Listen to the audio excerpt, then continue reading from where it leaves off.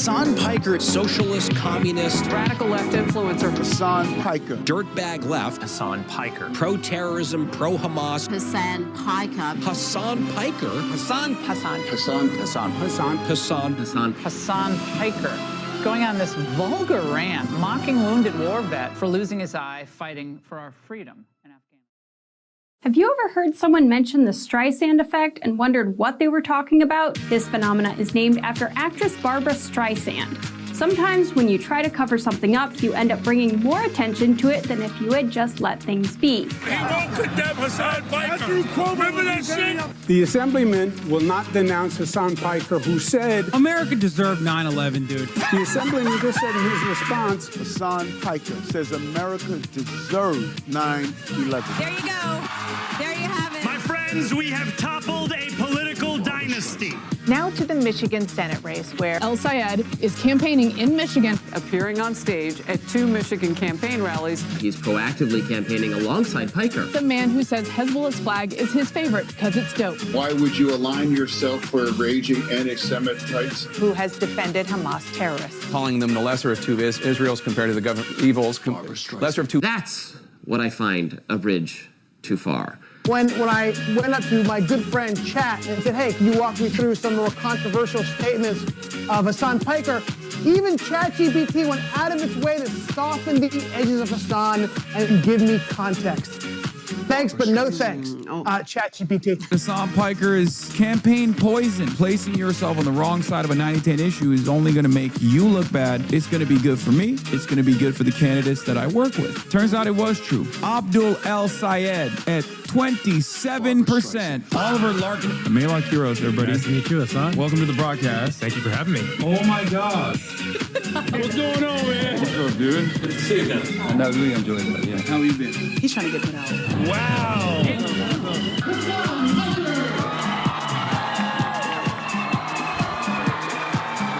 What's going on, everybody? I hope everyone's having a fantastic evening, afternoon, pre-noon, no matter where you are in the world. I'm Hasan Piker, and this is HasanAbi broadcast coming to you live from sunny New York City, New York. We're live and alive, and I hope all the boys, girls, and Emmys are having a fantastic one because today's a beautiful day. Today's a wonderful day. Today is Thursday. That's right. It's Thursday, June 11th, 2026, 11:25 a.m. Pacific time and 2:25 p.m. where I am at in New York City, New York, concrete jungle, where dreams are made of. There's nothing you can't do. Now you're in New York, and there's a lot to talk about because normally at this point in the broadcast, I tell you about my personal news, about what's going on in the world of HasanAbi Piker in between the time period where I press the stop streaming button and press the start streaming button. So help me God, that's what I'm going to do. But normally I'm a chud-ass loser, and I tell you, as a chud-ass loser, I didn't do shit last night. But last night is not one of those nights. That's right. There was a lot that took place last night, and many of you actually watched it on your television. I was there in person. Basketball history took place last night. I'll be talking all about that and more. I know my tie is wrinkly. I probably should have pressed it. It's another one of those vintage ones that I got, and I did not press it, so stop making fun of me for that. But I was there. I witnessed a miracle yesterday. I witnessed basketball history taking shape right in front of my eyes, and oh my God, it was an incredible experience. I'm going to tell you all about that in a second and more. Hasan, please don't go to another game. I need the Spurs to win. Sorry. I know I have the opposite effect of Donald Trump. Donald Trump is the cooler. I am the guy who brought it back, okay? Let's be real. Yeah, we saw the hand of OG, the hand of God, in action last night, and so much more. I'm going to talk to you all about that. Use a pressing cloth if you iron your ties so they don't get shiny. Okay. Thanks, man. People are cooking my boy. Oh my God. Oh my God, it's Charlie Kirk. Spurs are just a better basketball team, he says in June 15th, 2014. Well, we don't know. We don't have an update. But yeah, I saw Wu-Tang Clan. I saw the power of socialism and the power of friendship in real time defeat a well-equipped enemy team, the Spurs, of course. And I'll tell you all about that right now.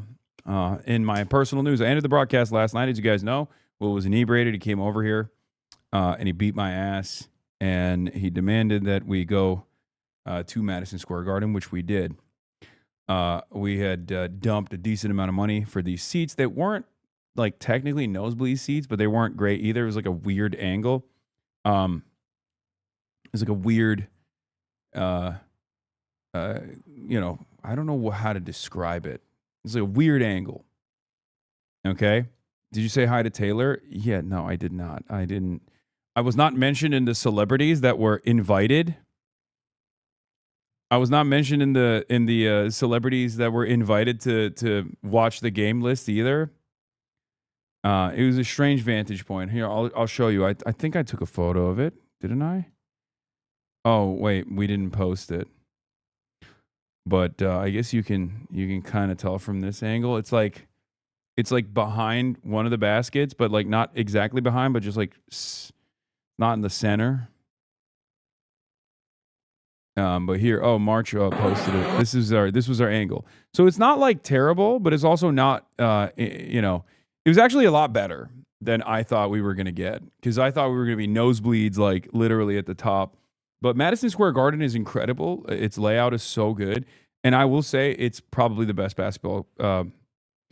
It's definitely the best basketball game I will ever watch for the rest of my life. Yeah, it wasn't an ideal seat, but I will say Madison Square Garden, the vibes were exceptional even before basketball history was made. It's unlike the Staples cryptocurrency arena. It's not like, I've been to many Lakers games, right? You guys know this. MSG is a totally different demon. Okay, you got the lasers up top. The vibes were fucking insane. Maybe it's because it's the finals, but I mean, it was an exceptional experience. I had similar seats on the other side of the arena for Game 3. It should have been me there in Game 4 instead of you. Yeah, well, sucks to suck for all of you. Do you want the mic? Here, I'll give it to you. Hold on. There you go. There's some people in the room right now. They're shooting a documentary, but they're leaving. But yeah, the vibes were completely out of control. Biggest comeback in NBA history. Does anyone have the other? Does anyone have the other video of our vibes when we first got in? When March was like, I brought my kids to the game. I love when our data nerd Jules Nader has done the data, crunch the numbers. I'm a numbers guy. He crunched the numbers. The Spurs absolutely fucking collapsed in the second half. Biggest choke I've ever seen.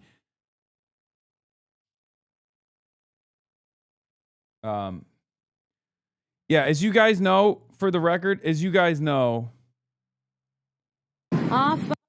say thank you right Father now. who art in heaven, hallowed be thy name. Thy kingdom come, thy will be done. The Nixon 5, on earth as it is in heaven. Give us this day our daily bread. So, yeah, this was us. There were many HasanAbi heads, by the way, around us. And then there were some HasanAbi enemies around us, too. Enemies of socialism, enemies of the working class. Maybe some cop-coded Knicks fans that happened to be right in front of us that were like, oh, what is that t-shirt? Because I was wearing the Mom Donistan t-shirt, and someone was like, that's not my mayor.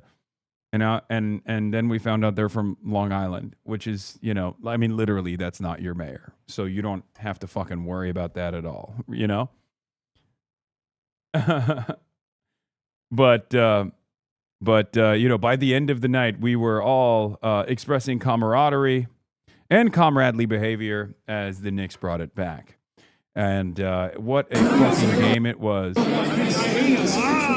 hate Wendy's. Look, I'm wearing the appropriate merchandise. I love the Knicks. I love the New York Knickerbockers. He's not one of us. Kill him. No, I love the Knicks. Go Knicks, Nixon 5. He's also Muslim. That's the one thing that don't work. Yeah, so this was our vantage point. And pretty decent seats overall. Nothing to write home about, but it's not terrible either. And it cost a grip, let's be real. But here's the thing. The Knicks Kafia is insane. NBA's clutch. I will tell you this, okay? And I hope Will attest to this if he's honest. I know March will. The entire game, okay? The entire game, I was sitting there as Will was contemplating suicide, okay? I was sitting there literally telling him over and over again, it doesn't matter. They're going to bring it back and they're going to fucking win. Even when they were losing by 29 points, I was like, dude, I know this sounds like a LeBron story, but I'm so glad that there are other people out there who can attest to this. I just kept repeatedly telling them over and over again, you're freaking out. And I know you want to kill yourself right now, but if you kill yourself now, you're going to miss out on the Knicks bringing this back. And I was right.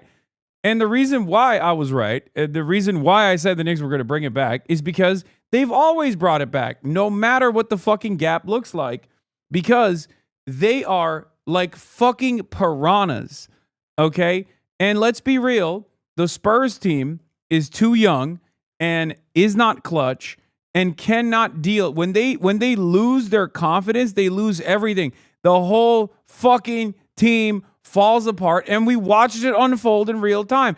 All it took was for them to cut the lead down by like 5 or 6, and from that point on, it was a wrap.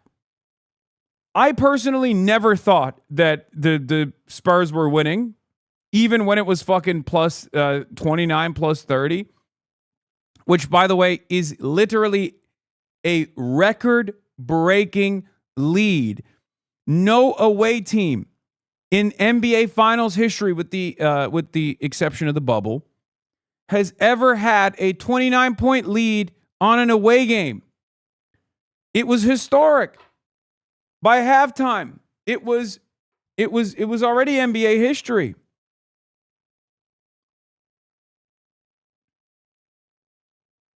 And for me, I knew all it would take for the Spurs to bring out the choke point, because they are choke artists, okay, to fucking start choking, was brick a couple three-pointers, okay, have the Knicks eat away slowly but surely at the comfortable lead that they had for the fucking first 3 quarters of the goddamn game, and it was a wrap from that point on.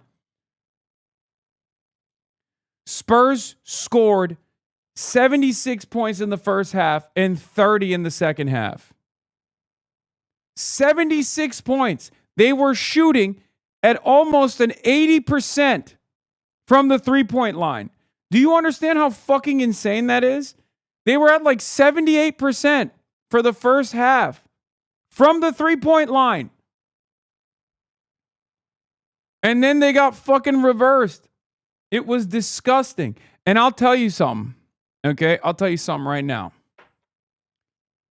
Were there some bad calls in the first half? Absolutely. Were the Knicks fans losing their damn minds like babies? 100%. Will was. He was literally like the fucking arena. I was worried about the referees making it out alive, okay? The way that Madison Square Garden had decided that the real enemy wasn't the Spurs, but actually the referees, was wild to watch. Okay? And no, I don't think Towns got robbed. I think Towns hooked Wemby's arm. I don't think that was a crazy call. I know that was like a big call in contention, and everyone was like, dude, that's fucking bullshit. He literally hooked him. He had his arm, he grabbed his fucking arm in between his armpits on his way up to the basket. That's a normal call. Like, that's not a fucking crazy. That's not that crazy of a call. There were definitely, the goaltending one was crazy. That was absolutely wrong, right? The goaltending call was wrong. I mean, that straight up was goaltending. Okay, Cornette should have been hit with goaltending on that one. That was goaltending. Fair is fair. I'm calling balls and strikes.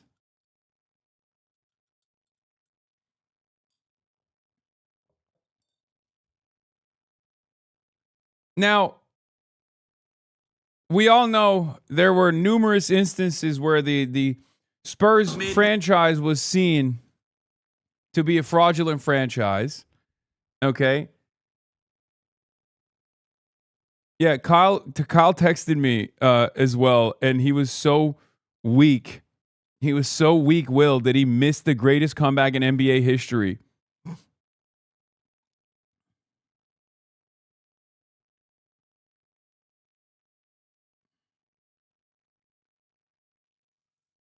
Yeah. Huh. In any case, can you show Will's reaction at the end of the game? He was so happy. No, he was losing his fucking mind, dude. He was like, please God, please God. And by the way, he shouldn't have been pleading to God. He should have been pleading to Fox, because that's what bricked it at the end. Okay. And if it wasn't for him, the outcome could have been so different. If it wasn't for him and OG, the outcome would have been so different. Isn't that crazy? In those final moments, every second matters.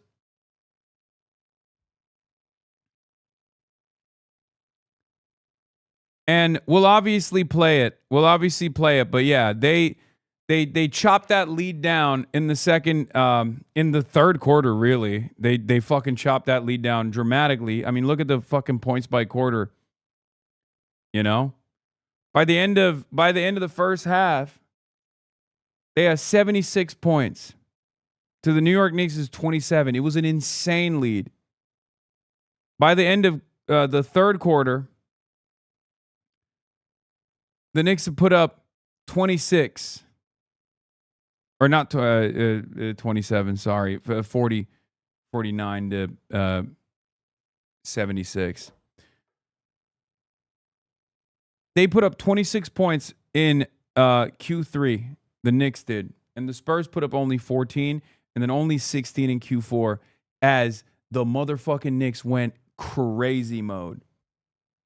They went bananas mode, okay? They went absolutely nutty mode. They were nutted on them. They were nutting. Okay? They were shitting. They were farting. They were nutting on the Spurs. It was choke time. It was choke central. It was choke city. This is what happens when you have a young team that are inexperienced, okay?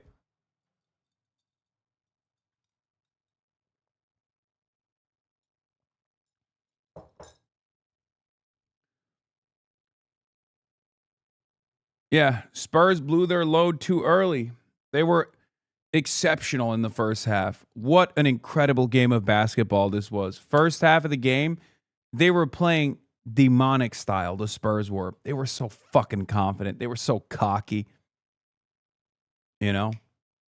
I think it was OG that fucking choke slammed Wemby. Like, elbowed him in the neck.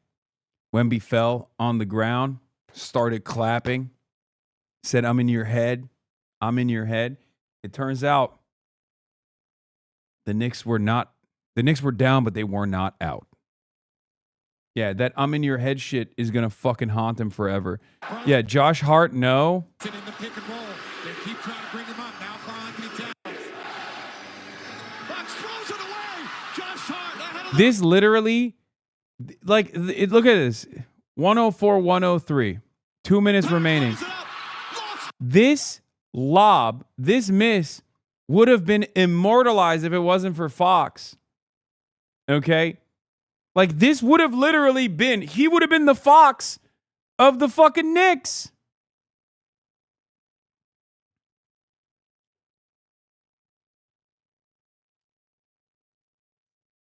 Miss layup. Look at Larry David, by the way. Look at Larry David in the background. Look. Watch. He's right there. Look. He almost died, bro. You almost killed Larry David, bro. You almost killed him. Larry David has never felt that excited in his whole damn life, dude. You can't be making him respond to things that fast. Yeah.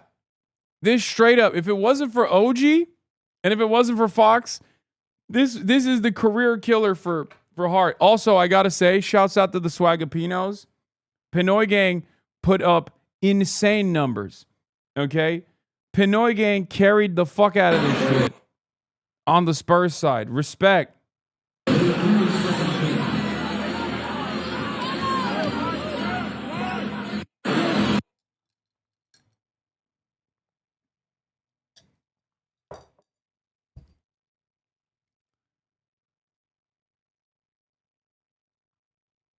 Anyway,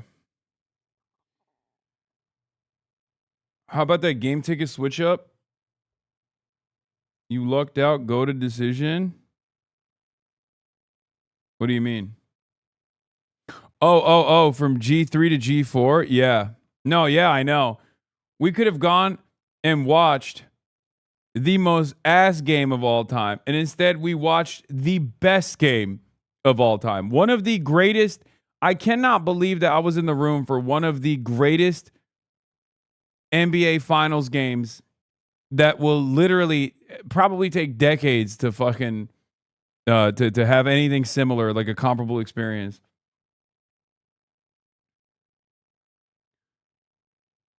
But goddamn OG, man, he's so fucking good. I mean, he was lethal. He was lethal on the 3-point line. He was fucking lethal with the key blocks. I mean, he had so many incredible moments, dude. Holy fucking shit, he had so many incredible moments. It was exceptional gameplay. It was fantastic to watch. Respect to OG. But yeah, New York City, Trump cancels Iran strikes, Iran, America, Israel, oil prices rise, New York DSA slate rally tonight, Epstein's Fury, 104, Knicks win. Get in now.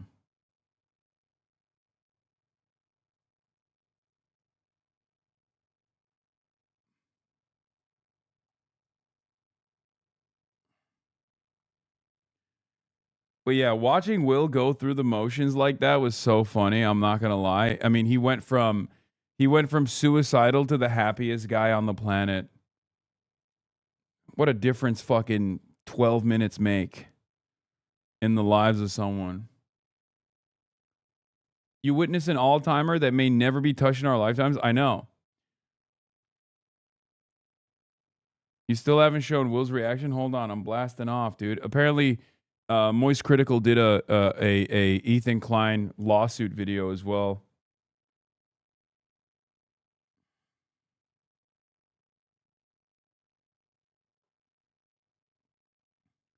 There's been 80 games in the playoffs so far. That's 320 quarters. The Spurs in the third quarter are the only team this playoffs to not have a single point in the paint.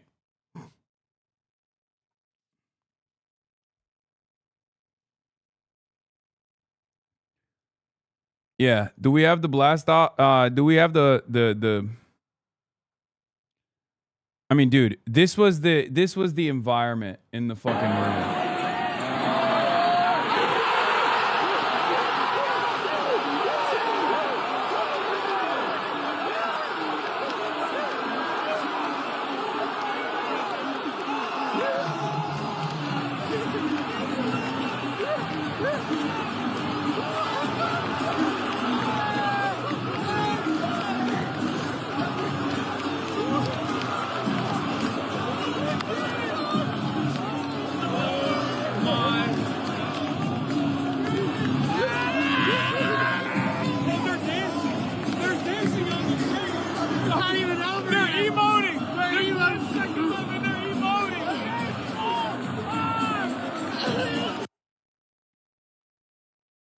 Did Will get to know all the people all around you? Yes, dude. I mean, when you're in that situation, everyone is it's everyone's family. Okay. Look, there's one more video of him fucking losing his blind mind.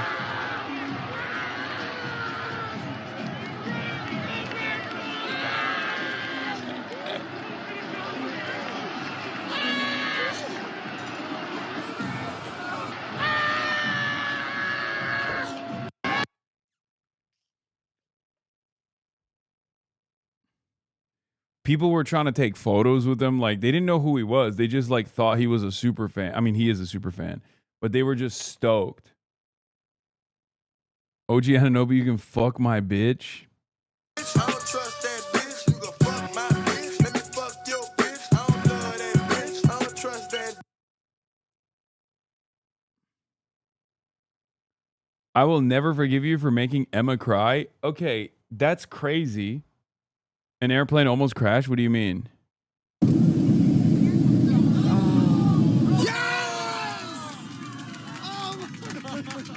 Oh my God. Thank God the whole plane is watching, so they knew exactly what was going on.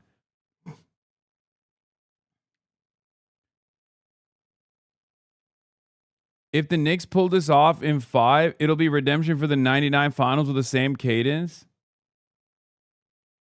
Yeah, bro, Fox got to retire for a bit. Darren Adolph Joseph Fox Hitler, nicknamed Choke, a 20-point lead. 29-point lead is a German-American professional basketball player. That's crazy.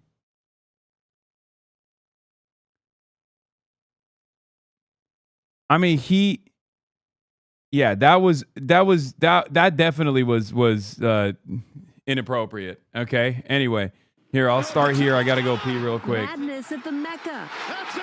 It's over. The greatest comeback in NBA playoff history.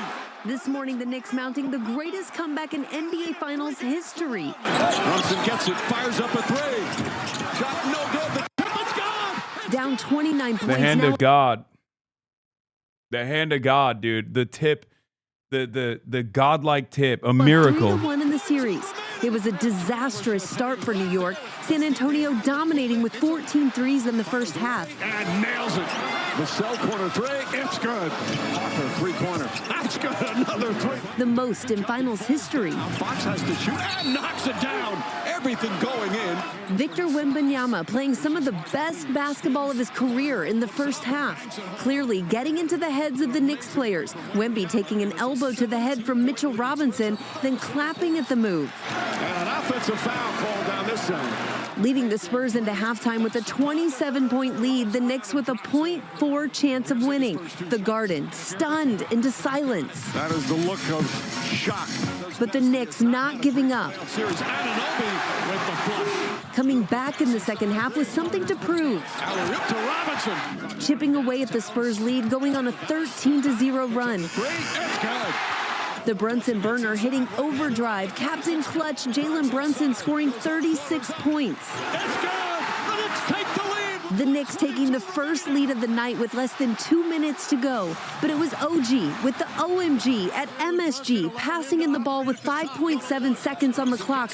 Brunson shoots a long three, and OG HasanAbi tipping in the winning basket. It's a game of runs. We believe in ourselves. We've come back before. We're battle tested. We're mentally tough. We're a resilient group. Madison Square Garden erupting, the ground shaking. Celebrity Row just as stunned as the rest of us. Players embracing the moment and each other. Fans at watch parties across the Big Apple exploding. We did it! We were so amazing! New York did it! The U.S. men's soccer team taking a break from training for the World Cup to watch the winning moment. Spike Lee couldn't contain his joy. And Taylor Swift celebrating with fans after the game. Timothy Chalamet also getting in on the action. A sea of orange and blue filling the streets of Gotham from the buildings to the people. One word that captures. It was fucking crazy outside, by the way. When they say New York City, we outside, I saw it. I saw it with my own damn two motherfucking eyes, okay? The hand of OG edit. Yeah, it was exceptional. It was history. It was history in the fucking making, dude. Straight up. Bro, you showed up on TV for a couple of seconds? No, I didn't.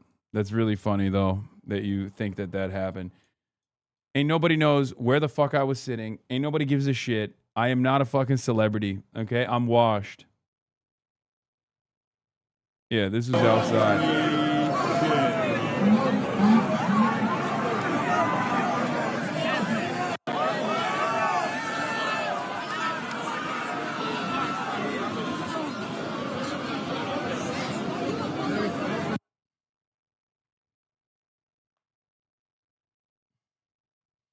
How do you let him get a clean path to crash? Brother, that was Fox. It was Fox again. He just stood idly by and waited. He didn't try to box out OG at all. No, literally, like he was genuinely demonic. Some saw it inside. Wait, what do you mean? I wonder if they're just going to take him right to the fucking line and force him to earn it at the line. I bet they are. Holy. Oh.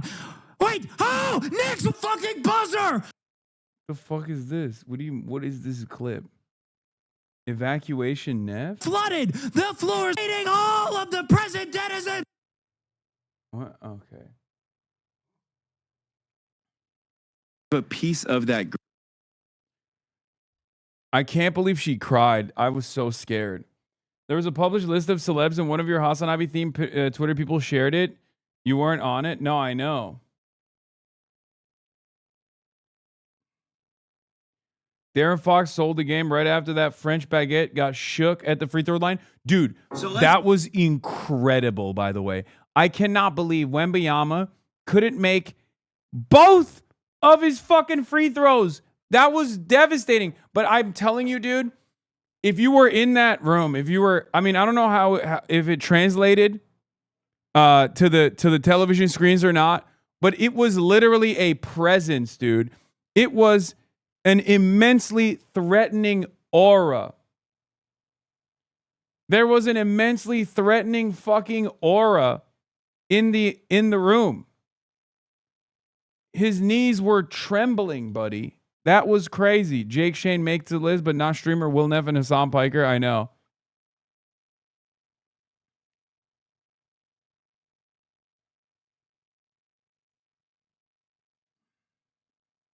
Let's go through every dog shit play that De'Aaron Fox made in the second half. Just a head-scratching pass by the little fella here. Then 60 seconds later, Fox, who should be the last person on planet Earth doing a James Harden dribble, step back shot, does that. So Fox actually gets taken out.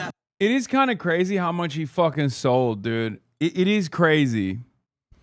Like, he was at the scene of every crime.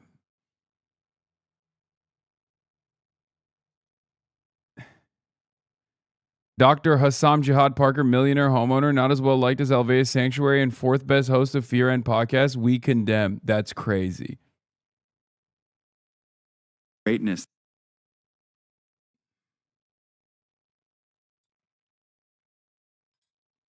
After that shot, he checks back in with a minute left. And what in the actual fuck is that pass? And then the very next possession, at the end of the third quarter, Fox. I think an investigation is in order to see if there was actual, like,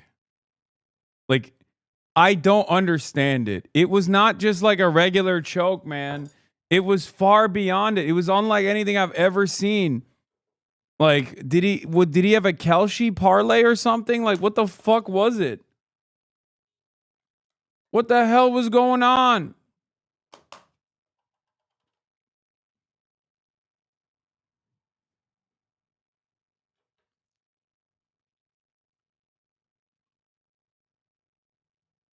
Like, this requires an investigation.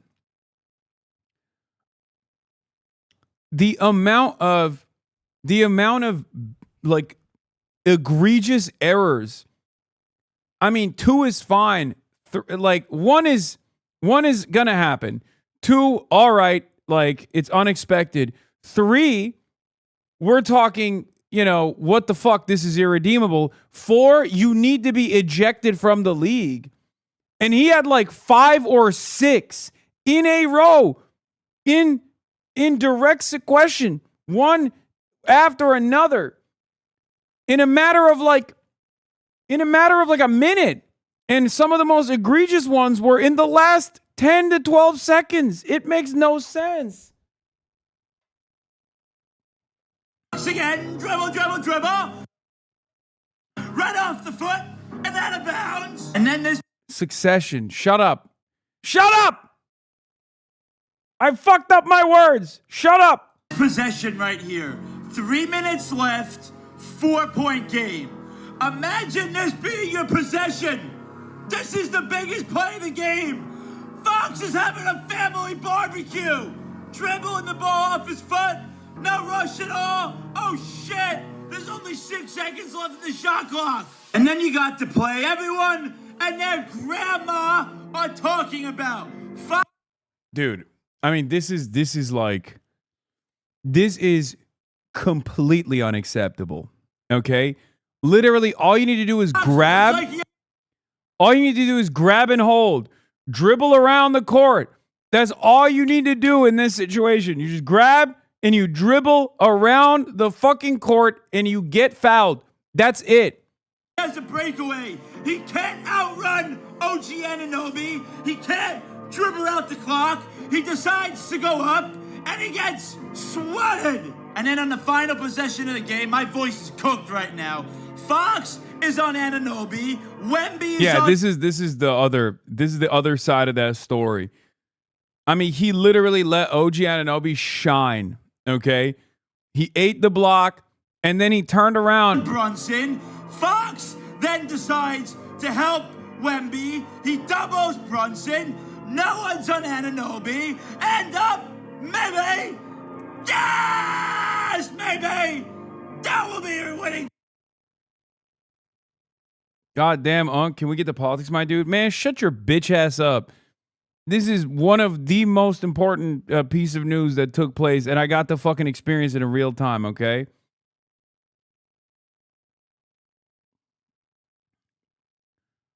Anyway, and yeah, greatness happened. Magic happened there, and I was there to witness it. I have the fucking commemorative ticket right here. Okay, I got the commemorative ticket right here. NBA Finals Game 4, Wednesday, June 10, Madison Square Garden. This is shit that you tell your children about, okay? What a night. What a fucking night, dude. And yeah, I got a towel as well, and I gave the towel to Emma earlier. And she cried. A piece of that greatness that I brought for you. Are you for real? From the actual finals. Is it upside down? I legit might cry. Oh my God, you're crazy. Yeah, I'm sorry. You're crazy. It's so funny to say might cry as you're crying. I mean, I'm not, it hasn't come out yet, but, you know, like, I burst into tears last night. Like, I just couldn't believe what it means to the city. And my husband is like, was calling into WFAN as a 12 and 13-year-old boy, like debating about the Knicks. I mean, it's in his heart. And so, like, what She crowed. We crowed. Okay? She cried. I cried. We crowed. this means to me. I have this t-shirt. Maybe I'll pull it out. I don't want to be superstitious.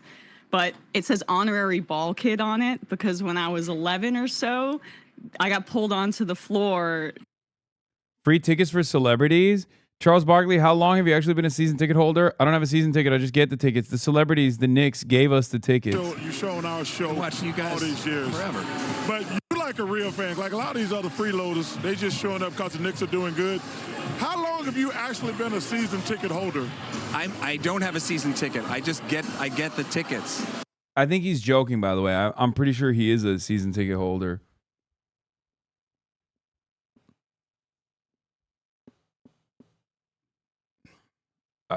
He is.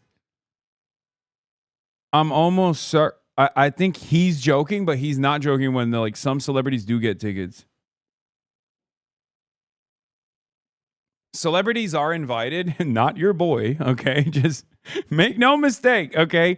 Ain't nobody thinks I'm a celebrity. I just want to let it be known we were not even on the fucking celeb list, okay? We were not on that list. So before you get it in your mind, the celebrity they give us the tickets. Man, stop lying. I don't think I could afford the Knicks season ticket front row. No, I'm lucky. No, I think it's because I've been coming for so long, you know, that they feel I'm a loyal fan. Our family's been. I thought Ben Stiller and Spike Lee were the only two celebs that actually pay for their tickets.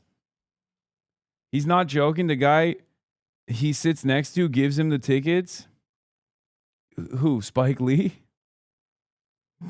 Coming forever, so I'm lucky enough to get that. And but I've been coming since, I mean, I'm probably like 1974.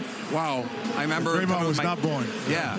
I mean, with my dad, you know, meeting the Knicks. I remember when I was 8, 9 years old being here. Yeah, you know where they are.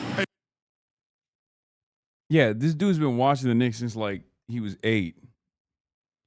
Like Timothy Chalamet as well. Like that Timothy Chalamet is like a real fan. For people, there are certainly a lot of celebrities who are, you know, I guess on the Knicks bandwagon. I normally probably wouldn't go to this game if it wasn't for Will.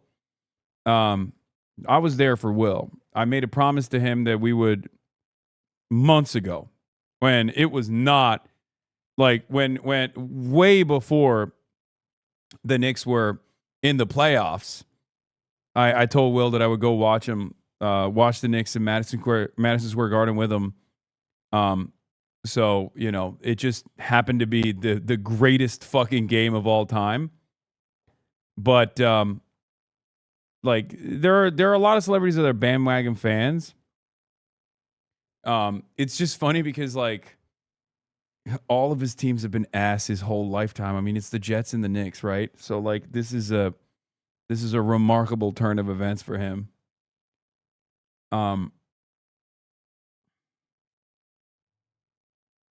Did you see Larry David had to sit next to McEnroe and John was high-fiving Wemby every time he came off? Could be a great episode for Kerr for sure.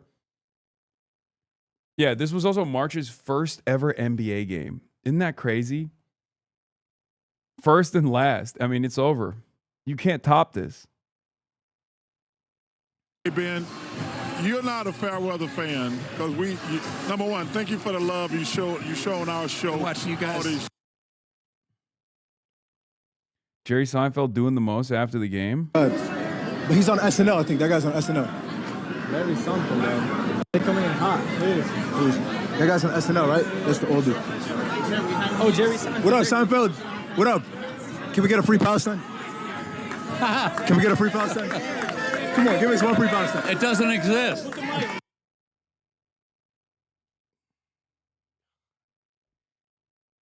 Gross. I don't even think this guy knew that Seinfeld is like a vicious anti-Palestine celebrity.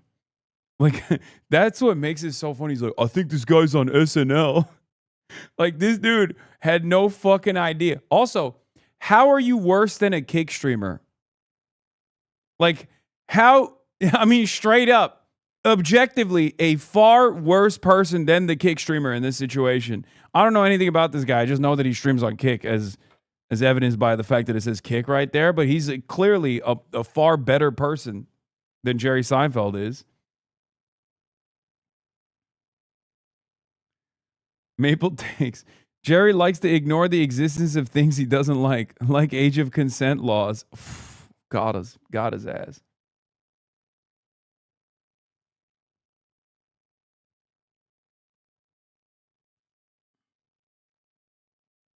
He definitely knew, man. That's why he asked him. You don't randomly ask that. No, I think he fucking asked it because he didn't know who he was. Bro, he said, I think that guy's from SNL.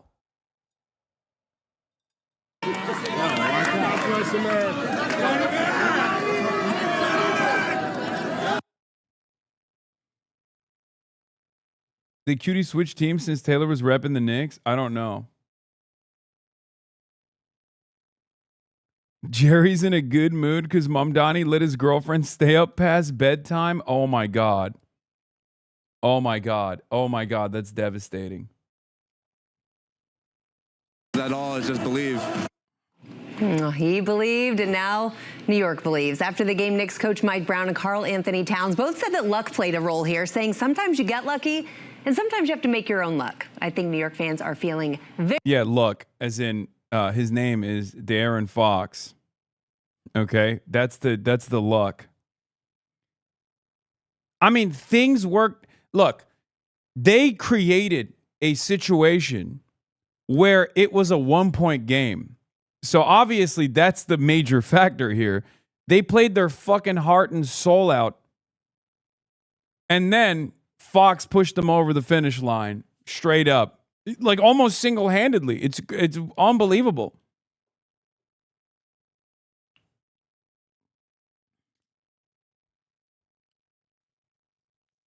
I cannot believe it. I haven't seen a blown lead that bad since Trump and Israel attacked Iran first, killed the Ayatollah, and still lost the war. Oh my God. His name is Brick Fox.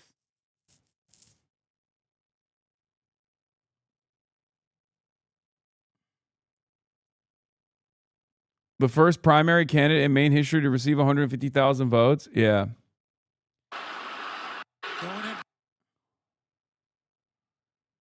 What a crazy game, man. Are we going to get the totally uninformed HasanAbi World Cup bracket? Yeah, I don't have any opinion on the World Cup. I don't know anything. Hopefully the Iranian team does well. They deserve it. That's it. I hope they do decent. Probably not, but this is so evil, man.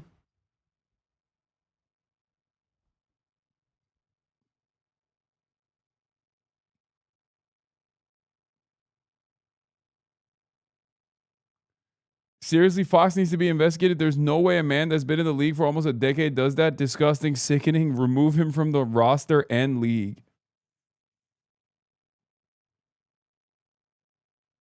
Unk not even cheering for Turkey? I mean, I am.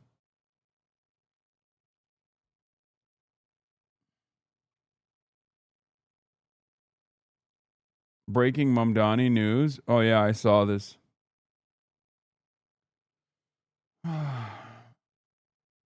They have to travel to California from Mexico for every game. None of their staff is allowed, and they can't move from Arizona to Mexico because of visa issues. Yeah, I know.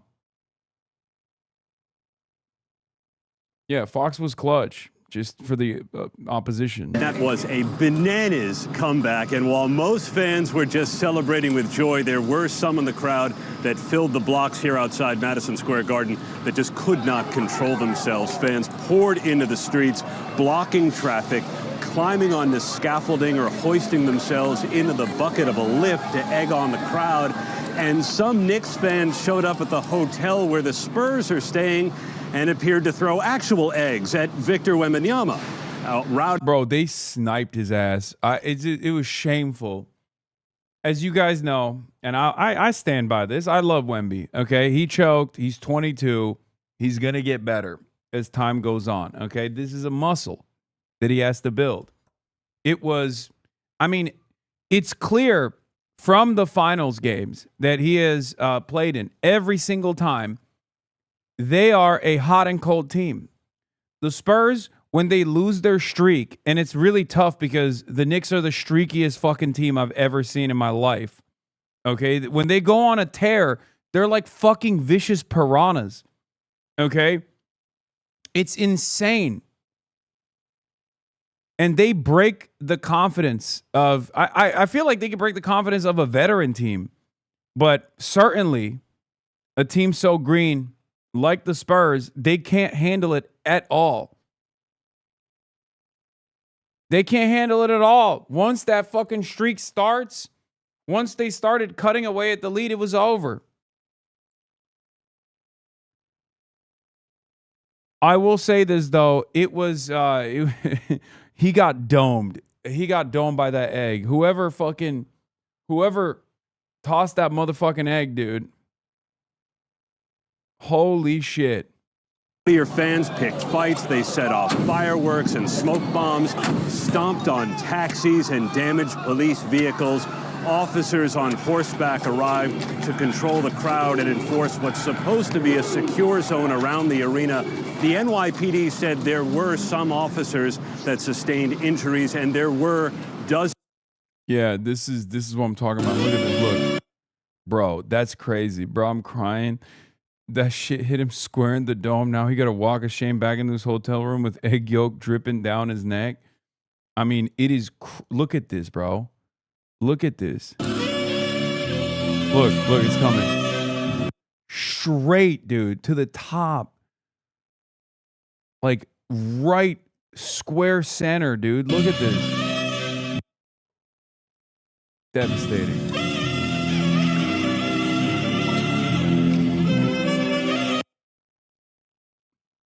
It hit the pole? Wait, it didn't? I think you guys are, man, I think you guys are coping. He literally ducked. He literally ducked right as it hit. I think you guys are coping.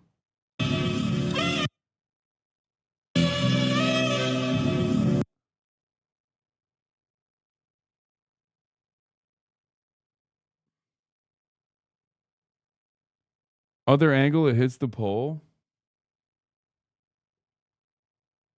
This is why New York fans deserve nothing. That's cope. That's cope. That's cope. That's cope. I mean, that's just...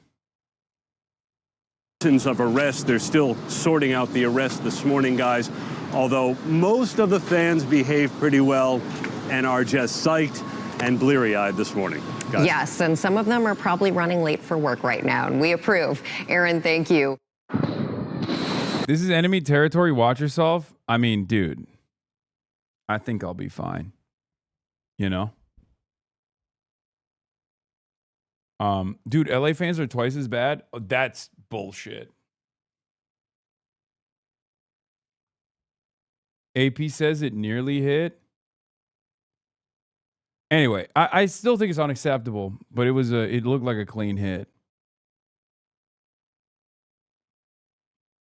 Also, dude, I've never felt safer in a fucking crowd than surrounded by Knicks fans. Are you kidding me?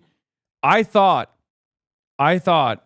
that people would smell that I had any sympathies towards Wembanyama at all. And no, half the fucking crowd was HasanAbi heads. What are you talking about?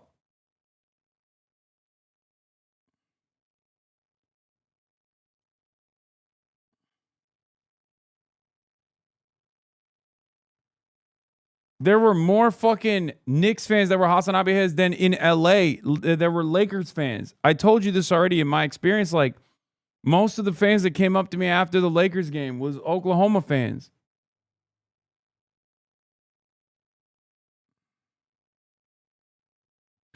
MJ and LeBron couldn't be the best player on a championship team until they were 27, 28 years old. Winning as the best player of a squad that young almost never happened. Shaq was 28. I think Jordan was... How old was Jordan?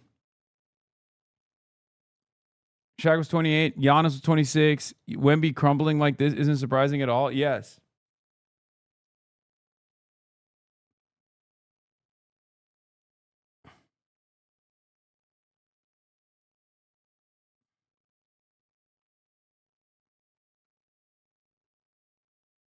Address this dirty ass Wemby play. I mean, okay, can I say something?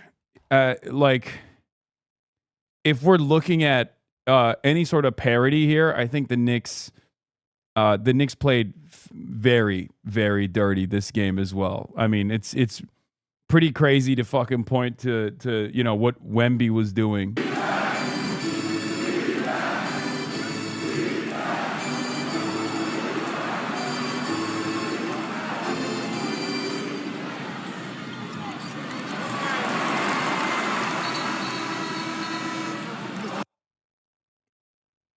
Dude, are you kidding me? They were going for his knees, brother.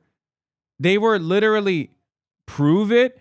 No, they straight up, dog, they were straight up going for his knees. I never seen anything like that. There were instances where it was not a box out at all.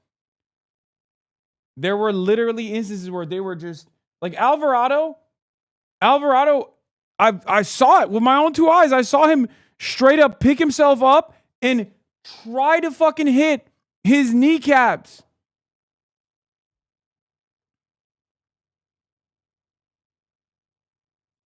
Give me the clip.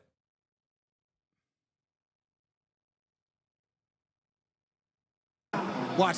Look, in one 10-second clip, Alvarado gave Wemby a two-handed push, tried to trip him, tried to hook his leg, tried to foul back into him, then finished with a single leg takedown. Lamau even. Look at this. This is two-hand push. But Karl Anthony Towns can tell try to him, take his leg. Get out. He has plenty of hooks him, falls. This is the worst part, though. Okay? He falls, right? As he's trying to push him off, he falls. He gets up. Doesn't even try to attempt to make it seem like it's a center mass hit at all. Look at this.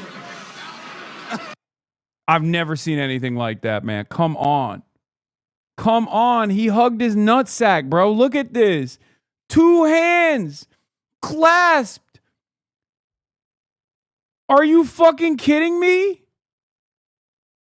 Really? You're going to be like, oh, Wemby was playing real dirty. This is one of the craziest things I've ever fucking encountered.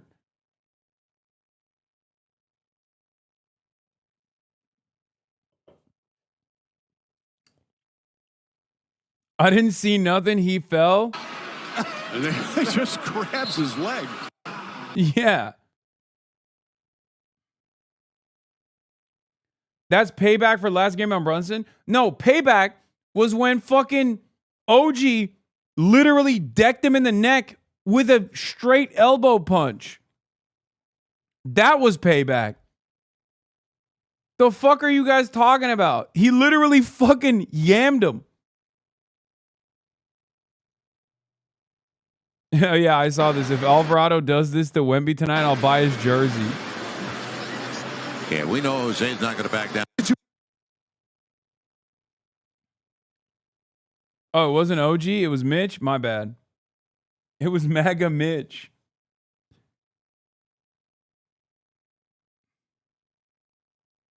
He was scratching his nose. It was MAGA Mitch Robinson. Yeah. Oh yeah. Look.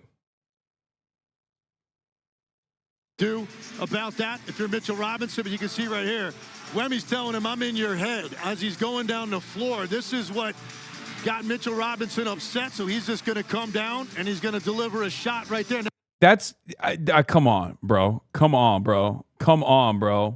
Been upset, so he's just going to come down and he's going to deliver a shot. Barely touched him. Come on, dog.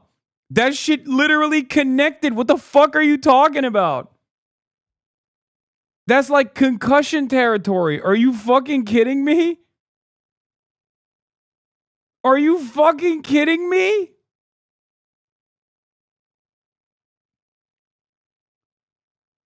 Bro put his UFC gloves on to get to work.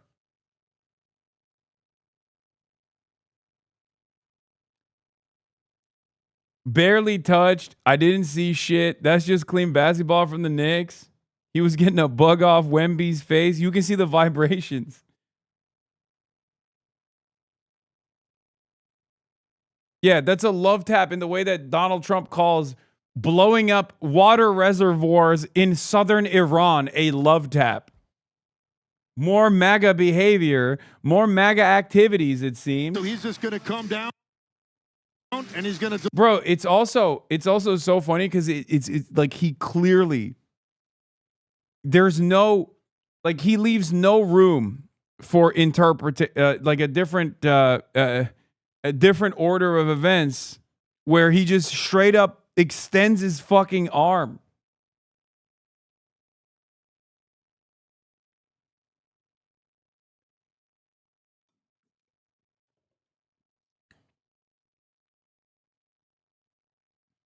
That wasn't Mitch, that was AI.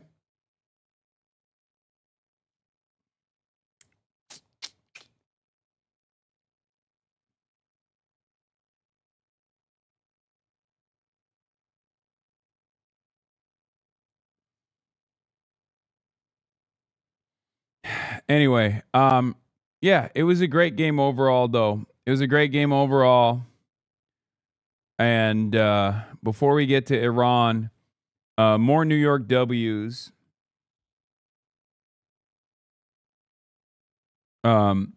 Exclusive. Mayor Zohran Mamdani is launching a limited run of affordable New York City-inspired World Cup jerseys designed and crafted in partnership with Motzi Sports, a family-owned apparel studio in Brooklyn.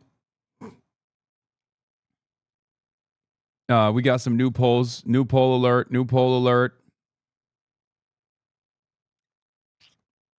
Defending Mitchell Hogginson is crazy work.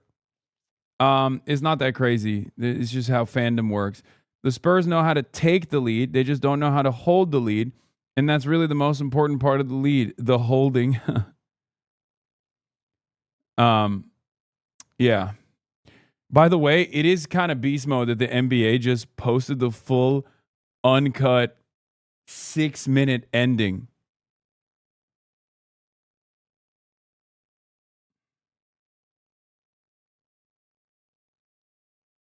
Pretty good night in Ridgewood.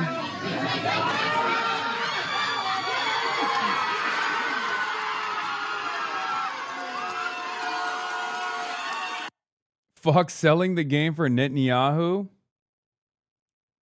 You only have gotten that idea from Benjamin Netanyahu.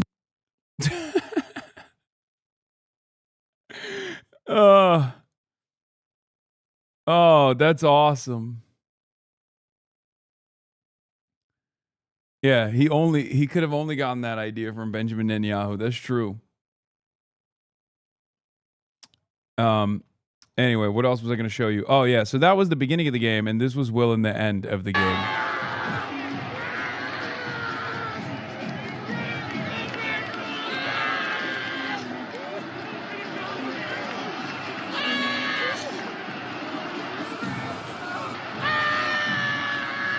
They didn't even escort the people out, by the way, which is crazy. They just like let people let people celebrate.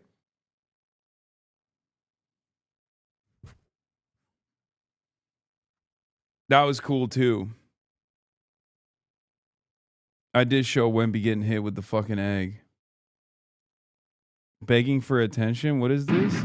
You think you're holier than thou is the main problem. You not welcome, lady. And your man's a pedophile. He likes underage kids. Jesus Christ. Schumer endorsed Haley. Why are you sad about that? You should be ecstatic. You should be fucking ecstatic about that. That's a good thing. This was the outside.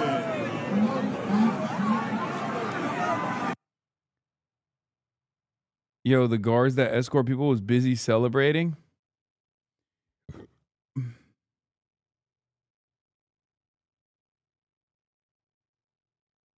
Anyway, yeah. What a night. What a fucking night, dude. Does Austin not like basketball? No, he thought the Knicks was a baseball team, brother. He does not fuck with basketball at all.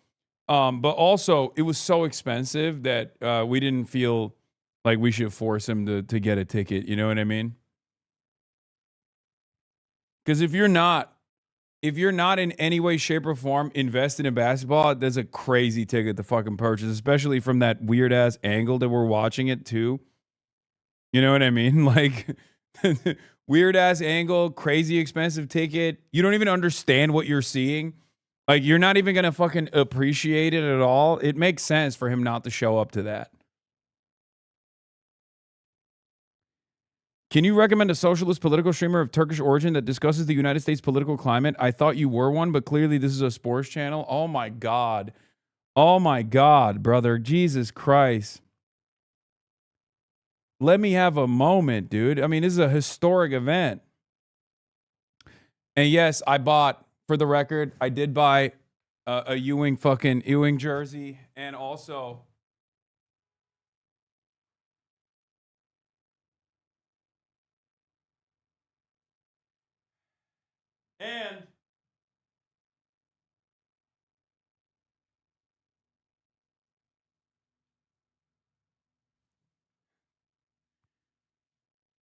I got a Knicks hat, and we got the Knicks keffiyeh, obviously, which this is a prized possession. This is the woke ESPN channel. Yeah. Can you pose with it like you just got drafted? Oh, you mean like with the jersey? Like this?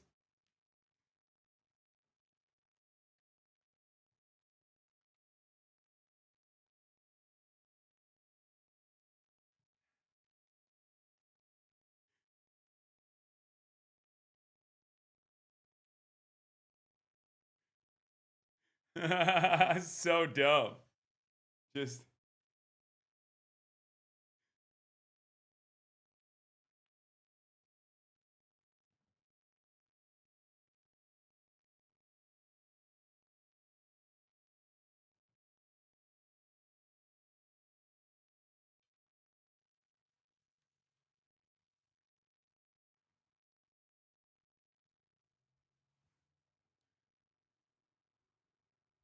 Uh, 67th pick overall. Yeah. Stop LARPing, Wemby fan. I mean, dude, what do you mean? I literally have this exact same hat, or rather stole it from Noah, if you recall. And I used to wear it all the time, and then I had to give it back to him. So I was like, I'm gonna get the same exact hat that I already. Prohibition era suit, my boy. Yeah. Yeah, it's yeah, that would have been the last time they would have allowed someone like someone with my level of skill into the NBA, and even then, probably not.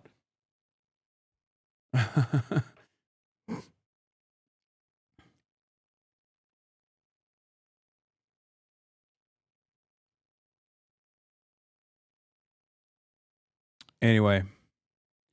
All right, now let's get to the motherfucking news. Okay, I know a lot of you are like, come on, get to the news, man. And which we will. New U.S. strikes on Iran as Trump speaks out on escalating tensions. And as of this morning, Trump has officially declared the Iran strikes off because he says that Tehran finally got their act together and will concede to American interests. I don't know how reliable an orator Trump is on these events. So, we'll see. We'll see where it goes. But put the news in the bag, little bro. Let's get started. Overnight, U.S. ships and fighter jets launching a wave of attacks, targeting Iranian air defenses, surveillance, and communication systems. The president telling Fox News that 49 Tomahawk missiles struck Iran's southwest coast. And the administration now warning Iran that if they don't sign a peace agreement, the U.S. will hammer them again. If we need to negotiate with bombs, we'll negotiate with bombs. Instead, Iran has fired back, again launching its own missiles at U.S. bases in Kuwait and Bahrain. All the missiles intercepted, but debris damaging homes, vehicles, and causing minor injuries to a child in Bahrain. These latest attacks come less than 24 hours after U.S. fighter jets struck nearly 20 targets, including Iranian air defense and radar systems near the Strait of Hormuz. Iran releasing unverified video claiming to show the strikes also damaged critical civilian water reservoirs. Oh, unverified video. So it's probably fake, guys. But also, just to be safe, maybe this was critical infrastructure that was aiding and abetting the IRGC. You know? It's probably fake. America would never hit civilian infrastructure, except for when we do. Except for when we do, and then the very same media outlets will turn around and say, well, don't you feel like it was supposed to cripple the drinking water that might make its way to the IRGC? It's Hamas water. It's Hezbollah water. It's water that the IRGC is drinking. CENTCOM saying they are looking into the report. The U.S. strikes were launched in retaliation. Yeah, by the way, is it really that strange to assume that America is deliberately targeting civilian infrastructure when the fucking president is openly saying that America is deliberately targeting civilian infrastructure? Is it really that strange? Like, that's our posture. That's literally what we're saying we are doing. So perhaps it's not that strange. For Iran downing a U.S. Apache helicopter. But the latest strikes intended to pressure Iran, with President Trump growing increasingly impatient. They keep tapping us along. They keep playing us for suckers. While these strikes fall short of resuming all-out war. Also, a heads up, 49 Tomahawk missiles are launched yesterday. It cost a total of $178 million for missiles alone on the conservative end. Yeah. And also the fact that we're still using standoff munitions that we're depleting that are already in critically low supply, standoff munitions that are designed specifically for our near peer and peer adversaries like Russia and China, implies that we don't have complete air superiority over Iranian soil. And once again is another point that suggests that the American military capabilities are nowhere near as great as people previously thought they were, and that they haven't been able to make the significant military achievements. They haven't been able to generate the significant military achievements that they thought they would. They haven't achieved their objectives at all.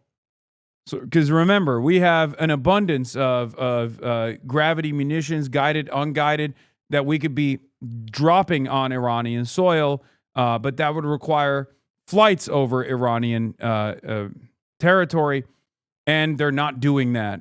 And the reason for why they're not doing that is because they're worried about Iranian anti-air defenses, loitering munitions. Iranian standoff capabilities are far better than what America and Israel previously predicted them to be. Obviously, they have a unique mobile system that they deploy when they find it to be necessary. And once again, it's already ridiculous that we're talking about negotiating with bombs. That's not how you negotiate at all. That is certainly possible. The Iranians now calling the ceasefire meaningless, and the region once again bracing for what may come next. Lindsay? Disappointment for any hope of diplomacy. Martha Raddatz in Jerusalem for us. Thank you, Martha. With you in a little bit. We want to bring you some breaking news, though, and that is that in the last few minutes, the U.S. President Donald Trump has taken to his Truth Social platform, and he has posted the following. Based on the fact that discussions with the Islamic Republic of Iran have been brought to the highest level of Iranian leadership and approved, I have, as President of the United States of America, canceled the scheduled strikes and bombings against Iran this evening. Discussions and final points have been in both concept and great detail approved by all parties involved. And then he goes on to say the blockade will remain in full effect until it's finalized shortly. Let's go to our White House correspondent, Kimberly Halkett. Kimberly, I mean, is this what we expected at all from tonight? What more are we hearing from the White House on this? Well, we're not hearing anything more from the White House. The U.S. president is the messenger. So what we have heard, though, in the last hour is that there was a lot of effort going on with regard to diplomacy. In fact, the U.S. State Department saying that Secretary Rubio, as well as the U.S. president, have been engaged and remain engaged directly in sort of diplomacy. And so as a result, even though the U.S. president was threatening for there to be a third night of strikes against Iran, that he would hit them very hard, it was clear that what he was doing was trying to get some sort of concession. Now, obviously, that hasn't happened from Iran, but what has happened is that there has been an enormous amount of diplomatic involvement that has taken place, not just by the United States, but also by the U.S. as Arab partners, as well as others that have been in direct contact with Iran. So we're waiting to see what more the White House might have to say about this. But I have to tell you that this action by the U.S. president's not unprecedented. We know that back in his first term, he was threatening strikes on Iran and then just called them off minutes before the launch. On June 20th of 2019, he approved retaliatory strikes after Iran shot down a U.S. drone and then canceled them roughly 10 minutes before impact. So it's clear that the U.S. president will, if he believes that. Yeah, so the American president, Donald Trump, is claiming that a deal is imminent, right? Iran is, of course, predictably disputing it. Here's the Hormuz letter. Breaking, Iran directly rejects Trump's new claims that they reached an agreement to cancel tonight's strikes on Iran as basically saying no agreement has been approved at all, and all of Trump's words should be disregarded like all his previous 38 times deal imminent announcements over 2 months, per Tasnim news agency. A senior Israeli official also tells Channel 12 that they are not aware of any agreement being reached.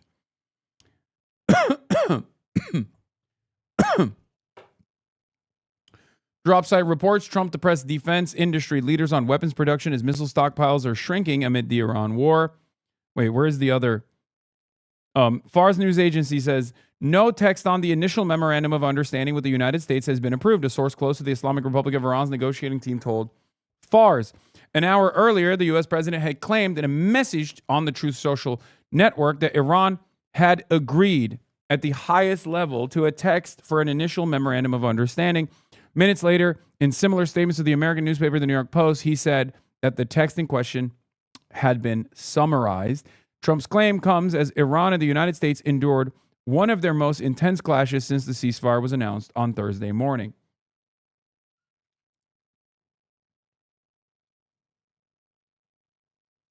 Fars News Agency, given that the United States has accepted Iran's proposed text, the likelihood of the agreement being approved by Tehran's highest decision-making authorities is relatively high. This is only half an hour ago. An informed source told FNA Iran has not approved any draft agreement or initial memorandum with the U.S., contradicting President Trump's claim.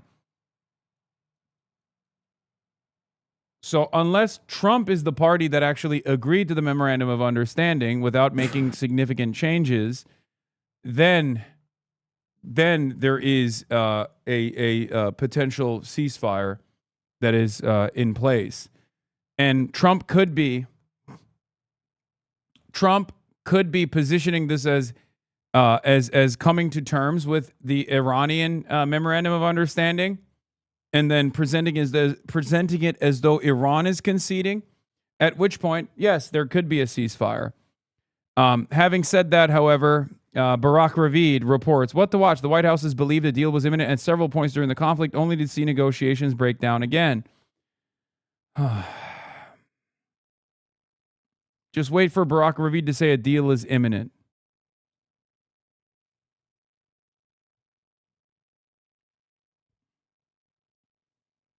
He's laughing at us.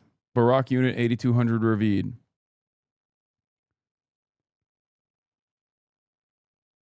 Trump just said this. Trump on Iran, Strait of Hormuz will open as soon as we sign. Trump on Iran, deal signing maybe over the weekend. Signing probably in Europe. U.S. VP Vance will be there. The great settlement of the war with Iran. And we're going to be subject to finalization of documents, which should get done over the next few days. We'll probably have a signing maybe in Europe. And it's a great thing. Stock market's up 1,000 points. That means they like the deal. See, that means they like the market goes down. That means they don't like the deal. But it's been up. Oil's dropped. Oil will start coming down to, I think, even lower than it was before. We had a great settlement of. Iran's not playing around this time. Wrong strategies and impulsive decisions will reset the entire board for the worse, explode energy infrastructure and markets, and create an endless quagmire that you will be stuck in for years. You will see a different Iran.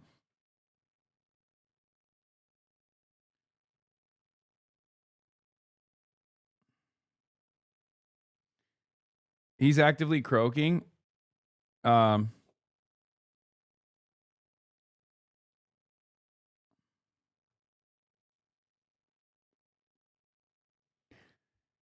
Yeah, look, man, it's pretty simple. I'm a simple guy, okay? I've heard this 38 times already. We all have heard this on 38 separate instances. Okay? 38 times. When the ink is dry and the American forces are retreating from the region, I'll believe it. Until that moment, I'm not believing it, okay? I'm in a state of disbelief. 38 fucking times this dumbass has said a deal is imminent. And Barack Ravid has tweeted a deal is imminent, okay? Kind of tough for me to look at a boy who cried wolf style scenario 38 fucking times, you know? Fool me once, shame on you. Fool me twice, you can't fool me again. That's what George W. Bush said. Okay? Fool me 38 times. At that point, I might be an analyst at Wall Street who is no longer looking at market fundamentals at all. Okay?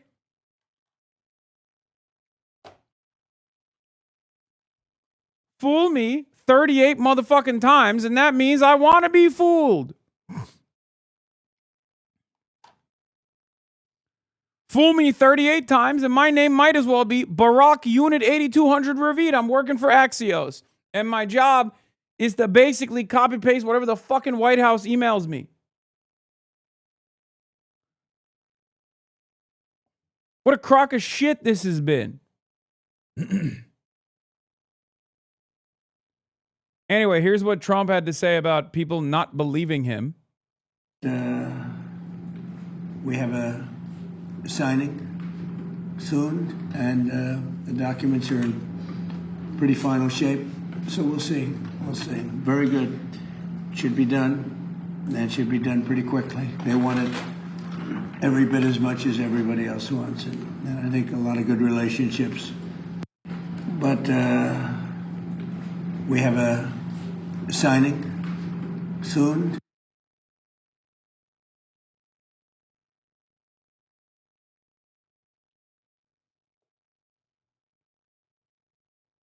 What are we signing, bro? What are we signing? Actually, what are we signing?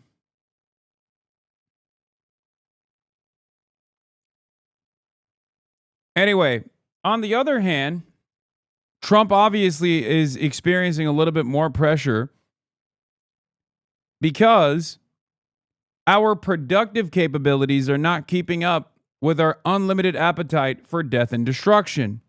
All at the behest of Israel, of course. Because,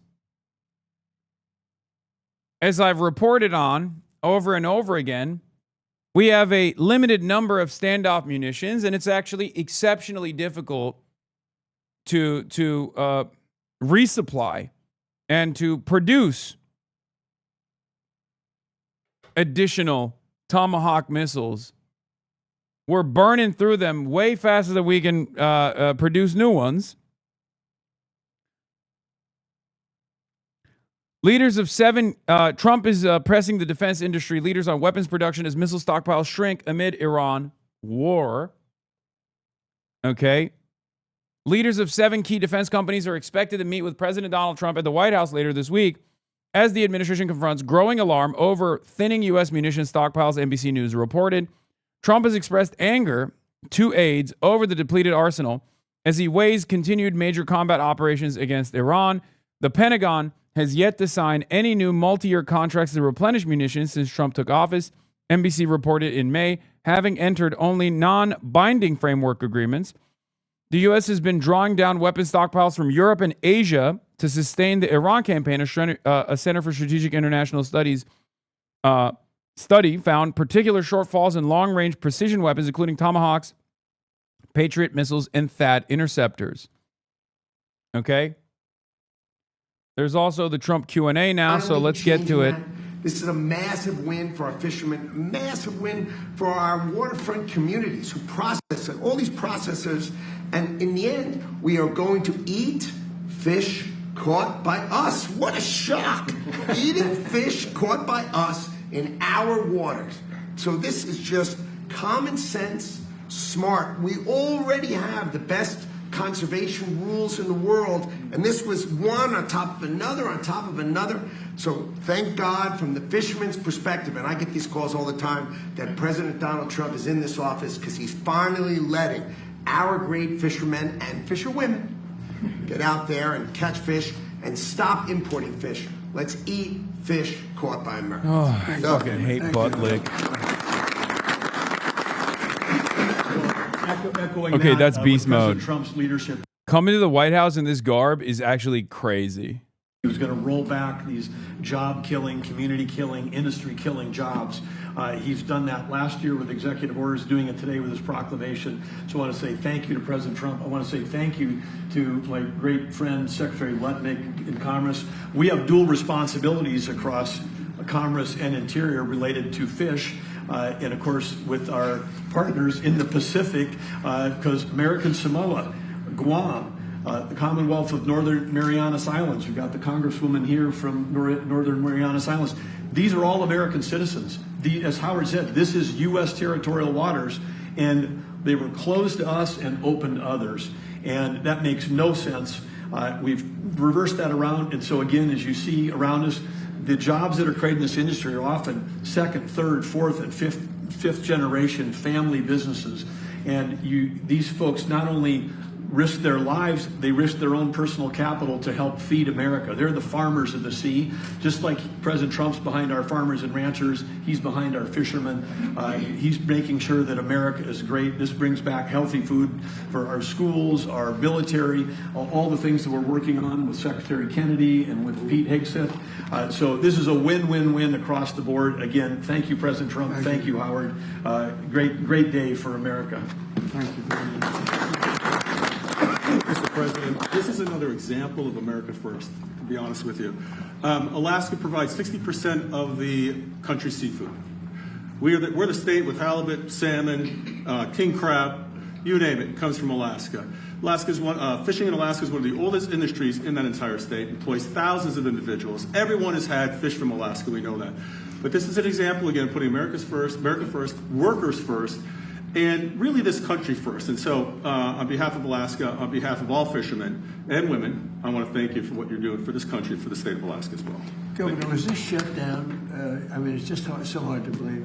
So this was trauma for your industry, which is a big industry. Well, your deregulation is what really helps Alaska. It helps the fishermen. The country doesn't need more regulation. We need less regulation. And that includes for this industry as well. And so from that perspective, and it's across the board. We could talk about oil and gas and so forth, but this is about fish. But your deregulation approach is really what we need. We don't need more costs. And as you said, we probably don't need electric boats either.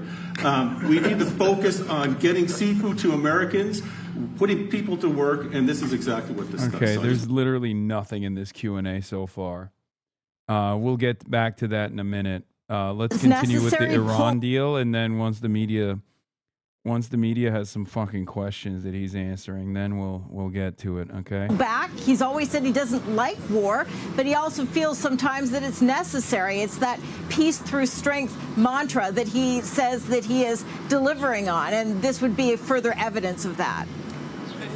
Kimberly, it just seems like we hear something from the U.S. president every couple of days that a deal is imminent, and so far this deal hasn't materialized at all. I think it was just a couple of days ago where he said there were no sticking points left at all. I mean, do we have an idea of, clearly there were sticking points, of what those were and why it has taken so long, given the president insists they are so close, to get to this point, assuming that we actually do have a deal?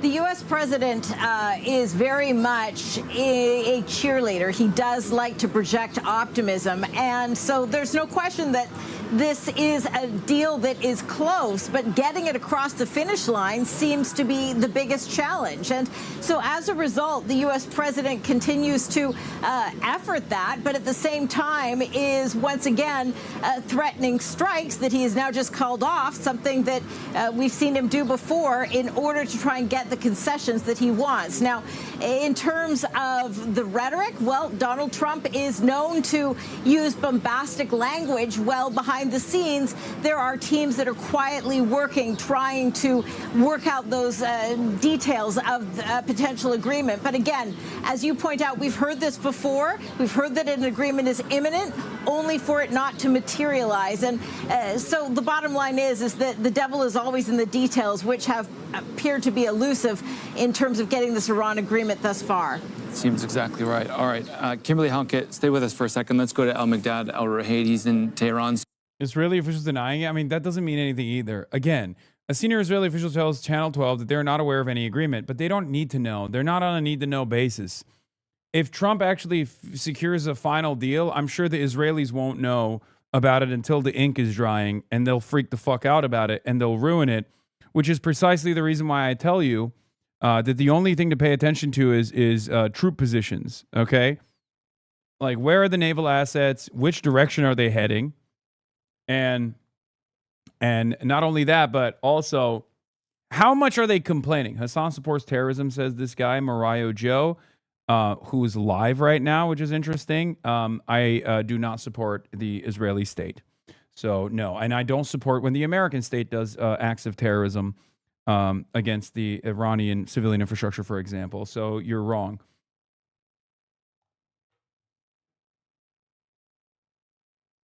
Yes, yes, offensive realism. No, I'm just telling it like it is. It's not even offensive realism. It's just until America withdraws from the fucking region, none of these words mean anything. Okay? Until America starts moving away from the region. Not like broadly withdrawing from their bases or anything like that. I'm just simply saying in this iteration of the conflict,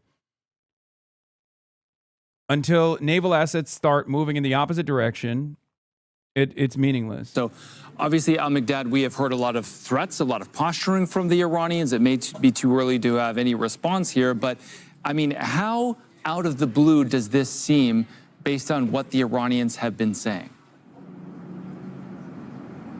Well, actually, it's not the first time from President of the United States, Donald Trump, made such an important line, changing the rhetoric, changing the narrative in terms of diplomacy and also in terms of militarily. He just said that he canceled all airstrikes and targeting bases here in the region, especially in southern of Iran.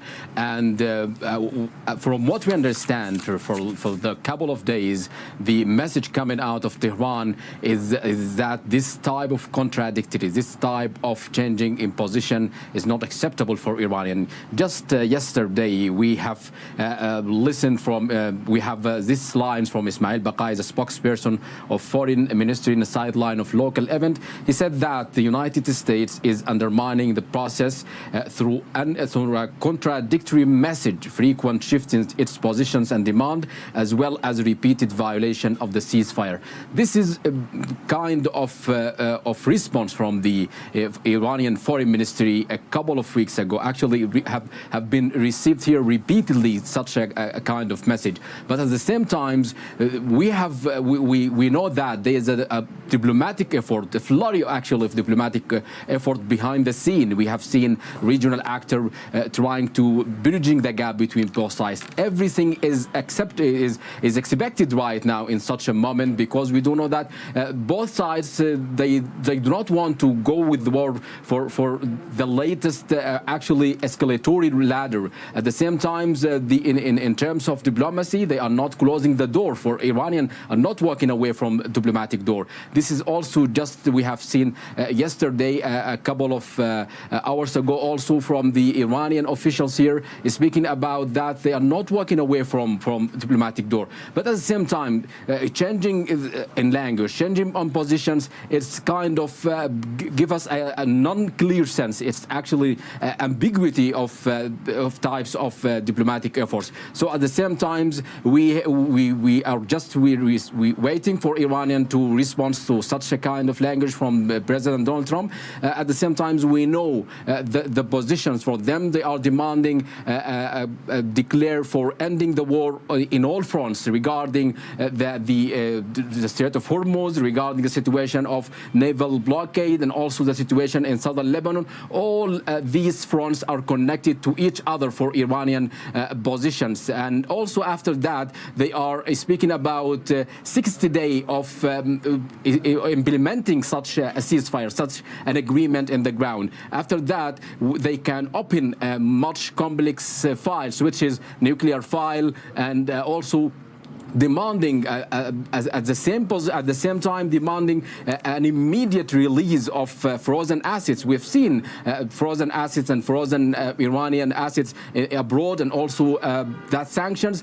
is hurting Iranian right now. That pressure of naval blockade, adding to that the sanctions for decades right now, they are demanding an immediate release of Iranian frozen assets abroad. At the same time, they are open to negotiate, and we have seen a lot of message coming from chief commanders of the IRGC and the top commanders from Iranian retaliatory ladders in the region.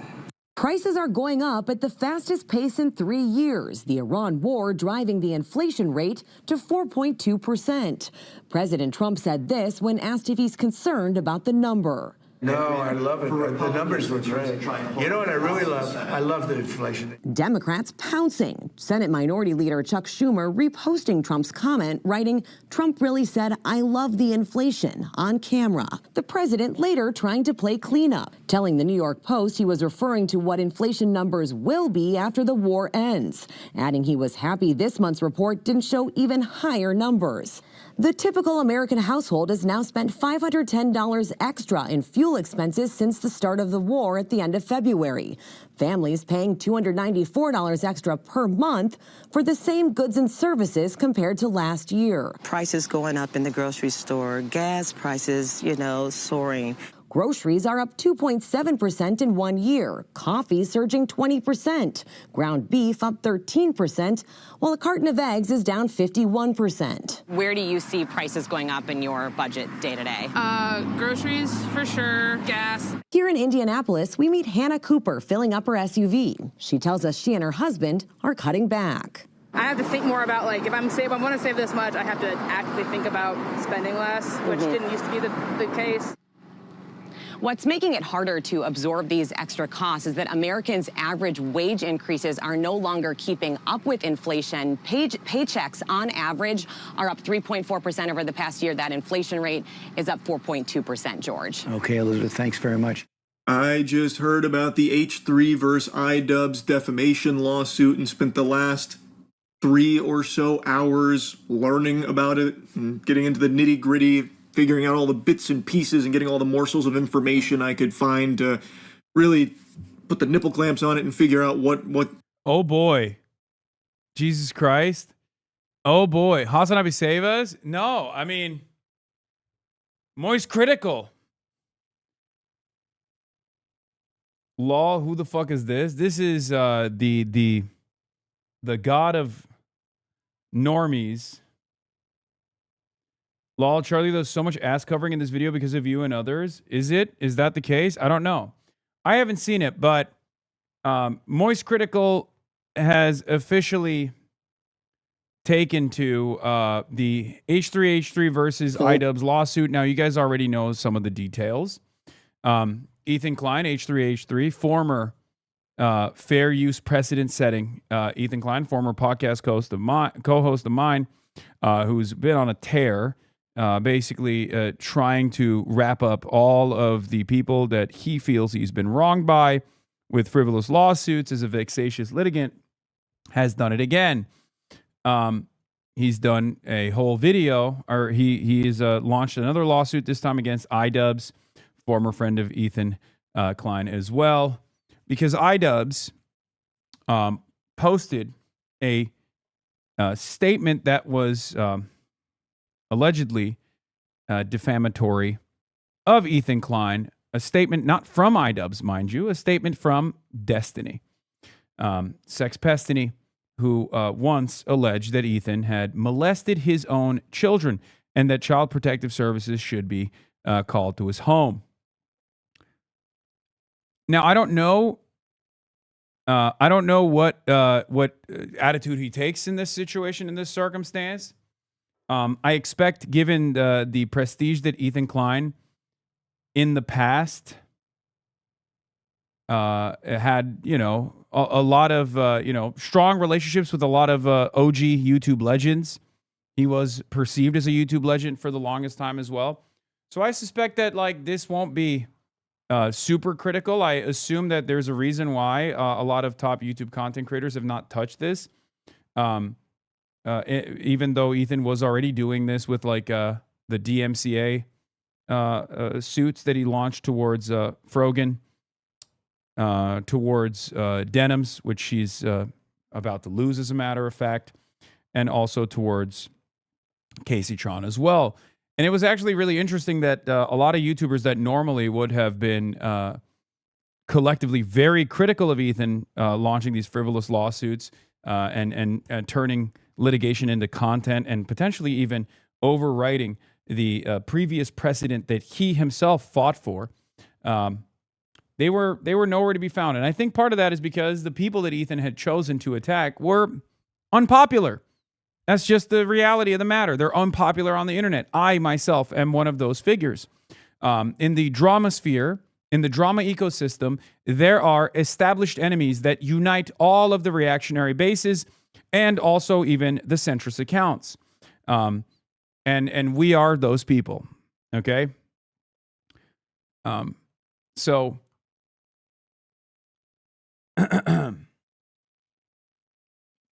I don't know if Charlie took a... I don't know what kind of stance Charlie took in this, in this piece that he did, but I do find it odd that they didn't cover the Denims lawsuit. I do find it odd that they didn't cover the other instances of litigation. But let's see what he had to say.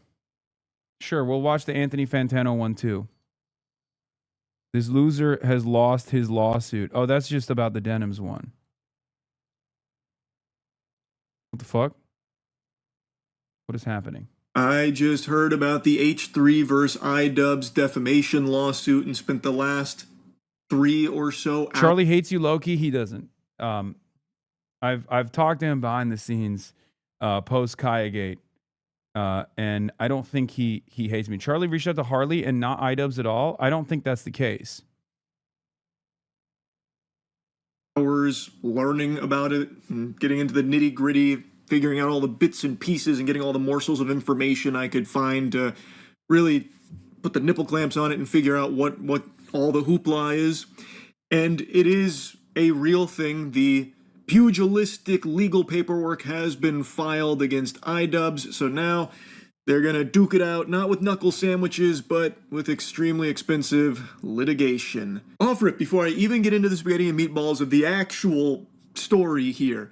There is just something that pets my peeves. There is something that grinds my gears, greases my cheeks so much I can't resist yapping about it briefly. When I was in the trenches digging around for information about... Why are we defending a man who does not defend you? I'm not in the business of transactional analysis. That would make me no better than others who I oppose.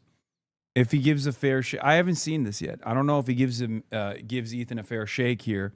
I think it's virtually impossible for Moist Critical to take a position that isn't in opposition of this frivolous lawsuit, though, regardless of how much people fucking despise iDubbbz on the internet, regardless of how much people despise myself and Morgan and all these other people on the internet.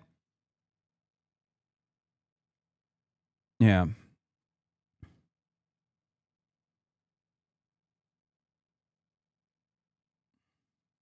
So I'm seeing people say that I refuse to cover these kind of things for a variety of different reasons. I'm ignoring it, this and that. I don't know how many more times I need to say this. I am just really not online that much these days. The only streams I watch are like the Summer Games Fest and like events like that, but I don't watch streams. I don't watch a lot of YouTube, and I don't go on Twitter, like, at all. I still have Twitter because I send and reply to DMs through there sometimes for like events, like Tyler One's League of Legends tournament. I heard from him on Twitter DM, so I have it for reasons like that, but I don't like do... You should be eating food for this, no? Okay, guys, dial back to parasocialism. Boom scroll Twitter and see a bunch of things anymore. Look at the last tweet I made. So like I don't see a lot of these things that are going on anymore. But for some reason, everyone jumps to, oh, he must be ignoring it. He's got to be ignoring it. We can really tell a lot about this guy from the things he refuses to cover. I just don't see them. The things I do hear about come from my friends sending them to me, or when I stream chat telling me about them, putting them on my radar. But if neither of those two avenues show it to me or tell me about it, I just never hear about it. And I'm not even a fucking streamer anymore, not full time. I'm like a semi-retired streamer. I stream sometimes. And sometimes I'll stream like 3-4 days in a row. But basically what I do now is I just play like old school games, like a lot of retro games or a lot of Steam cum dumpster games, like actual trash. So like I'm not even really a streamer, so I don't even see a lot of that either. So like it's not me avoiding certain things for a nefarious reason. I just literally don't ever hear about it, so I never learn about it. Now, there is some stories that I do hear about and get really invested in, like Bricks and Minifigs versus Reckless Ben. I've been very glued to that one, had my finger on the pulse of. But that was something I was put on my radar by friends and stream chat. So genuinely, I am just not online that much, so I don't see a lot of it. So with that out of the way, I did spend like the last 3 hours learning about this defamation lawsuit between H3 and iDubbbz because that did sound pretty concerning.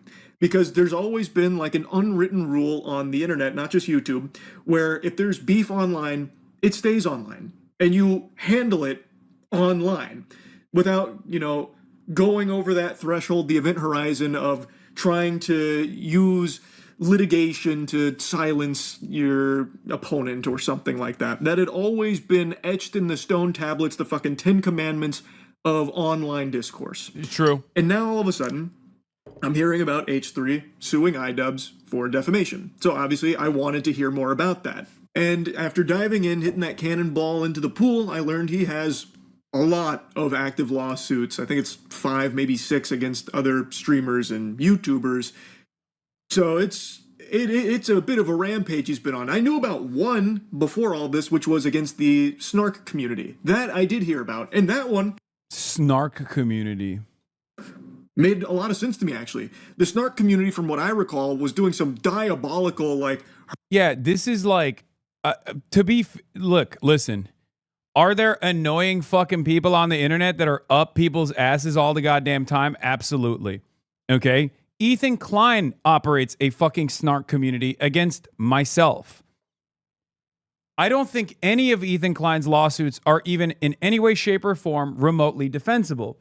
He has obviously postured it and positioned it in a way where it comes across as defensible to other content creators by claiming a litany of different insane things that he claims were happening because people were gang stalking him and I don't know, like going after his family and like sending CPS and sending skulls to his house or whatever. Okay. I don't know the veracity of these claims, but I do know one thing. He has used that as a fucking counter to every single goddamn thing. He stubs his motherfucking toe. He goes, oh, it's the snark community, which, by the way, he says I'm a part of. All of the people that he has actively sued, he has claimed were responsible without any evidence whatsoever for fucking sending child protective services to his house, to sending skulls to his house. Like, it's an incredible fucking method.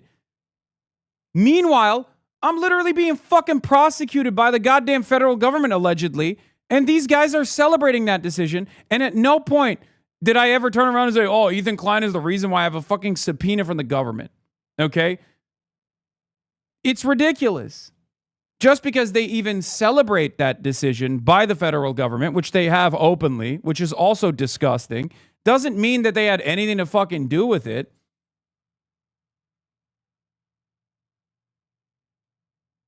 But it's ridiculous to be like, yeah, I'm suing anonymous Redditors on the internet because I believe that they're coordinating like a mass harassment campaign against me.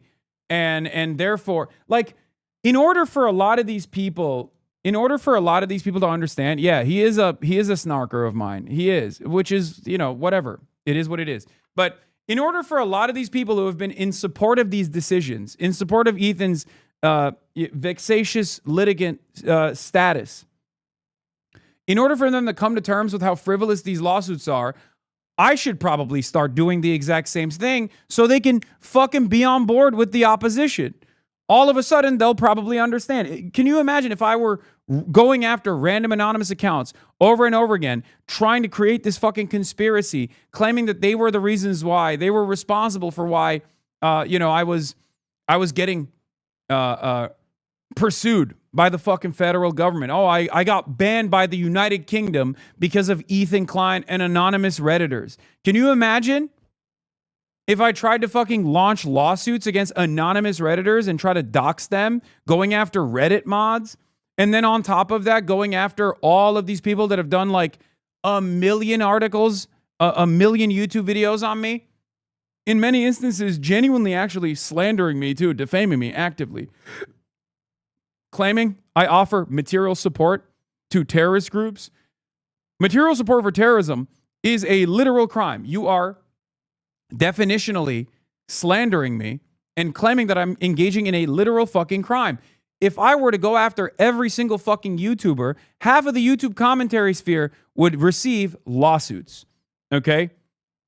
And then they would be reminded of how fucked up and ridiculous this is, because then they would make videos about how silly it is to go after people, to go after fucking people that are critical of you, that are holding you accountable. I mean, I fucking jokingly referenced suing more Pegasus, and every single one of these people that had made YouTube videos about,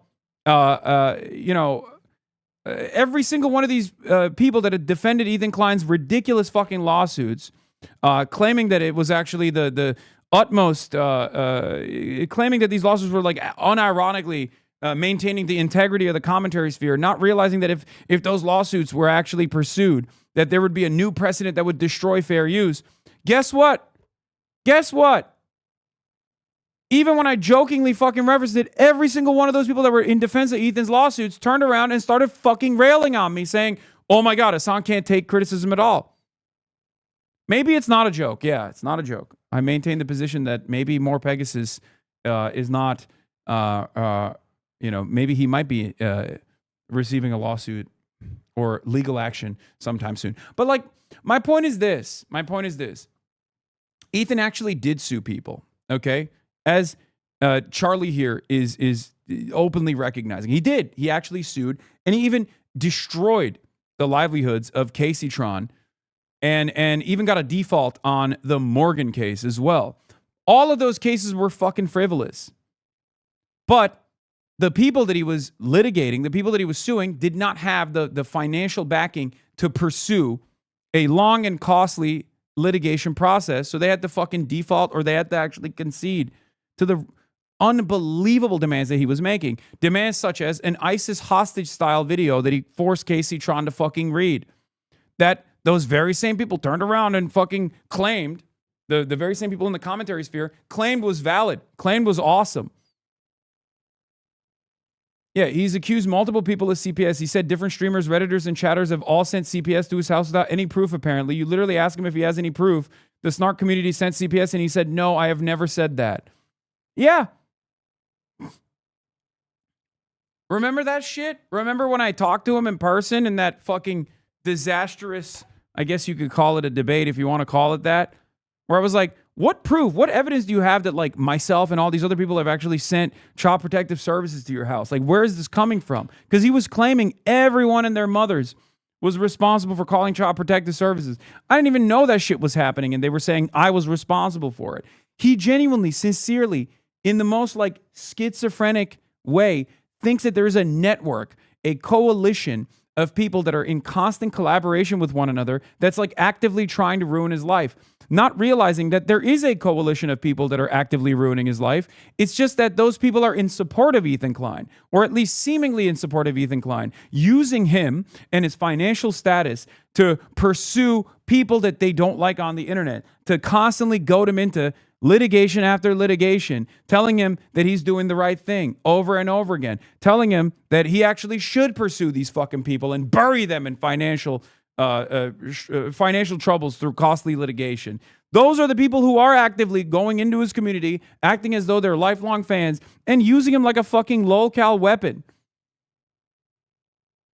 But of course, it's impossible to get him to understand this because he's far too paranoid at this point. Harassing, stalking stuff, sending CPS. I remember that, and like human skulls. Those things I recalled from like the snark community. So it made sense that he would pursue litigation there, because that is highly illegal fucking psychopath behavior. So that one I remember, and that one made sense. Like, I don't even disagree with the premise if there was any veracity to these claims.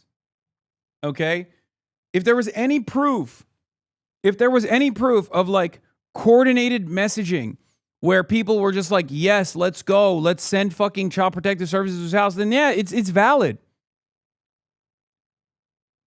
The problem is none of his lawsuits have anything to do with that. None of his lawsuits have anything to do with that at all. He really thinks he's going to fucking crack this case. He thinks there's like all these people on the internet are all out to get him, and they're trying to fucking actively ruin his life, not realizing that the only person ruining Ethan Klein's life is Ethan Klein. Okay? His paranoia is the reason why people don't fuck with him anymore. And the frivolous lawsuits that he's launched against his opposition is part of the reason why people don't fuck with him anymore. His opinions on Israel is part of the reason why people don't fuck with him anymore. He was accusing everyone of CPS. Only when Denham said he's suing him, he retracted. I want to address something from Denham's correction demand in her letter. The letter claims I falsely stated that Denham's herself filed the preceding CPS report, or that Denham's caused others to do so. The letter also states on March 11th, I acknowledged Denham's had denounced herself or anyone in her community making contact with CPS. Let me be clear. I have never claimed that Denham's called CPS.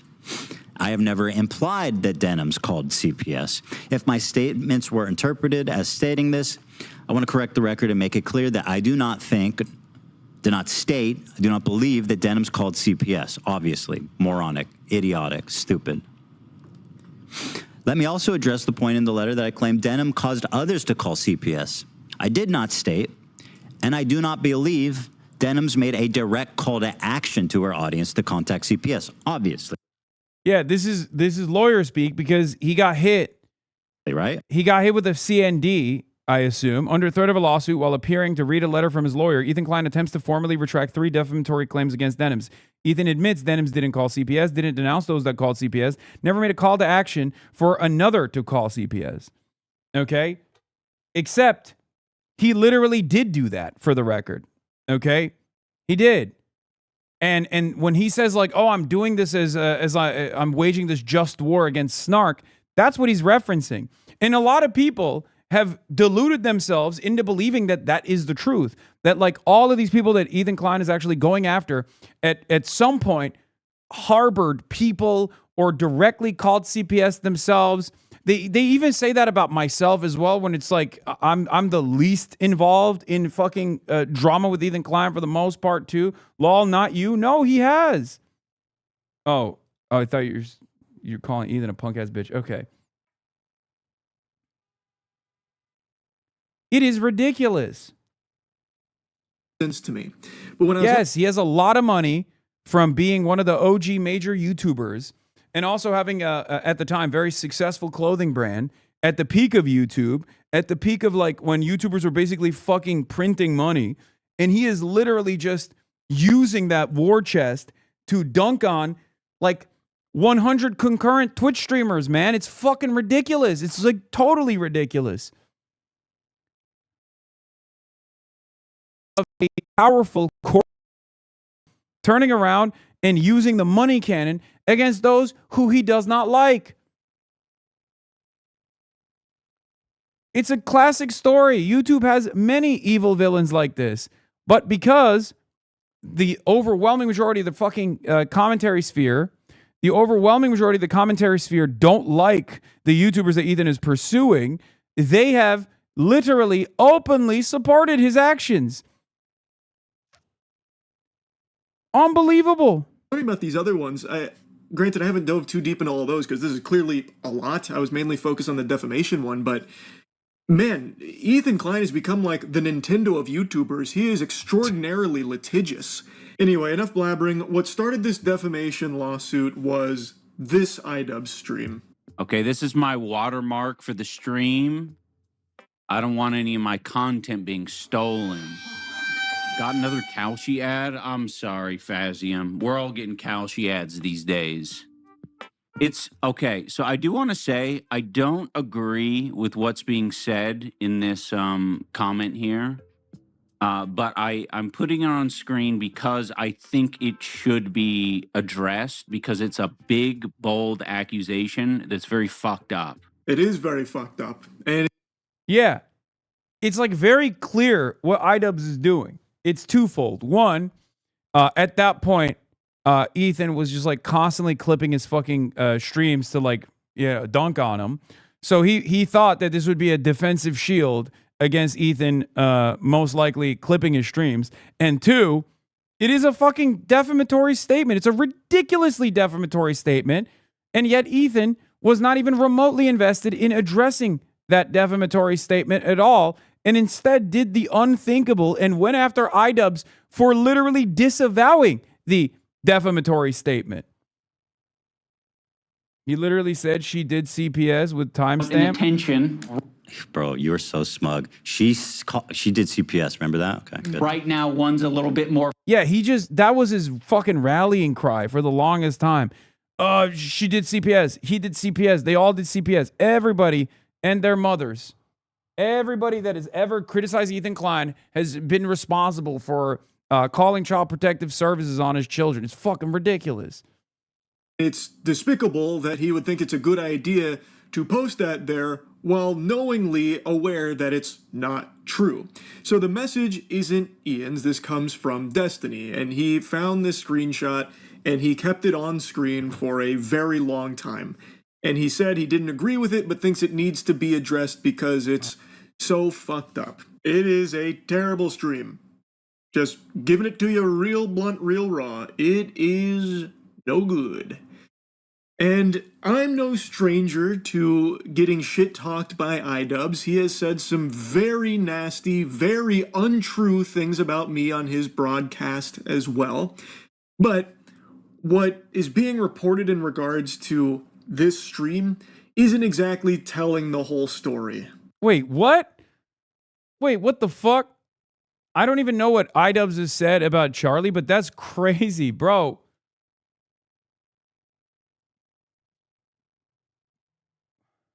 Now, when I first Wait, what? real blunt, real stuff, and he's this true.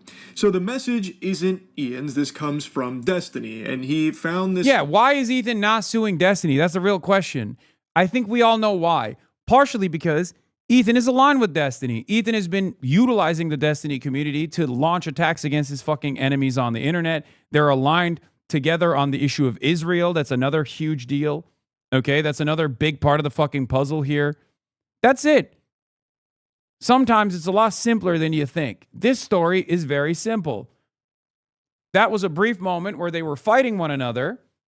Okay? I think it was because Ethan had implied that Destiny was a pedophile because he's going through that court case right now where it came out that he was trying to procure child sexual abuse material from an underage, from a minor, in exchange for revenge porn that he was sending out to people without the consent of the other parties involved. He's still actively in that court case because he's getting sued by the victims who he distributed the sex videos of, right?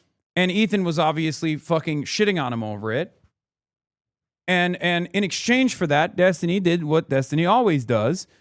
He turned on one of his collaborators, Ethan, in this circumstance, even though literally his co-host of his podcast, Dan Saltman, again, another person who is unbelievably pro-Israel, or at least utilizing the pro-Israel advocacy as a way to take care of his enemies, is a funder, is one of the last remaining sponsors of Ethan Klein's podcast. Screenshot, and he kept it on screen for a very long time. And he said he didn't agree with it, but thinks it needs to be addressed because it's so fucked up. It is a terrible stream. Just giving it to you real blunt, real raw. It is no good. And I'm no stranger to getting shit-talked by iDubbbz. He has said some very nasty, very untrue things about me on his broadcast as well.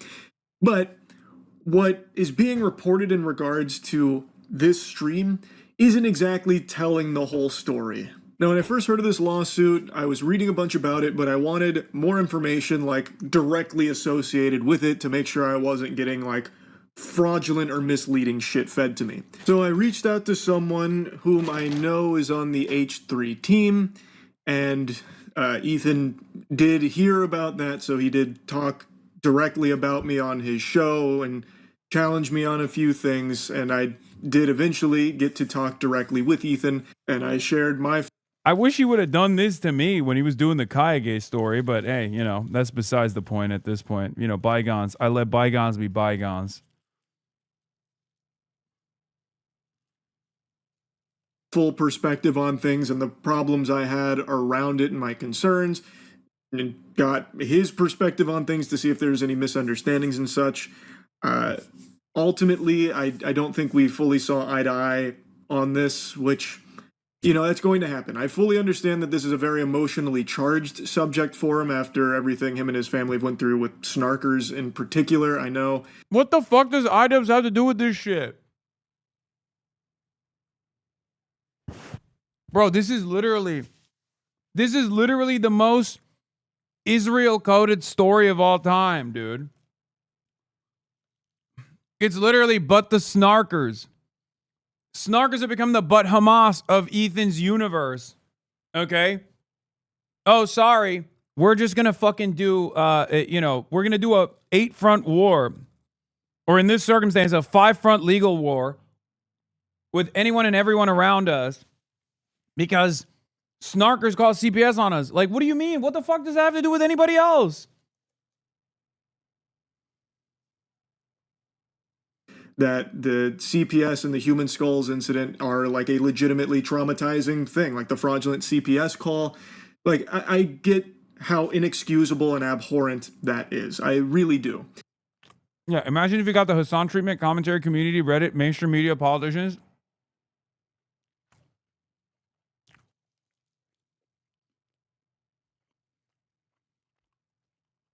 We are babying this 40-year-old multimillionaire with potentially upwards of $100 million in his fucking bank account that he's using to legally go after much smaller channels with no fucking financial backing whatsoever.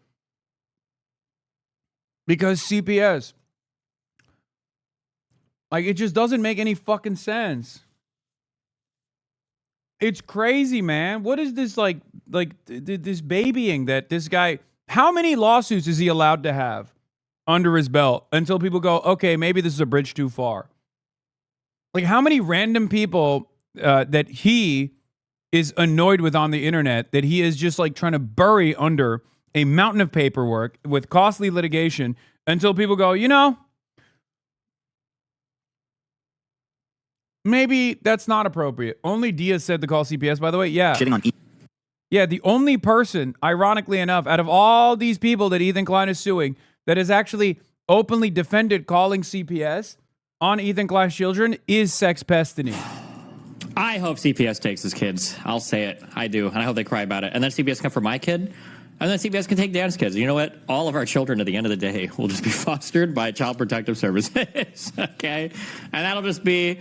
And then we can all relieve ourselves. He's just going to be a rehash of every other fucking video made. God, it's so crazy how this fucking retard, as he's spamming on Instagram and coughing and dying of whatever diseases he has, is telling me like, oh, Destiny, I used to like you so much and you need help and blah, blah, blah. It's like the exact shit that Hasan was doing to him. Good me.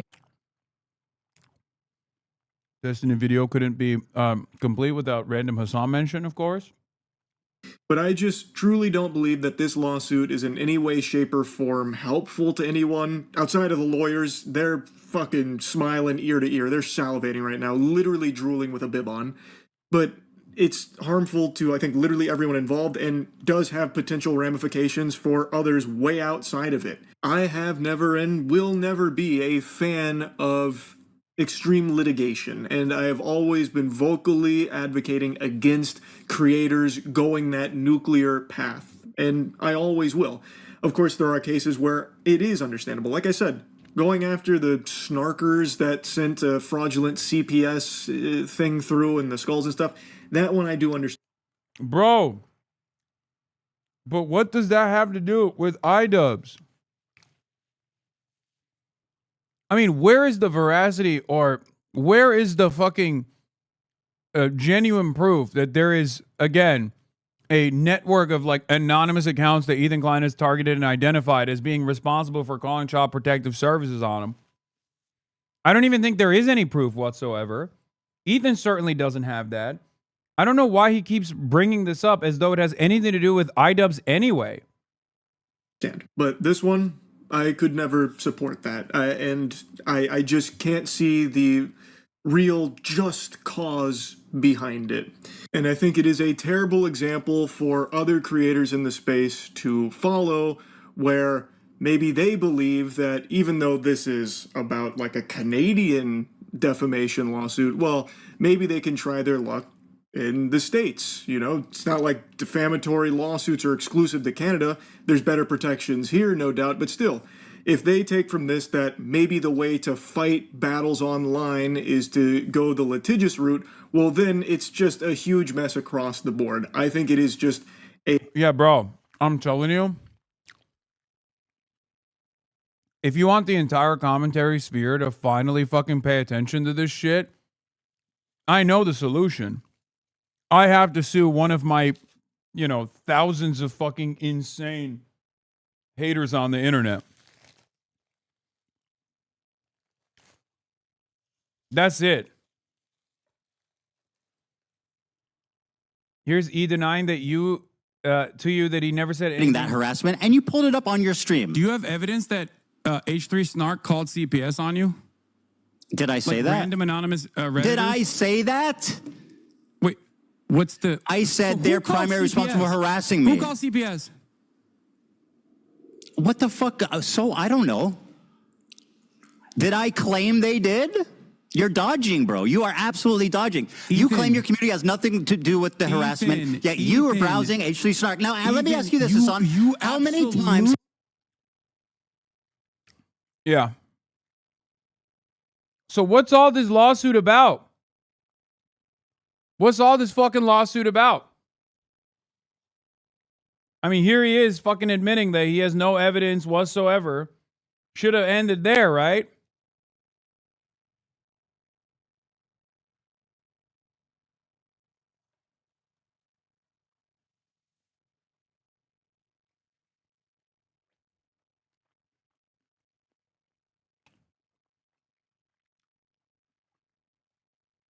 Seems to me like you got an unfathomably rich guy who's just mad that people have turned on him on the internet.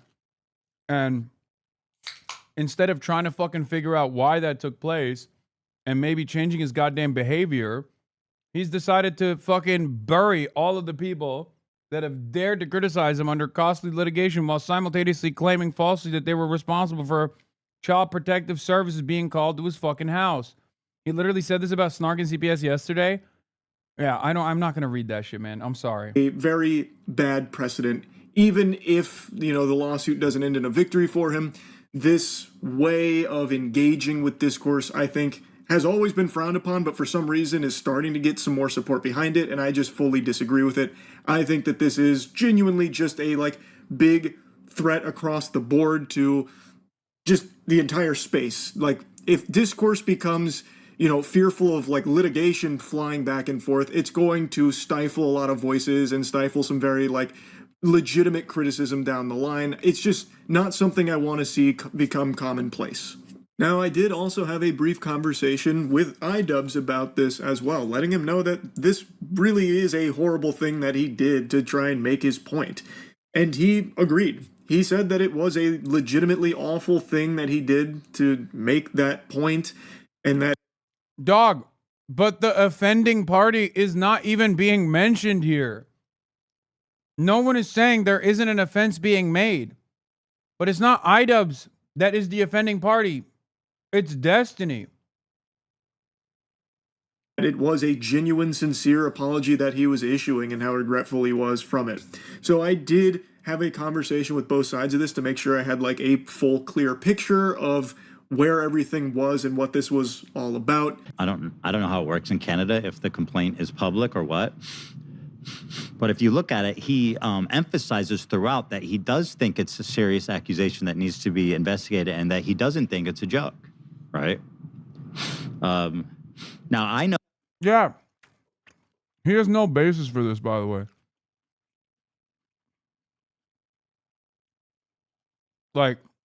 I don't know how ridiculous Canadian defamation laws are. But there is literally no standing. This shit would be laughed out of fucking court in the United States of America. That's why he didn't file this in California. He'd get hit with a slap so fucking fast his face would spin. Oh, people are like, well, why don't you sue Destiny for saying it? Well, Destiny made it immediately. First of all, this is a comment from Destiny, like made in passing. Ian put it on his screen for 2 hours during his main broadcast. Destiny made it clear that he was not being serious, right? Did he? Did he? Oh, okay then.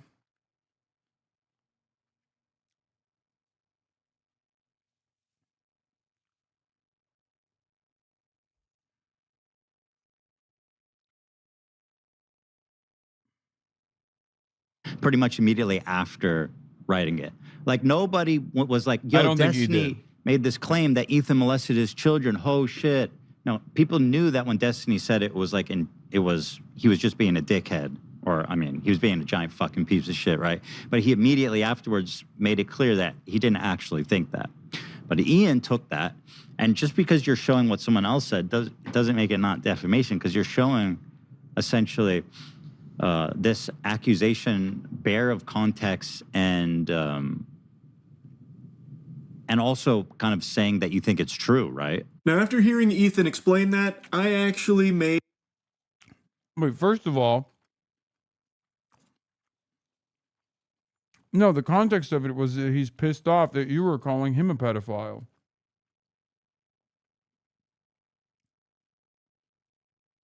Was Destiny joking here too? Because it wasn't a one-off. Yeah, Destiny's version of kidding, great excuse to be petty pussy to sue somebody else. Yeah, here he is again. Okay, never mind. I take back what I said about Ethan. Maybe he is a pedo.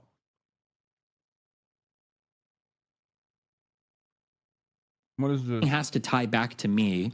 And Hasan has had a lot of success in trying to tie people back to me. Like I said, I think this is why I call Ethan a pedophile all the time, who fucks his kids or whatever, is because Ethan gave in, because he's a spineless fucking hack, to this type of attack where he's like, no, I'm not like Destiny. Destiny.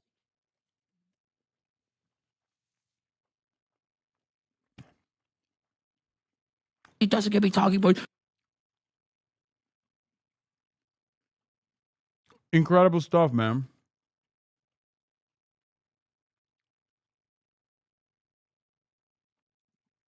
Ethan is lying. Destiny instead admitted actual malice, which is required to sue for defamation of public figures. Yeah.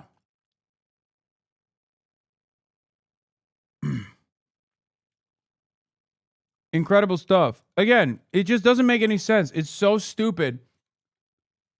It's so unbelievably stupid that even the average person, when they find out the details, go, wait, what the fuck? I'm sorry. Now I'm even more confused. So Destiny saying that Klein molests his kids in passing comment is fine because Destiny said he's kidding, but IDub showing it on screen is bad, despite him explicitly saying that he doesn't agree with it? Doesn't make any sense. It doesn't, because it has nothing to do with making sense and everything to do with the fact that Ethan wants to punish people who have criticized him in the past. That's it, because he's a thin-skinned, narcissistic, multimillionaire who's paranoid as fuck.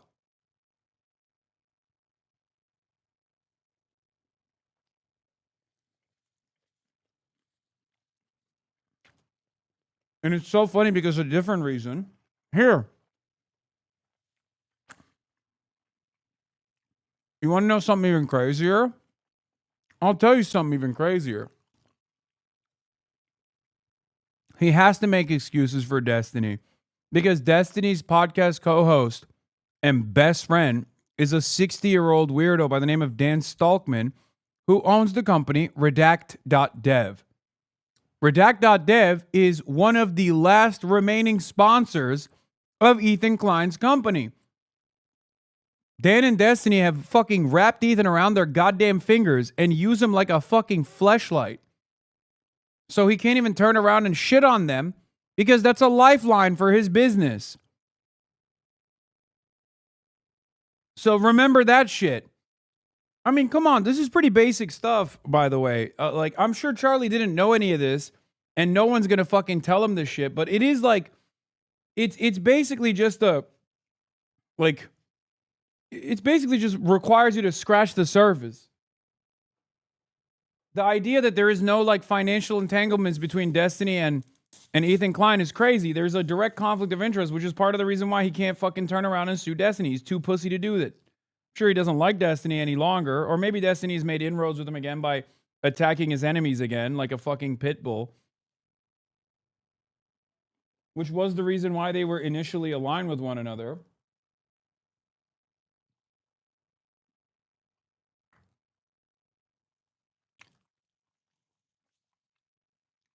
But yeah, it's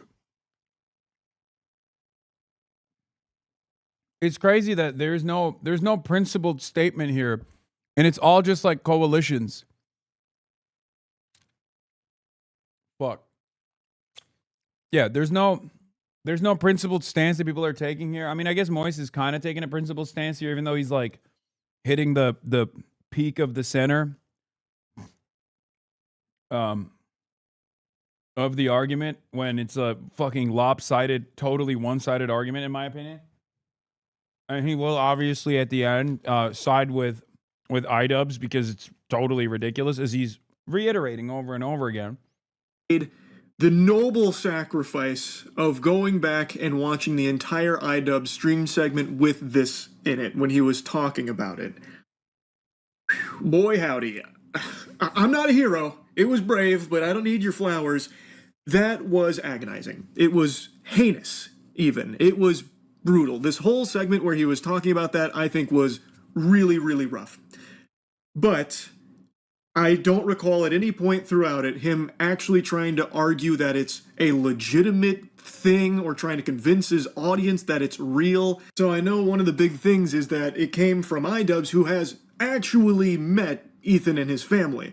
So there's like this air of credibility around him saying something like this, but that's just not true. He's not even trying to say anything about it is credible, even outright says that it's not, that he doesn't agree with it. So he's not trying to present it as a real argument based on, any of his experiences knowing Ethan and his family. Also, I will say that I think Ethan Klein is terrified of this guy. So it's just kind of like legit. It is to me, it's super funny that he has so much smoke for everyone that he thinks he can bully, but the person that he's fucking terrified, he just keeps very overtly running from. And it's like, yeah. Now, by the way, Ethan is literally suing iDubbbz for that reason because iDubbbz said the truth there. That's literally it. The two anti-Hasan communities united. Quick reminder that Ian did comply with the cease and desist, and the only reason Ethan isn't going after Destiny, who actually wrote the comment, is because he doesn't want to lose the only community that's still supporting his anti-Hasan slop content. 100%.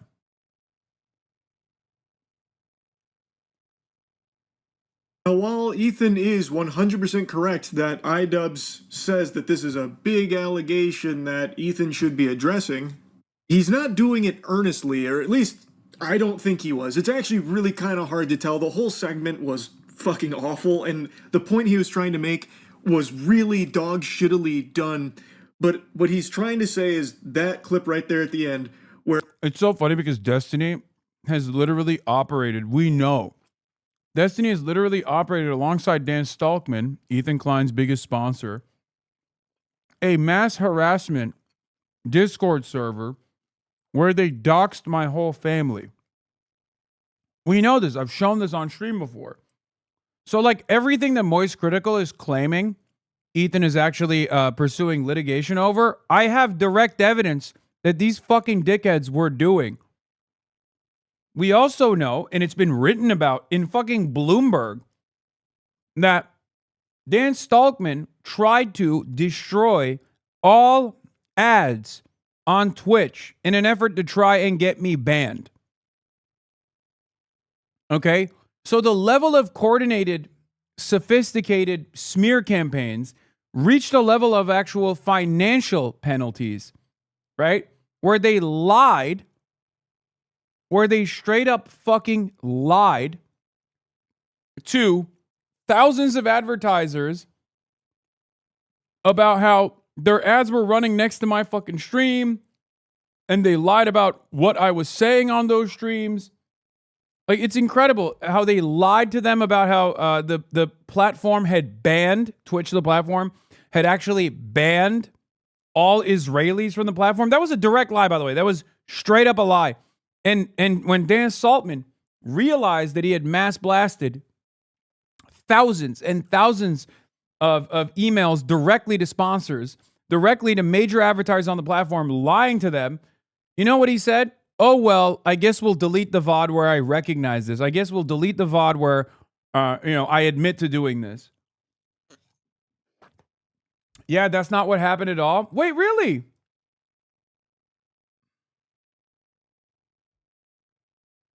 What do you mean that's not what happened at all? Not only did I cover it, but there's video evidence.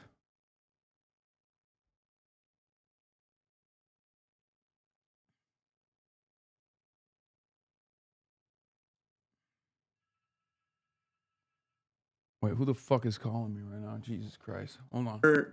Destiny said this extremely outrageous, outlandish, disgusting thing about Ethan, and yet Ethan doesn't have smoke for him, but he does for the other people that he's gone after through lawsuits.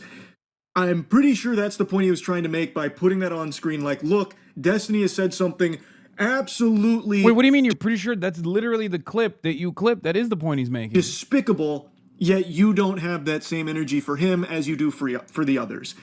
Unless I've blanked out and like erased moments from my memory from this segment, I don't recall him saying that this is like a serious thing he believes in and is presenting it as such. Like about Ethan is this, and this is a real allegation that really has a lot of water to it. Now, this doesn't change the fact that what iDubbbz did here is completely awful. To try and make this point using that kind of comment with something as monstrously evil as that is just so fucking low. I disagree. It is. But I don't believe it's how Ethan is necessarily... I disagree. I 100% disagree. I don't think so. I think this is just moral posturing. What do you mean? iDubbbz is not in agreement with the comment whatsoever. I think it's perfectly valid to use such a severely defamatory statement like that one, which ironically enough, Destiny's made about me as well. Because he's a fucking psycho. If you are a litigious person, you should apply that litigious nature to the actual offending party rather than whoever you actually want to punish. And punish financially. Not because you're going to be able to win that court case. Not about victory in this circumstance. It's about just, costly litigation. Burying people under a mountain of paperwork. Explaining it to everyone, where iDubbbz is really, believing in this. iDubbbz came over to my house, he met my family, now he's going out there saying these things. Like, if Charlie knew half the gross shit Ethan motherfucking Klein has said about Ian and Anissa, I don't think he'd be doing this. Ethan Klein directly has stalked and mass harassed iDubbbz and Anissa. Directly. For months on end. This litigation is an extension of that project. Ethan Klein has also called people that he doesn't like Nazis. Photoshop photos on his Instagram stories to imply that they're Nazis. He's done it to me too. He has called people that he does not like pedophiles, including Dan Clancy, the CEO of Twitch.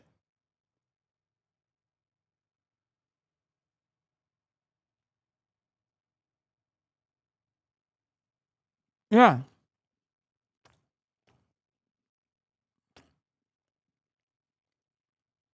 Here it is.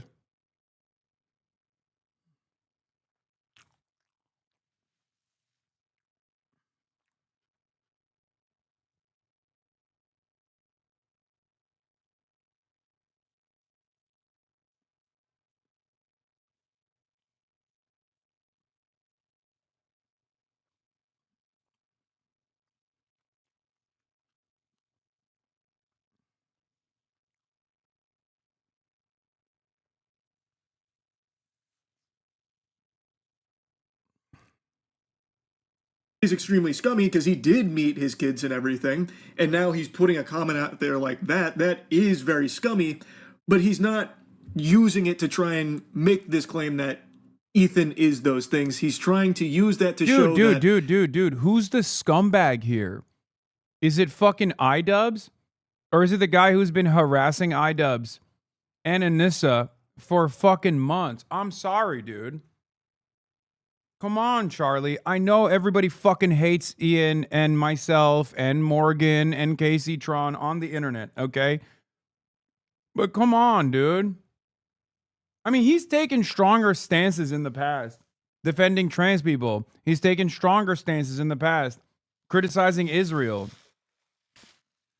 I guess in the commentary sphere, being even in any way, shape, or form remotely in defense of the truth, which happens to side with iDubbbz or happens to side with Denims, is worse than all of those things combined. But it's crazy. I don't know. Maybe this is a sincere opinion. I'm willing to be charitable, and I'm willing to be charitable and assume that it's coming from a place of him not like fully researching this stuff. But it seems like he's researched it extensively on one side. So he has tremendous amount of insight into, the grievances that Ethan Klein has experienced or claims to have experienced, even though it doesn't fucking tie back. So even after hearing Ethan's side, he still doesn't side with Ethan. So that in and of itself should show you how unbalanced this whole predicament is.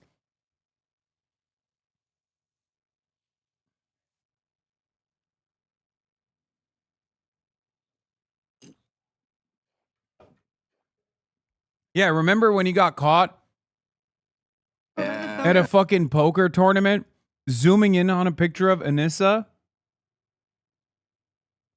and then screenshotting it and saving it?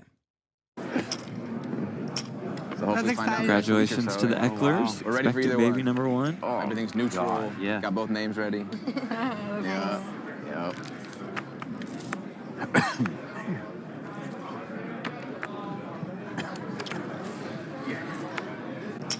So hopefully find out Congratulations to the Ecklers. We're ready for either baby one. number one. Oh, everything's neutral. God, yeah. Got both names ready. Yeah. Yep.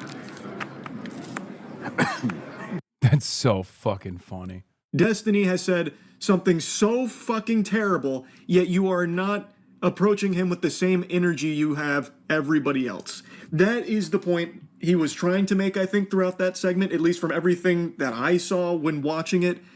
Granted, it was very hard to sit through, but I'm pretty sure that's what he was trying to get at with that there. But I think that was a terrible way of going about it. Now, Ethan also addresses why he's not suing Destiny as well, and he's saying because Destiny cleared up that he wasn't being serious right away. I don't understand that. I'm not going to lie. That's not making sense to me. Can't wrap my noodle around it. It's not computing. I think it is a That's a lie, by the way. That's a lie. He never cleared it up. He never literally... He might have now...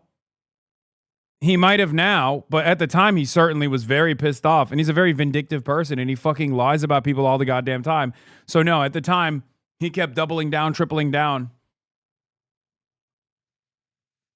Yeah, here's another fucking post about Ethan making a disgusting sexual comment about iDubbbz and Anissa.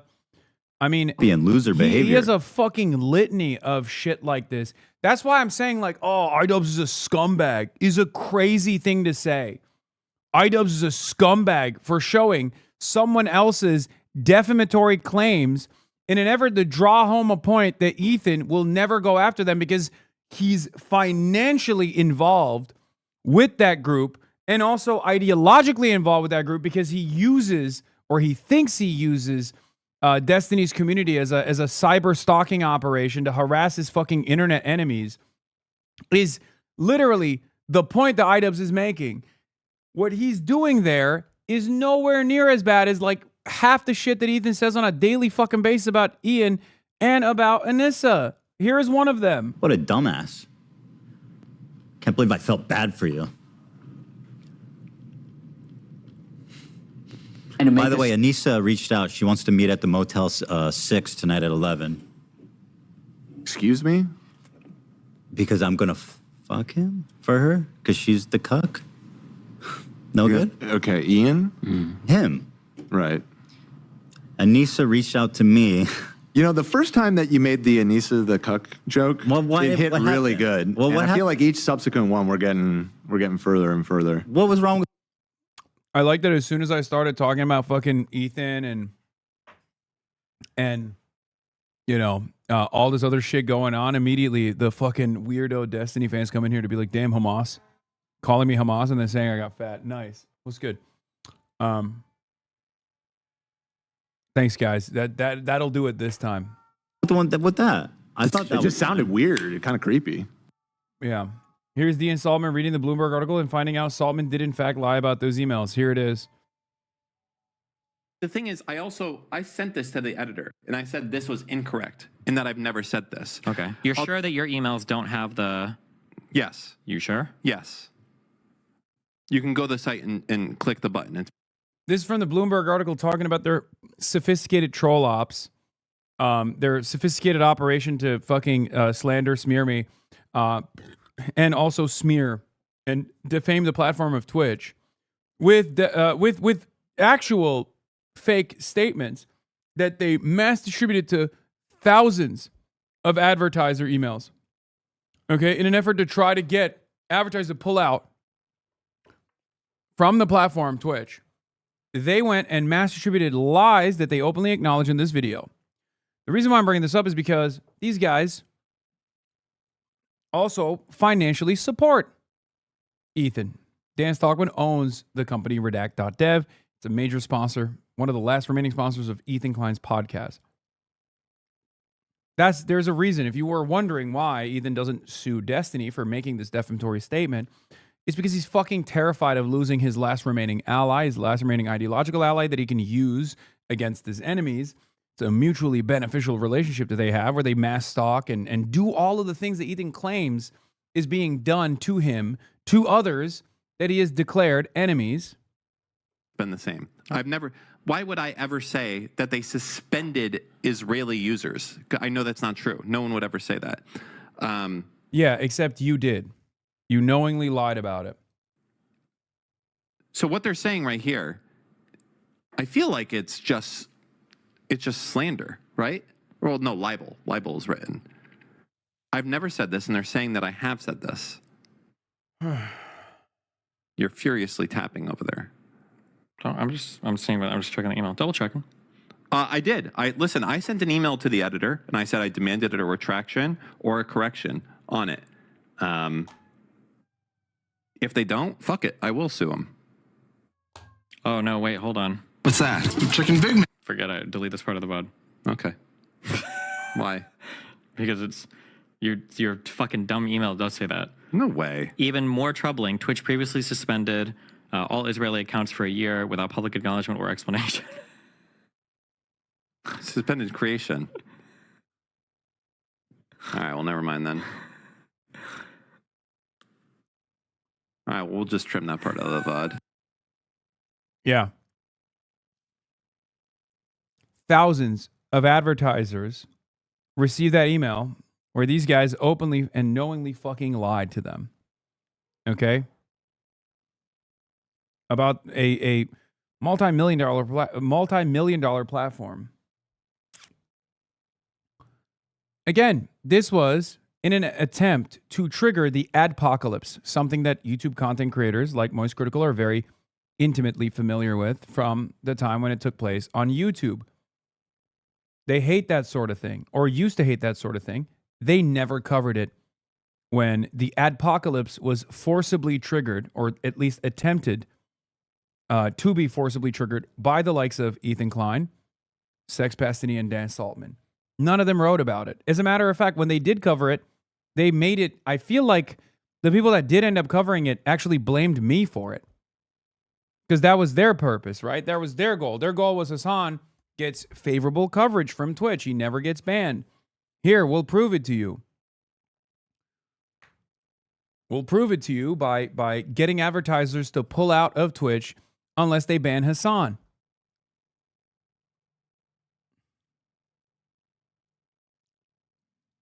Statement 100%. He's not wrong for feeling like this is a terrible thing that's being said about him. That is a line you don't cross, talking about people's children in a manner like this. It's gross. It is gross. So then why is this defamation lawsuit reserved exclusively for iDubbbz with a nice big bow on it, but not also extended to Destiny, the genesis of that comment? Does that not just prove the point that I believe iDubbbz was trying to make in the first place, which is Destiny, for some reason, can say these atrocious, abhorrent things about Ethan, and for some reason, Ethan doesn't have the same anger towards Destiny as he does someone like iDubbbz. Now, I guess with iDubbbz, you could then say, well, iDubbbz... I hope I've sufficiently explained to you why he doesn't have that same level of anger towards sex pastiny, towards Epstein. Actually did meet his children and stuff, so it's an extra level of fucked up, which is fair. I do completely agree. It does add another fucked up rancid layer to this lasagna here, where he did actually know Ethan and his family and would use a comment like that to try and make his statement about like being soft on Destiny or whatever. But I still just don't understand why Ethan is willing to just be like, yeah, but Destiny, cleared up that he wasn't being serious. He was just goofing around. He was just being a dickhead. What? If the reason truly is that Canada's laws around defamation are significantly more lax and thus you have a case in Canada but not the US, then to me that tells me that it's not really a defamation case worth pursuing. And if you're not going after Destiny for these comments, but you will for iDubbbz trying to make a different point about it, again, I want to make it clear. I think the way iDubbbz went about doing this point is fucking atrocious. I don't know how much more clear I can make, but he wasn't trying to argue the legitimacy of the claim or anything like that. It was to show that you're very soft on Destiny, but not others, and used that outrageously gross comment as an example of it. But if you're going after iDubbbz solely because you know you can get a defamation case win because of Canada's laws not being as protective as the US's, that's why you don't go after Destiny, then that to me says that you are just trying to take advantage of those laws, the lax nature of those laws in Canada, to get revenge on someone that has wronged you. I said from the beginning that if people want to go after my children, then, the rules of engagement have changed forever. And that's what I said then. And when, when Ian broadcast this, I sent him a cease and desist because, there's certain things that you don't say and you don't do and lines you don't cross. And they flaunted it. They didn't take it seriously. And I totally understand that. If someone is going to cross that line, going after like your children or your family, I get being upset about that. Absolutely. But you're saying that the rules of engagement have changed for everyone but Destiny? Because he is the one that made the comment, and you're like totally just okay with being like, but he cleared up that he wasn't serious. He cleared up he was just being a dickhead. It's just not making sense. And if iDubbbz throughout that stream segment was going on and on about how like actually serious this is and how much he really believes in it, trying to convince his audience that it's true, trying to like lead some kind of like investigation against you, like another CPS visit, like another fraudulent visit from CPS, then I would totally understand pursuing like litigation against that to stop it. Now, but from what I saw in that stream, there was nothing of the sort, and he did outright say that he doesn't believe it and that he was only saying that it should be addressed as a way of pointing to you not wanting to engage with Destiny because you're afraid of Destiny. At least that's how it seemed from all of that garbage I sat through there. I'm pretty sure that's what he was getting at. Now, he does mention a cease and desist here, which they did send a cease and desist to iDubbbz, and it does seem like iDubbbz was fucking filled with jubilation upon receiving it. I've seen a couple of clips where he was like really nonchalant about it, almost seemed kind of happy about it. Maybe he thought it'd be like a big boom of exposure or something. I really don't know who would celebrate something like that. But yeah, it seemed like he wasn't taking it seriously.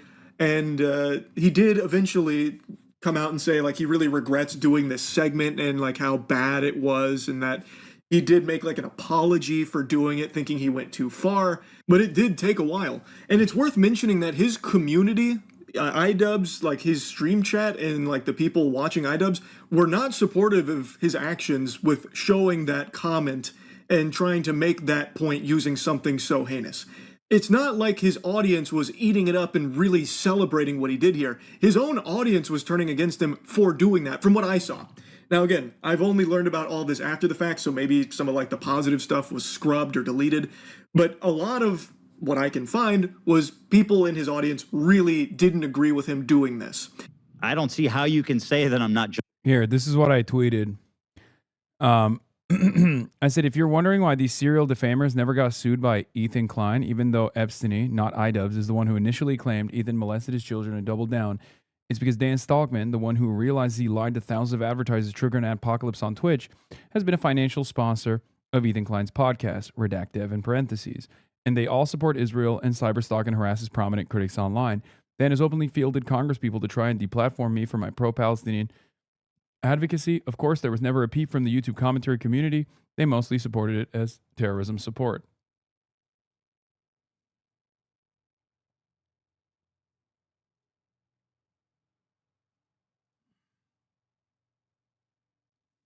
Justified when somebody's who's your former friend who's been to your house and met your children is broadcasting this as a silly it's just silly. Ethan needs to address this little minor claim that he molested his own children. Viva Mexico, Viva Mexico. Bust out the Mexico jersey. Ah, shit. First game, did Mexico win? Nice.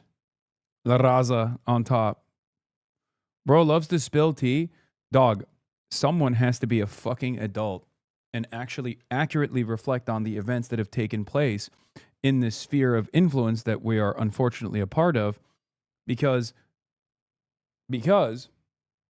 the reality of the matter is a lot of the loudest voices are unbelievably reactionary, and therefore the most dominant attitude in this sphere is always going to reflect that perspective. I'm basically like one of the only large content creators who actually is offering additional context to why these things are unfolding. Because all of the top content creators on YouTube don't want to touch the 10-foot pole, partially because Israel, like the issue of Israel-Palestine is a part of it, and they don't want to say anything about it because they're terrified of being called anti-Semitic, because all of their sponsorships will be revoked, right? There is still that element. And then on top of that,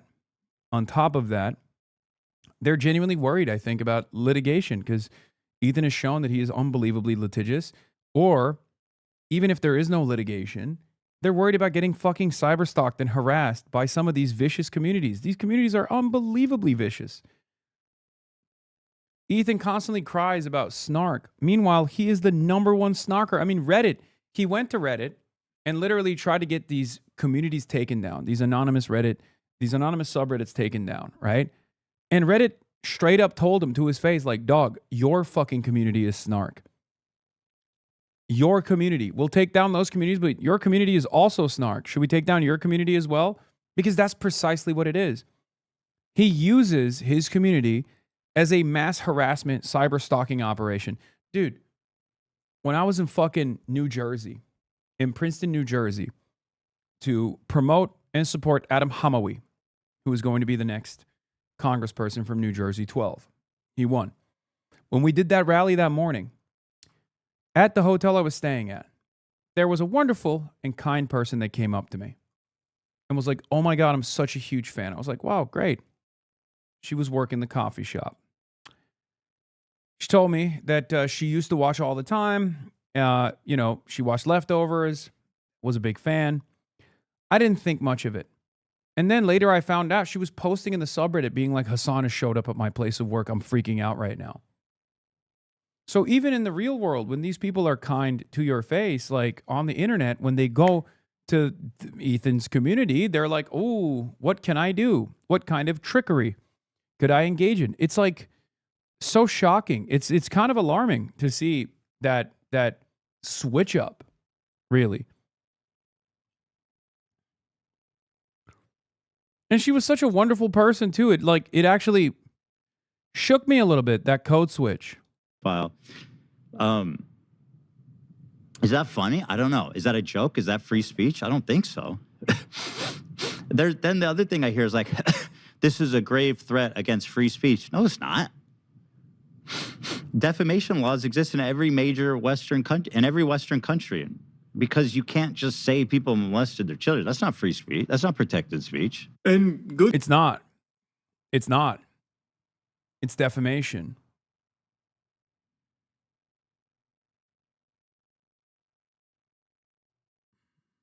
It's defamation. Thing iDubbbz didn't. That would be the comment that was left by someone else. So if that is the big problem that this was said in the first place, Yeah.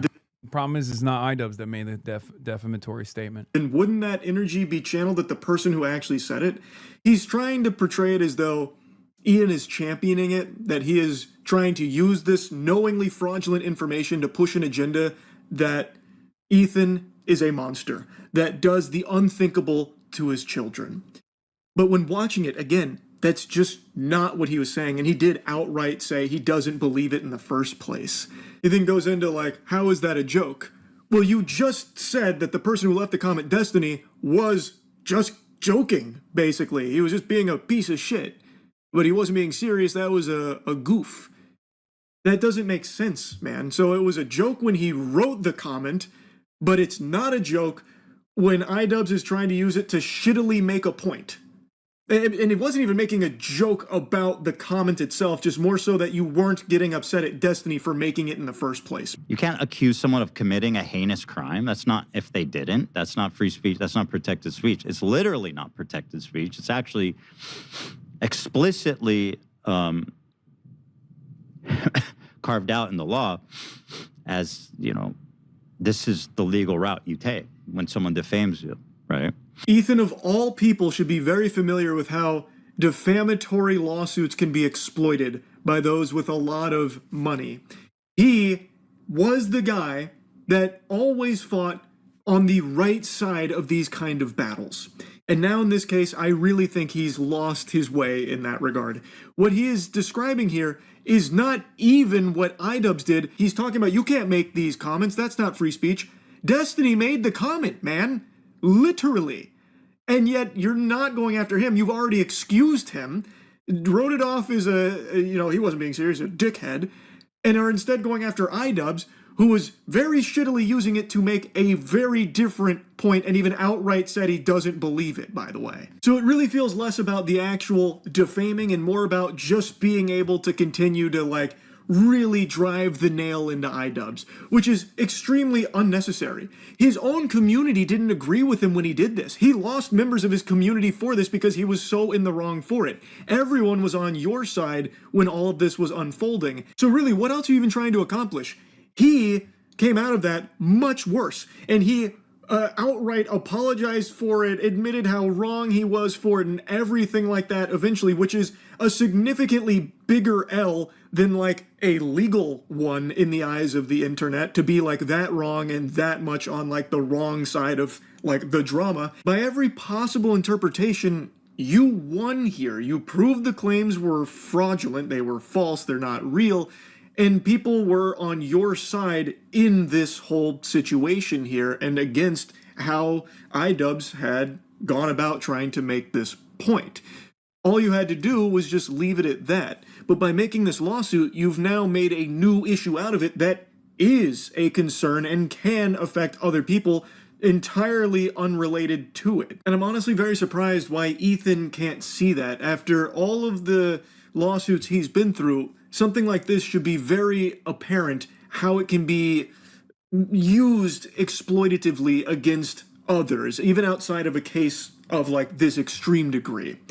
Ethan of 10 years ago, I think, would absolutely see that. But right now, I just think after everything that he's been through, he's just completely clouded by it and can't see that anymore. But now let's dive into the concern about how this can affect, free speech or discourse online, because Ethan is talking about how he doesn't understand how it could, because this is such an extreme thing that was said that's so gross. And he's right. This is a very gross thing that was said. And if iDubbbz was pressing it as a very legitimate thing and trying to make it seem like it's true to everyone, that kind of thing, then it would make a lot more sense to go this kind of route. Because that is something like the snark community was doing with some really unhinged behavior. So that would make sense to me. But that's not what happened here. And the reason why this is concerning is because, let's say Ethan does win this lawsuit here. That then opens the door for other people to come in with less extreme shit. Like, yes, in this case, it is very over the top and gross. But defamatory statements aren't just this extreme level. Defamatory statements are very wide reaching. And this being something you can point to like, okay, so it worked for Ethan. It can probably work for me against this guy who said this thing that actually damaged my brand. In Ethan's case, I think it'd be very hard to even prove damages in the first place. I don't know if that's something that's required by like Canadian law. I have no fucking clue at all. I know they don't have the same level of free speech protections or anything like that, so maybe that's not even a requirement or whatever. But I think it would be a Herculean task to prove that H3 had suffered like a reputational hit or a loss of revenue or a brand tanking because of iDubbbz's stream here. Because what has often been flexed by a lot of people is how H3 has thousands upon thousands of live viewers all the time, and iDubbbz would have like 100. So H3 being like 100x the size of iDubbbz, it would be very hard for anyone to point to and say, what iDubbbz did here really damaged the H3 brand, and here's the proof. We lost so many members on YouTube.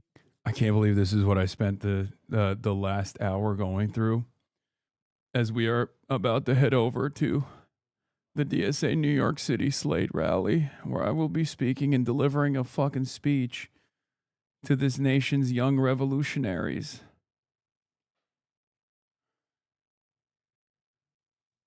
That are going to personally change the American trajectory in a positive manner. Why are you crying?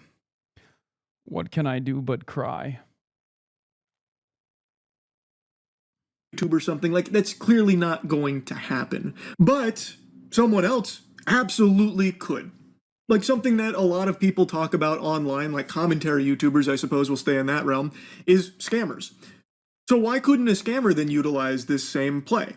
Okay, we can actually prove damages because they talked about, a customer's terrible experience with us, and that was defamatory, and look at how much business it cost us, and it ruined our reputation. And I think you could possibly point to Ethan's lawsuit here, should he win, as evidence like, look, he got a defamation. Noah's here, everybody. We should look at this fucking fit, dude. Look at you. Look at you. No, oh my God, Noah's wearing a suit too. Well, we're suit guys now. Okay, I'm watching Moist Critical cover offer critical coverage on. Dude, where the fuck is March, bro? March. Oh my God.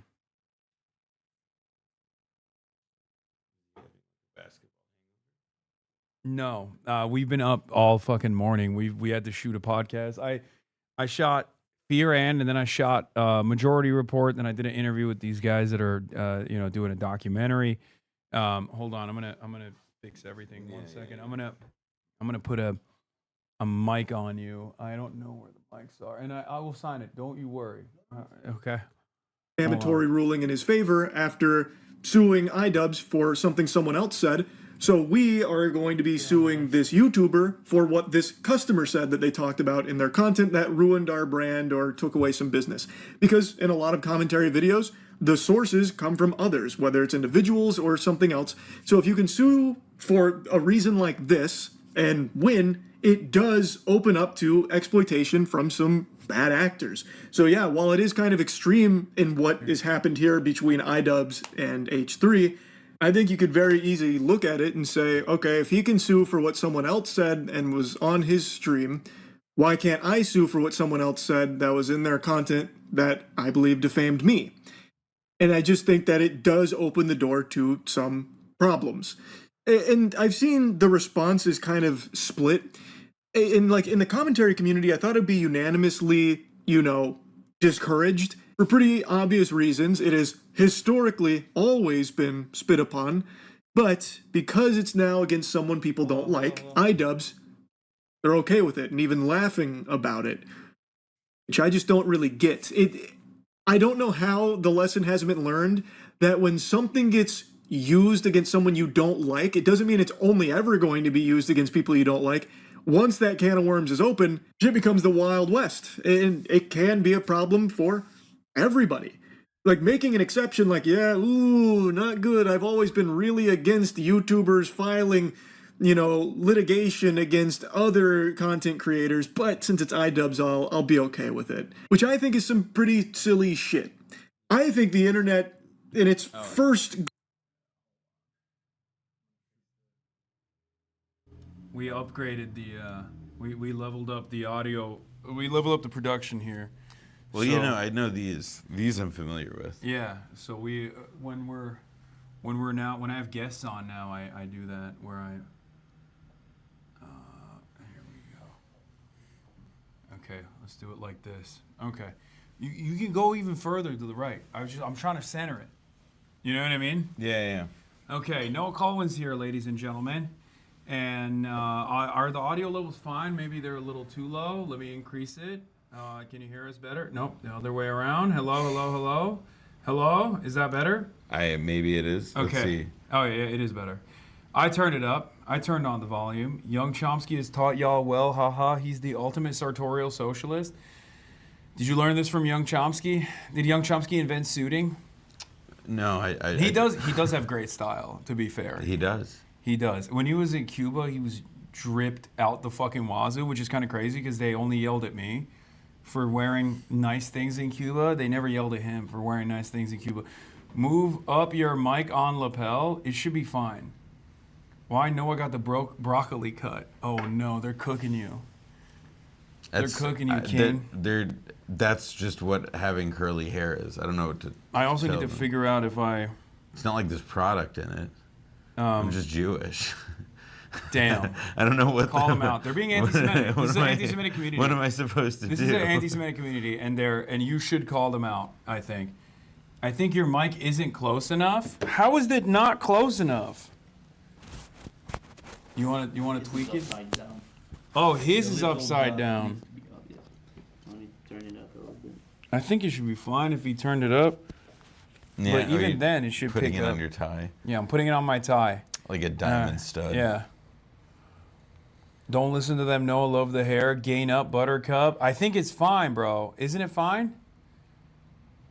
It sounds fine. Your mic is his ass is on point. What?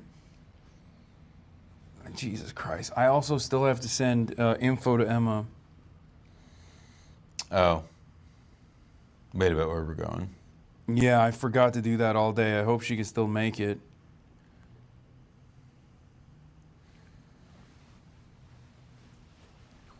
Hold on. Oh, Hannah. All right. We're waiting on March. We're not going anywhere before fucking March gets here and sets up the goddamn camera. So, is March sleeping? Where is he? He's not responding. We got 5 minutes before we leave, right? We're going to be late. Call him. I'm going to call him right now. All right, let's see. All right, let's see.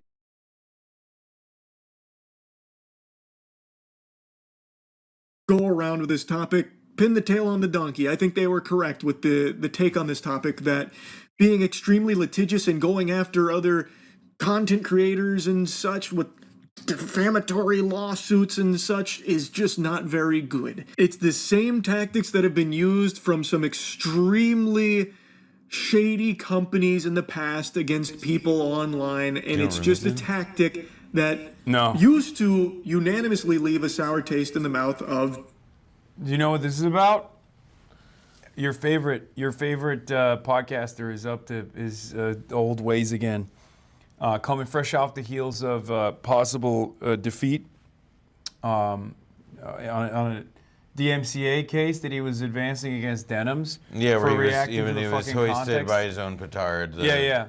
Yeah. So right after that, he's also suing Noah Sampson for defamation for calling him a Zionist. He's doing a lot of the lawsuits. And now he's suing iDubbbz because iDubbbz posted Destiny's statement saying Ethan molested his own children. And instead of suing Destiny for the defamatory statement, he decided to sue iDubbbz, even though iDubbbz shows that and goes, I'm showing this, I disagree with it, I don't think this is correct, and I think this is a severe accusation that is most likely defamatory, and Ethan should sue. I mean, and instead he's using the Canadian courts. Well, yeah, he's like he's using his rental lawyer Yeah. to harass whomever he wants. Yeah. Yep. I mean, he found somebody who will take his money, which is impressive. Yeah, I mean, it's crazy. Your tie is crinkled. You need to steam it or put on a different one. It's fine. It's a crinkled tie. Who cares, man? It shows my working class background. Okay. I decided not to wear a tie because I thought it would be too much. Why? What do you? I got plenty of ties if you want to fucking rip No, one. I got no. a green one if you want. No, it's fine. I ironed a tie, but I decided against it. Yeah. Oh, by the way, Chuck Schumer endorsed Haley Stevens. Oh wow! So it's in the open. Well, I mean, it was pretty much. Yeah, like right? sorry, like I am.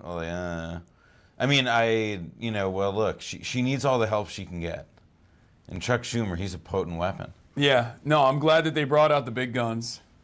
Yeah, like America's most popular, most prominent politician, Chuck Schumer. I do think it is kind of funny because, like, if McMorrow had been smarter, like she probably should have gone for like Obama or something.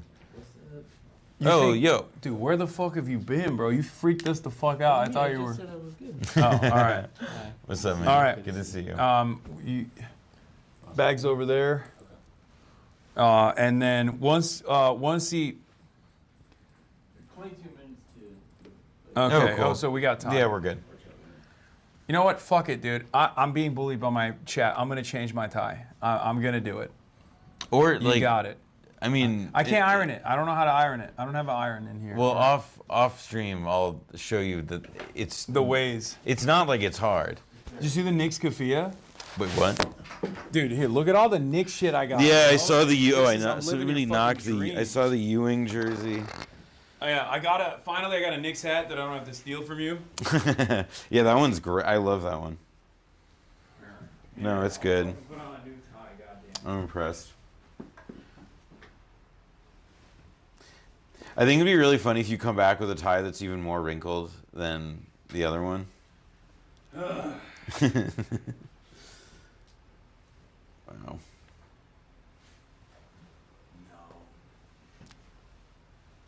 This has one crinkle on it. It's not that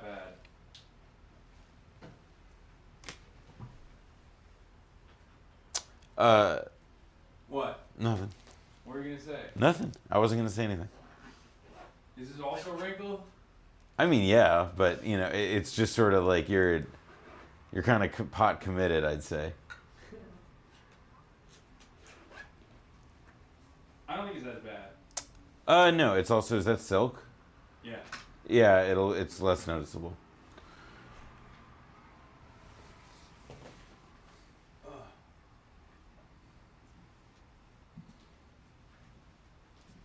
So Are all the batteries charged? Yeah. I have a bunch of extra camera batteries too. Bro, just ironed it. It takes 5 minutes. We don't have 5 minutes. Yeah, we gotta go. We don't have 5 minutes. Come on. All right. Yeah. Here, I'll flip it. I'll flip the camera over to the other one. Oh shit! Now we have to use the fucking regular mic. This has a much smaller. Here. Yeah, you can take it. We'll keep these on and we'll use them in a second when we're in the car, but.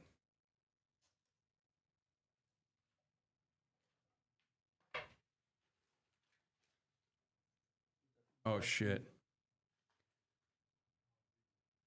Wait, what the fuck? Uh-oh. What? Laptop camera's not working for some reason? Oh, boom, it's working. Okay. All right, there we go. All right, well, this is what... are we... No, are you going outside? Outdoor streams are mid. Official HasanAbi chair says outdoor streams are mid. Yes, we are going outside to a rally. An outside-inside situation. or we are technically going outside, but we will also be inside at the same time. I'm operating under the assumption there's no air conditioning. Wait, really? What? At the place we're going to, you don't think there's air conditioning? I don't know. Oh, we're fucked. I mean, I wore linen. I don't know. About I you. took the noise gate off as well, so you can now yell as much to your heart's desire. I can yell. You can be heard now. Fun. Okay. Oh my God.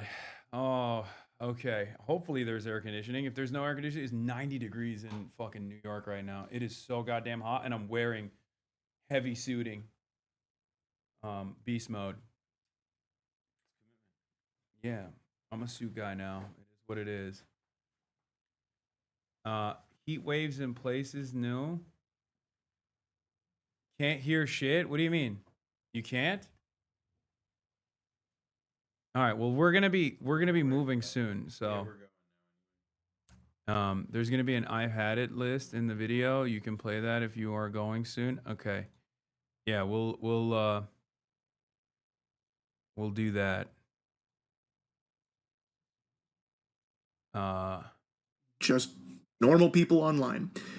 But now in this case, because it's against someone they don't like, they're willing to be all right with it and turn the other cheek to it. We'll keep it rolling. Are we ready And to go? I don't think that's All right, do you right. need this? Again, That if right? iDubbbz truly was spreading maliciously fraudulent information of this disgusting stuff that was made in this comment and saying like, this is real, this is true, this is awful, this is, look at what's happening, look what he's done, that kind of thing, I would really understand it more then, because then that is very different than just normal internet beef. That is psychopath evil shit. But from what I've seen in that stream, that's not what was happening. So I really don't understand this perspective from commentary channels to treat this like it's just some kind of hoot and holler and goofy thing, you know, let's celebrate it, point and laugh, when I think it's pretty easy to see how this could potentially be used as ammunition in some less than savory lawsuits going forward, specifically in Canada. It would obviously be like for Canadian YouTubers, but even still, it's probably best not to just have more ammunition for some bad actors to be able to exploit legally. Like, I just don't understand why, because it's happening to iDubbbz, everyone's willing to just like forget about the last like fucking 15 years of everyone knowing that this kind of thing isn't really good. So yeah, I've been yapping about this for a minute now, but I do cover these like YouTuber streamer lawsuits that occasionally pop up, the ones that I'm aware of at least. And this one was very surprising to see. Now, like I said, I did have a conversation with both iDubbbz and Ethan. And at the end of the conversation with Ethan, he wanted to prepare a statement because I wasn't shy about letting him know that the exact way I've talked to him in our conversation would be how I'm going to talk about it publicly. And since I've made it clear I'm not in the business of just leaking private text messages, he wanted to prepare something that I would share. And I've done this in the past. All right, Chad, see you on the other sharing side. Statements from the people that I cover in stories, so I'll do the same here as well. He said, when CPS was called on his family a year ago, the rules of engagement had completely changed. A snark community fabricated a lie that his children were crawling around in dog shit and eating it. An agent came to my home at 8 a.m. to look through my home and interview my children against their will. Investigation is now over, was determined to be unfounded. After this, he could no longer tolerate attacks on his children or attempts to break up his family. Ian was a friend of his for many years. He has been to his house, met his children. When he displayed a message on screen for over an hour stating that he's a pedophile that molests his children, carried a lot more weight than when Destiny said it. Destiny said it in a Discord chat in passing that was on screen for a few seconds. He'd never met or spoken with Destiny, and Destiny has never been to his house or met his children, has zero credibility on the issue, and made it clear that in passing chat message was never meant to be taken seriously. Ian, on the other hand, does know his family, has been to his home, and has met his children, and the fact that he exploited that closeness to forward such a heinous, unforgivable accusation forced him into action. To make matters worse, Ian has supported the call to CPS in his content deputy and openly associates with, spends time in, and celebrates the snark community from which the original CPS call came from. He believes it was Ian's intention to cause harm to his family, as he knew CPS had already visited the home and still decided to rebroadcast the accusations for over an hour on stream. He's pledged to do everything he can to hold him and anyone else who attempts to harm his family accountable in whatever way that he can. Because of the context, He believes that he has a much more viable case against iDubbbz than Destiny, and that's why he's only suing Destiny or iDubbbz. Destiny also lives in USA, where defamation laws are much harder to win, versus in Canada, where iDubbbz lives. These are all the reasons that he's suing iDubbbz and not Destiny. He's chosen the legal and most proper way afforded to him that live in countries that value free speech, a lawsuit for defamation. Defamation is not protected speech. He does not have an unalienable right to say that he's a pedophile molesting his children. Accountability in this case has to be more than just internet mudslinging and jousting. He has crossed the line, and he's past the point of caring what Charlie or anyone else thinks, and he will protect his family at all costs. Now, if it wasn't clear, we didn't exactly see eye to eye on this case here in regards to this whole lawsuit situation.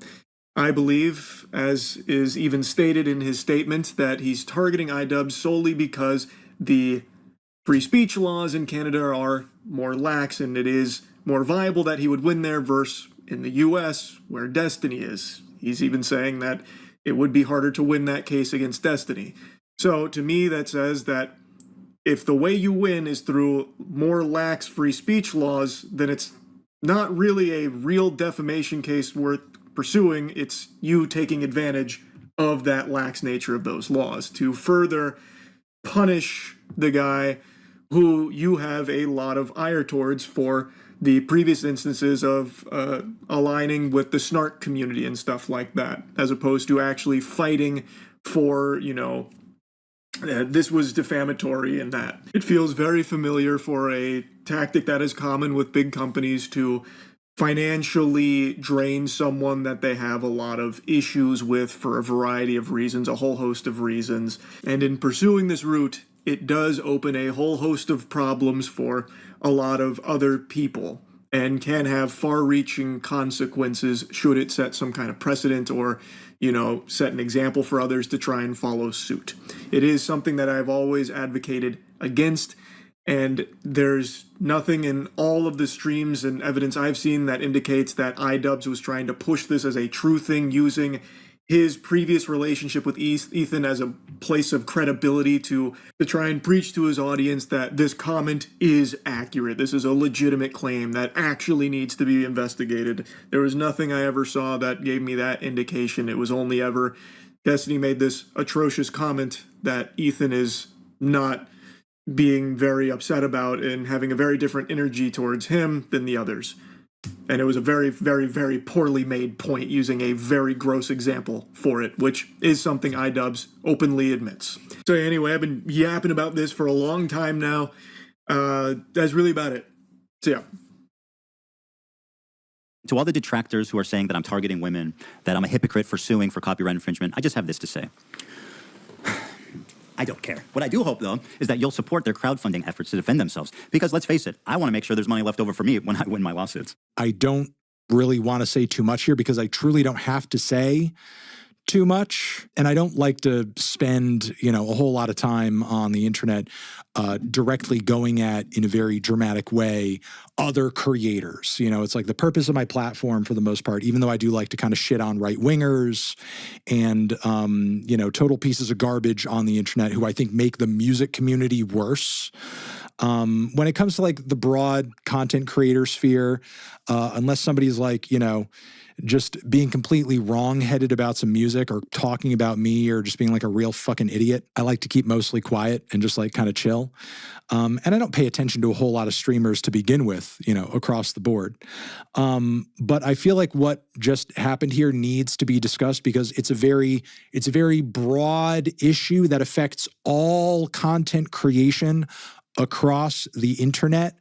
But what seems to have happened, thankfully, is Denims. I stream, but I don't consider myself like a hardcore streamer. But I'll say fellow streamer Denims just got a tentative ruling in the lawsuit leveled against her by Ethan Klein of the H3H3 podcast. Now, I don't want to spend, this little rant here and this talk kind of getting into the nitty-gritty of the content nuke and Ethan's psychosexual obsession with Hasan and iDubbbz and Anissa and a host of other things that about the whole situation I just particularly find weird. Are there elements of these dynamics that Ethan genuinely feels like, burned about and pissed off about? Like maybe, possibly, I feel like I don't know enough about these interpersonal relationships, again, on a personal level, to really comment on that front.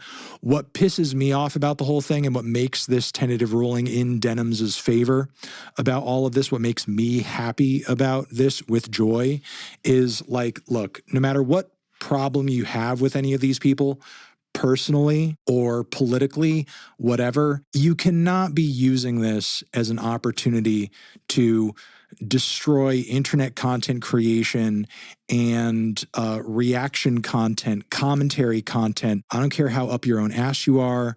I don't care how psycho you are. I don't care how demented or mentally ill you are.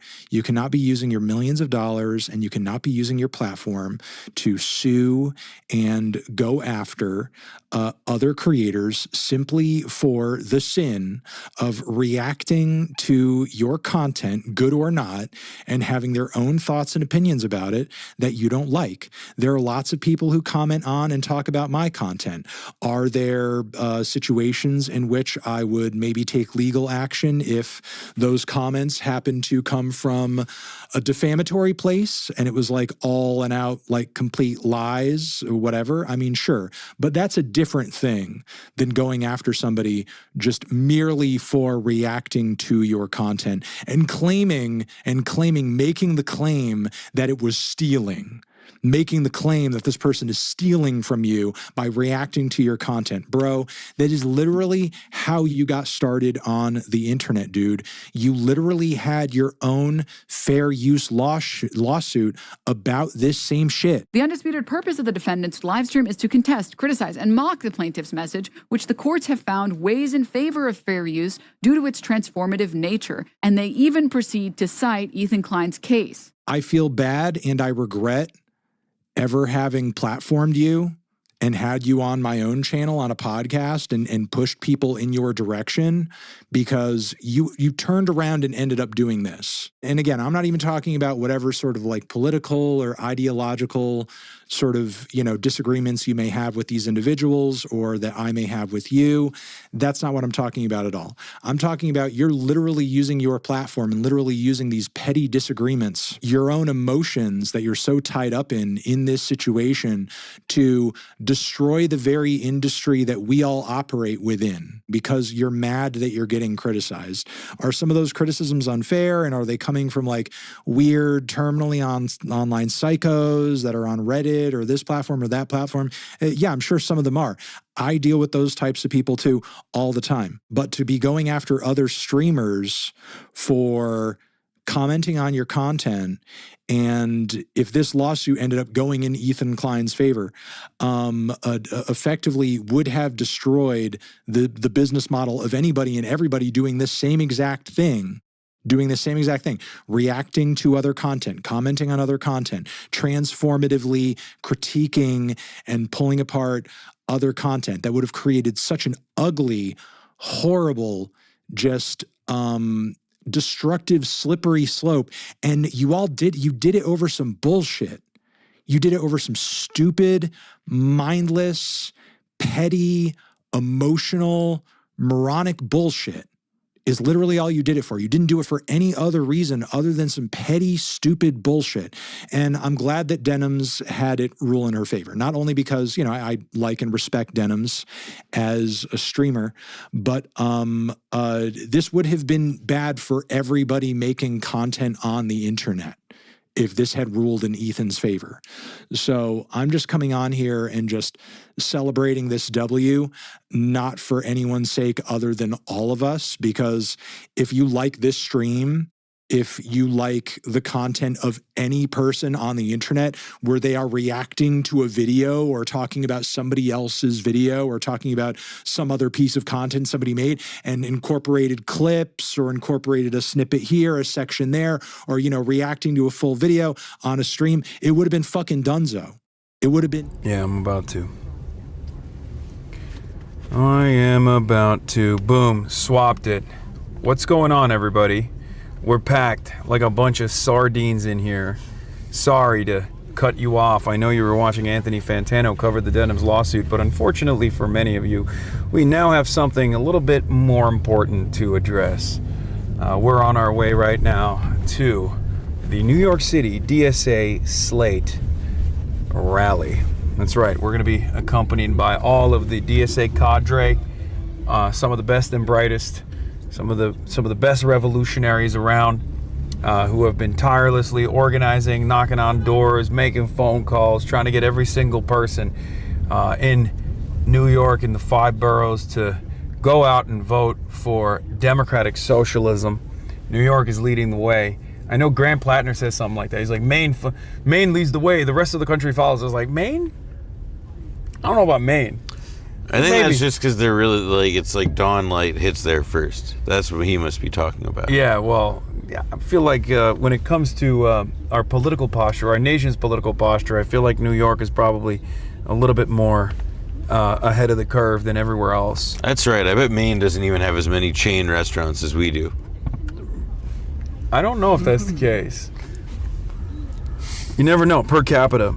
Is Noah Empreg, he's glowing. No, it's because March has the lighting base boosted for some reason. He's fine now, though. Damn, Noah's eyes are popping in that light. Yeah, it is hot as a motherfucker out in New York, by the way. It is 91 degrees. 91 degrees. Dude, I've been getting a lot of love in the city. Yeah? More than even before. Anytime. These guys were with me the whole time, so they saw it, which will look very cool on Montreal television, but everywhere we went, there'd be like dudes biking randomly, be like, oh my god, Hasan. They would get off their bikes, take photos and shit. It was crazy. They made me, I paid them, by the way. Yeah. Yeah, I paid them good money. I paid them like $1,000 each to show up and be like, no, my god, Hasan. I'm sorry, nothing will beat the whatever paper it was in where you called the shot with the waiter. Oh yeah. On Charlie Kirk. That to me is the all-time. Yeah, that was pre-cog. That was like. That was Vanity Fair, I think. But it's like Variety. To me, it's a really good. It's a really good example of why like doing press is kind of a numbers game. Like you should really like not be in the business of saying no, because eventually you will get a moment where you can make it seem like you can like see the future. But taste sound. But or whatever. Low key, I fucking can, because one of the things that was one of the first articles that actually arrived at the conclusion that a lot more people were in favor of Candace Owens' worldview that Charlie Kirk was assassinated by Israel, because the journalist before that moment was contesting it. She was like, people don't really. Yeah, and I was like, no, I'll prove it. I did the Babe Ruth. Well, it's all the like Netanyahu like brain rot that you consumed that gave you that, Yeah, exactly. Will says, what's the dress code for what the fuck? Why is he asking? Dress code for what? Rocky Horror.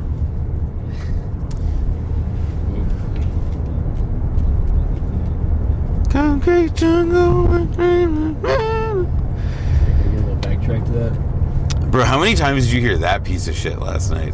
Oh, come on. It was not a piece of shit at all. It was awesome.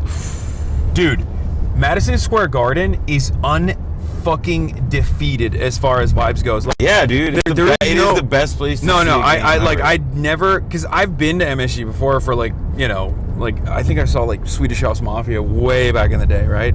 Something lame like that. I had no idea what a sporting event there would feel like until I experienced it, and now I know what like an actual team with an actual sporting event is supposed to feel like. Bro, you live in Los Angeles. It's not like there's a lack of successful sports teams. I know, and in spite of the success of many homegrown Los Angeles teams, bro, I watched the Super Bowl with the Rams. Honestly, if you want to like fix your PR, just like go to a zillion Dodgers games and sit like vaguely near home plate. And people will associate you with winning and like good memories. They'll be like, wow, God. Like, is that what Ludwig was doing? That's what he was doing. Oh my God, he literally was doing that. The Knicks courtside thing was not like it leveled up this year in the like spectacle of it and in the last couple of years because the Knicks have been actually good. But like, you know, like the actual like gold standard has been like, you know, like when the Lakers are like deep in the playoffs and, you know, just like you see at the Dodgers, and it's like the Oscars essentially. Yeah. I mean, I think there's a tipping point though, and we've arrived at it. I think Taylor Swift attending the game last night was a tipping point. I'm already seeing people be like, "Oh, fuck this shit." Why aren't you saying that about Cleveland when she was supporting Cleveland? No, I'm not saying it. I don't care. I have no dog in this fight. You're just reporting on the vibe. I'm just reporting on what I saw. There is like almost like they won last night, so obviously it's different, and it was such an incredible victory. Like such an unprecedented comeback that people, like all of the rumblings went away and turned into Fox slander. But before that, I was noticing like posts on the internet, people being like, "Oh, it's like all these fucking celebrities, dude." And of course, no one was referencing your boy because I'm not a celebrity and I wasn't on the celebrity list that they released. That was like a mile long. Did you see that? I did, but I think it's nice that like people love the Knicks and that like the Knicks love is everywhere and the city feels electric and special. But when this is all over, I don't think I ever want to think about a celeb again. Yeah. Like it feels like I've been having the same meal of like the best cacio e pepe in the entire fucking world. You know what I mean? Like it's an incredible dish. Oh my God. It's just been like 6 days in a row. Hold on. Update. OSIN accounts. Someone link it to me.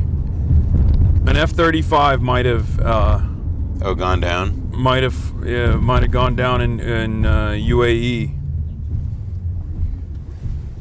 Was it operator error or... It could have been a laundry fire, I think. The laundry machine on the F-35 broke. Well, you know, the good thing about the F-35 is that it's very cheap to make and very easy to replace. And also, like, yeah, famously, the best bang for your buck. Everyone always talks about that. They talk about how it's the best. You know, it's really important in this kind of age of, you know, like, tactical, mass-produced warfare, to like really invest in these like strategic weapons that you're never actually really ever able to use to their fullest ability. Because if you do, then you're probably in a nuclear war, and then if you're in that kind of war, then well, like kind of humanity is ended. So where are you?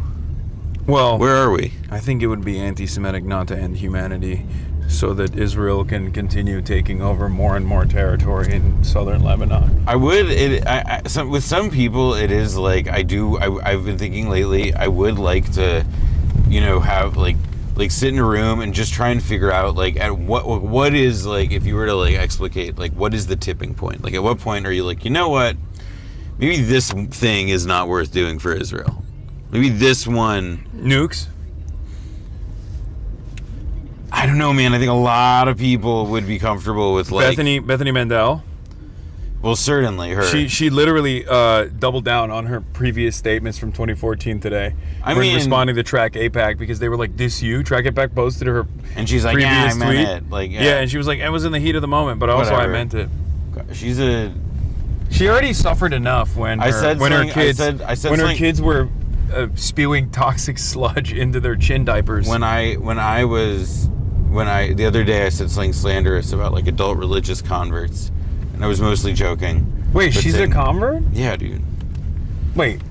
Yeah, her husband's I'm sure there's like a whole story there. Wait. I'm sure she's like authentically, you know, feels her. Wait. So Bethany Mandel. Bethany Shondark Mandel. What does that mean? I don't know. An Irish name. Wait, so she was Irish Catholic? I think. I mean, I don't know. No. She could have been Irish Protestant. You never know. Okay. I mean, that would make more sense. That would make more sense. I mean, I'm sure Chad can. And then I'm sure Chad is cooking on this point right now. She married Seth. Yeah, who is Chad. Jewish. Check Chad. Check my homework on this. Seth Mandel. He's Jewish. Check my chat. We don't claim her.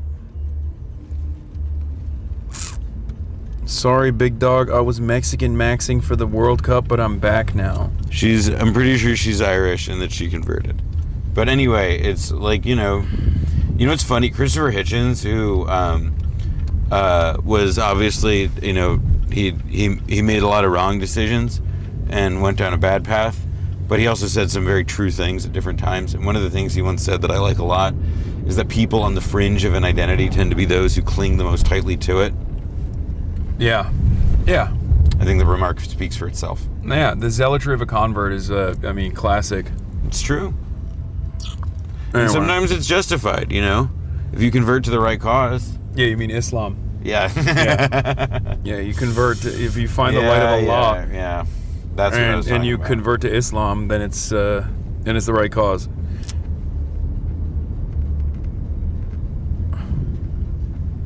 Timothy Chalamet's doing a fucking Kalshi ad? No. That's a meme, right, chat?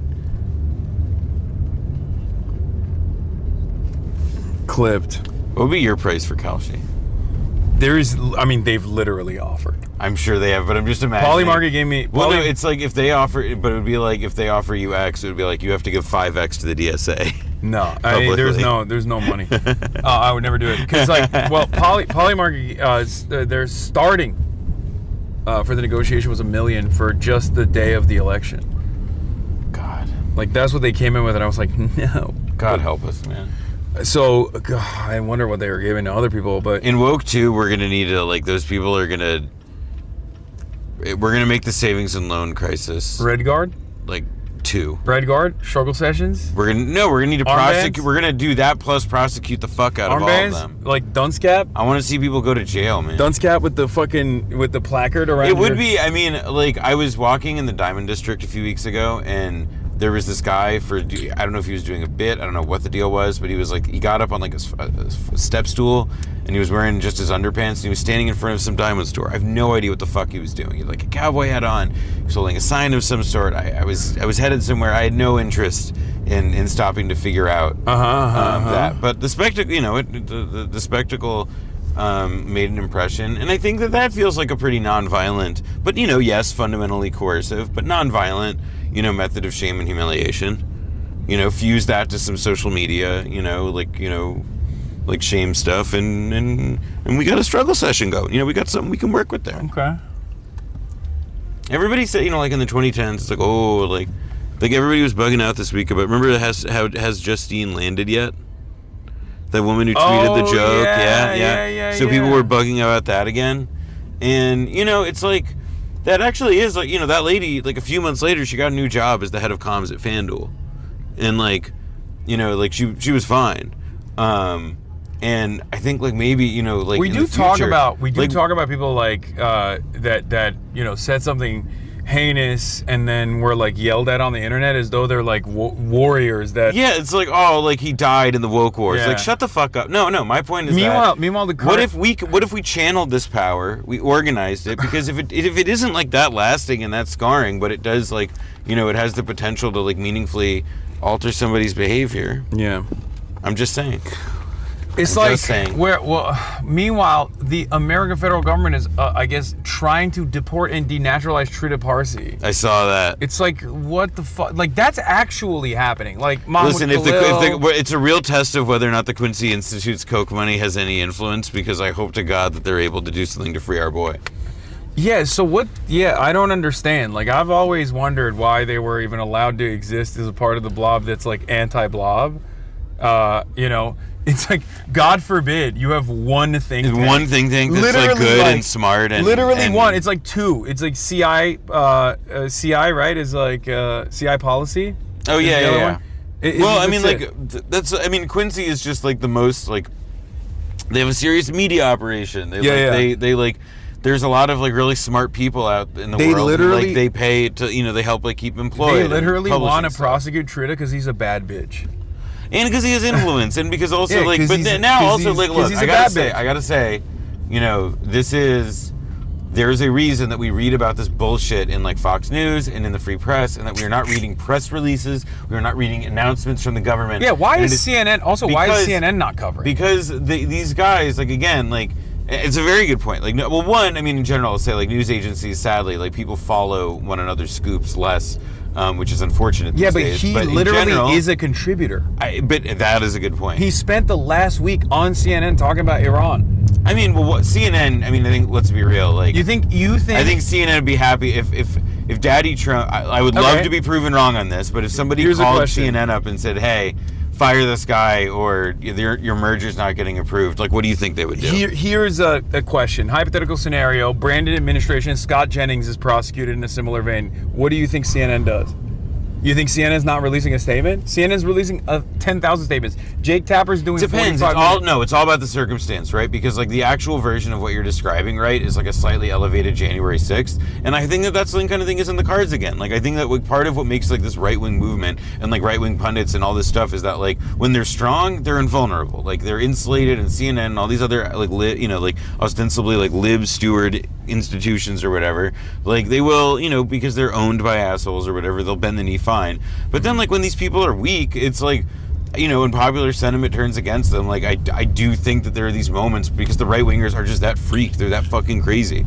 Like we could this November, because like they've been doing all this stupid crap trying to get people to believe that elections are fake. They're they're chancing that kind of thing again. Oh my God! They're gonna do a Spencer Pratheads do a January 6th in Los Angeles. I believe everybody was so wrong, and I felt so good calling out saying that I thought Spencer Pratt was gonna lose before then, because like I do think the actual future-looking part of his campaign and the thing people have to pay attention to isn't like anything about like who it's reaching or this whatever success it claimed to have, which didn't exist. But it's instead about how the people who are the partisans of that campaign, who are very Trump-coded and so forth, how I believe that it is the quickness with which they are going to deny reality. That they're going to like use phrases like vote harvesting to suggest that something like psychotic and evil is going on. Like that to me is the canary in the mine of shit. It's like not even regular fascism, but this modern iteration. Yeah, like Cole Burns stuff. Like this is like it's like there's like a speedboat in like an ocean, a pond of turd. It's just there's no. It's insane. Spencer fucking Pratt, dude, the guy who like spent all his money on crystals. That was so funny.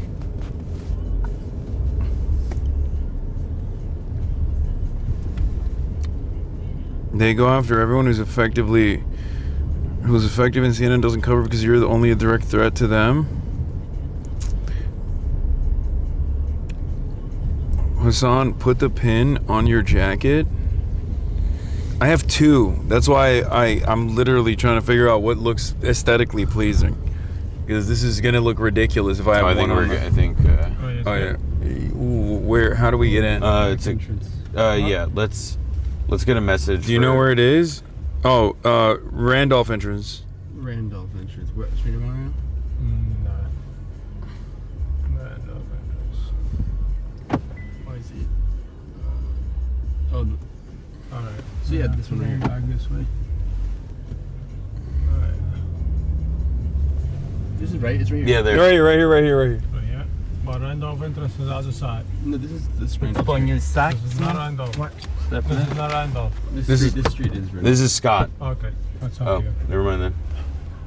Oh, I think there's a contact anyway. Yeah. Oh, yeah. We're good. Thank you. Thank you.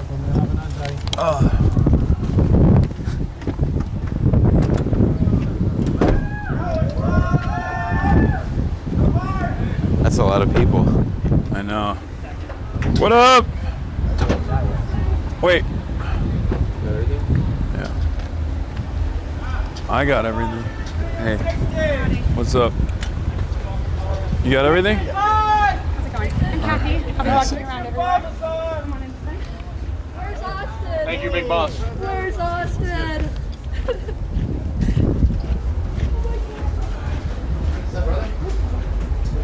What's good? Right here. All right. You got a bathroom, there's snacks in the fridge. I'll send people in. I'm good. How are you? Good. What's up, dude? Nice to meet you. Got endorsed after your first. I know. A while ago, and I see you just a few days ago.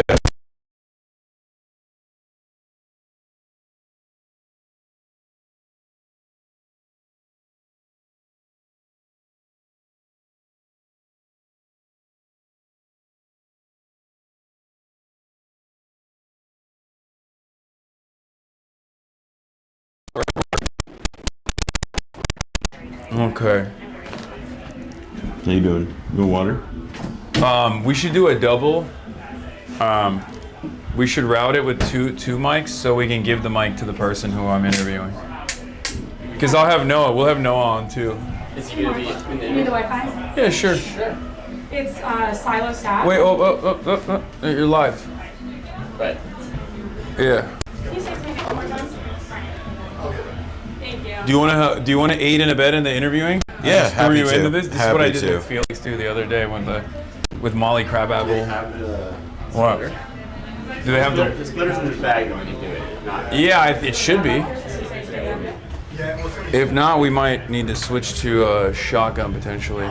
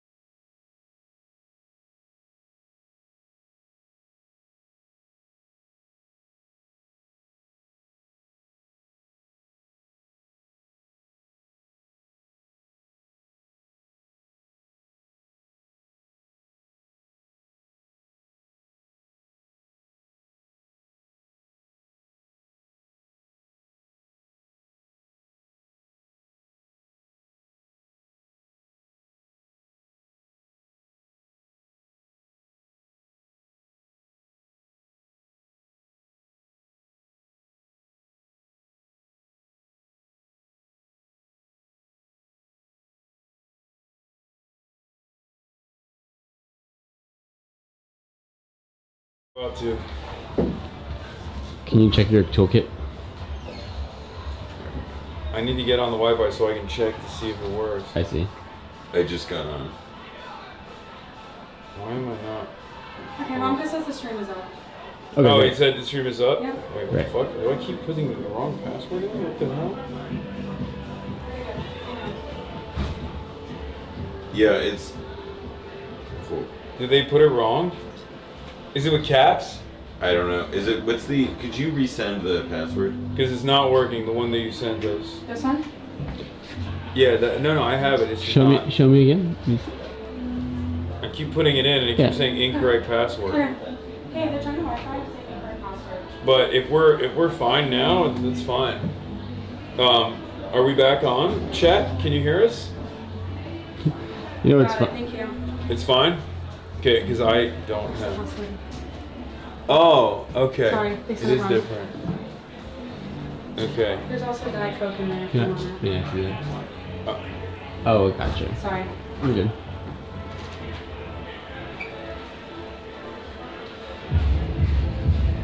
Okay. Damn, they're just jamming in there.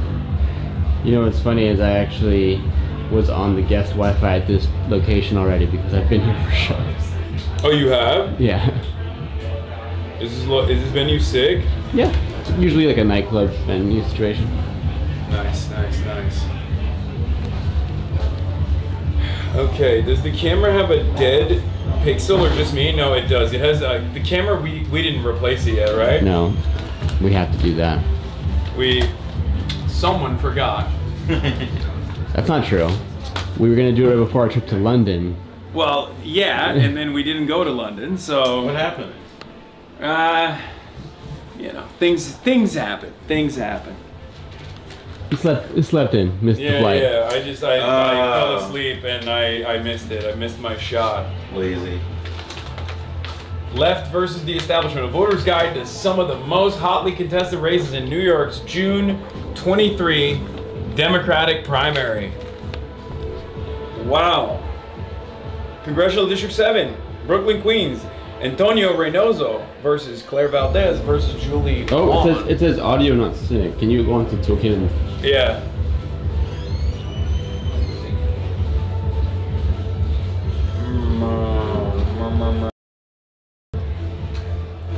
Alright, I'm gonna hit the ingest fixed. Hopefully it worked. Please, God. If you're up there. Sources tell me Charlie is stable. Did it work? Chat, is it synced? Say something. Hello, can you hear me? It worked, thank God. Nope, it didn't work, not fixed. Why would this be happening? I don't even understand. No. Who's gonna tell him Omega Lol? Yeah, I want to hear this now. No, still delayed. Let me see this. Who's gonna tell him Omega Lol? Yeah, I want to hear this now. No, still delayed. What the fuck? Let me see this. It did work. The video was delayed. Wait, how? We gotta hit up the IRL guys to see what the fuck's going on because I don't think this is never. You want to? You might cycle the bag and then you switch back to the desktop. I mean, we're fucking hemorrhaging viewership if we cycle it. 2-second delay. Let's just hit up the IRL guys first. Okay. Right? Here, do you want me to hold it? I can hold it while you do that. Okay. Give it to me. Hello. Up close and personal, everybody. I don't know why hitting that ingest fix did not work.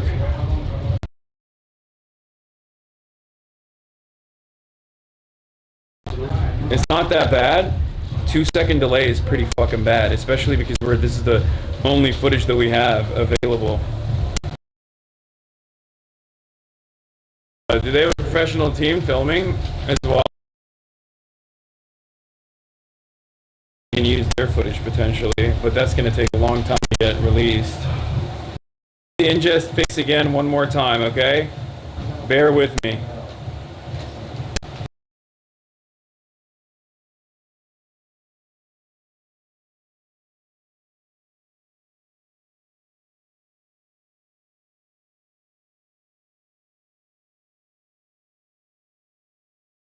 Wait. Totally, yeah. Wait, look at the bag. Is it dead? No, it's still transmitting. What the fuck is happening, dude? You guys go with the stream or is something wrong?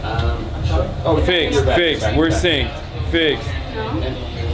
What is happening, dude? Nope, there's still a delay on my end. It looks like. Oh no, it's synced. Okay, we're good to go, I think. And we're back. I think what's so frustrating about that is I don't know why that happened. Fixed it. Yeah. Or why that happened. Semi-fixed. No, it's fine. It's better now. Well, it's not nearly as bad. Either way, I messaged the toolkit guys, so. And now it's green. What the fuck? For your glorping? Yeah, but for a brief moment. Okay, yeah, I'm gonna put the bag on Wi-Fi. Yeah. You want me to hold it again? Yeah, could you? Or I could just set it down somewhere. Maybe like over here. Oh, you didn't bring it. Do we have the correct password now? Yeah, we do. We do. Actually, here, yeah, just hold it. Alright, hold on. hold it for a bit. Hold your children. I'm holding it. Hold your kids. All right, we can. I think we're good to go in like a minute. He's gonna sign on to the internet off the backpack as well. And yes, I'm holding you guys with one hand, and then we can have the slate come through. Is it cool if we start with Grayson Gustavo, Coach Harrison, GSA? Sure. Yeah. Audio is still fucked. Desync is bad. Chopped. What the fuck? Audio is glitchy. Desynced again. Dude, why is this happening? We're on the Wi-Fi. Okay, but like, why is this happening? Try Agen's fix again. While we're on the Wi-Fi. Last time, this one totally works for sure. Hold on. What are they saying?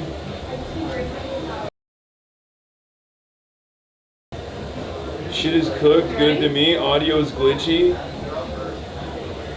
Live production looking. Desync is coming back. Super weird. Did you hit the people up? Yeah, I did. What do they say? They said seems fine now. Maybe fixed. It just keeps getting fucked. Okay, I mean, in this moment. What's good? Yeah, they can come in. It's fine. Let's do it. It's fixed again. It's good. Good. What's good? Want me out of time or?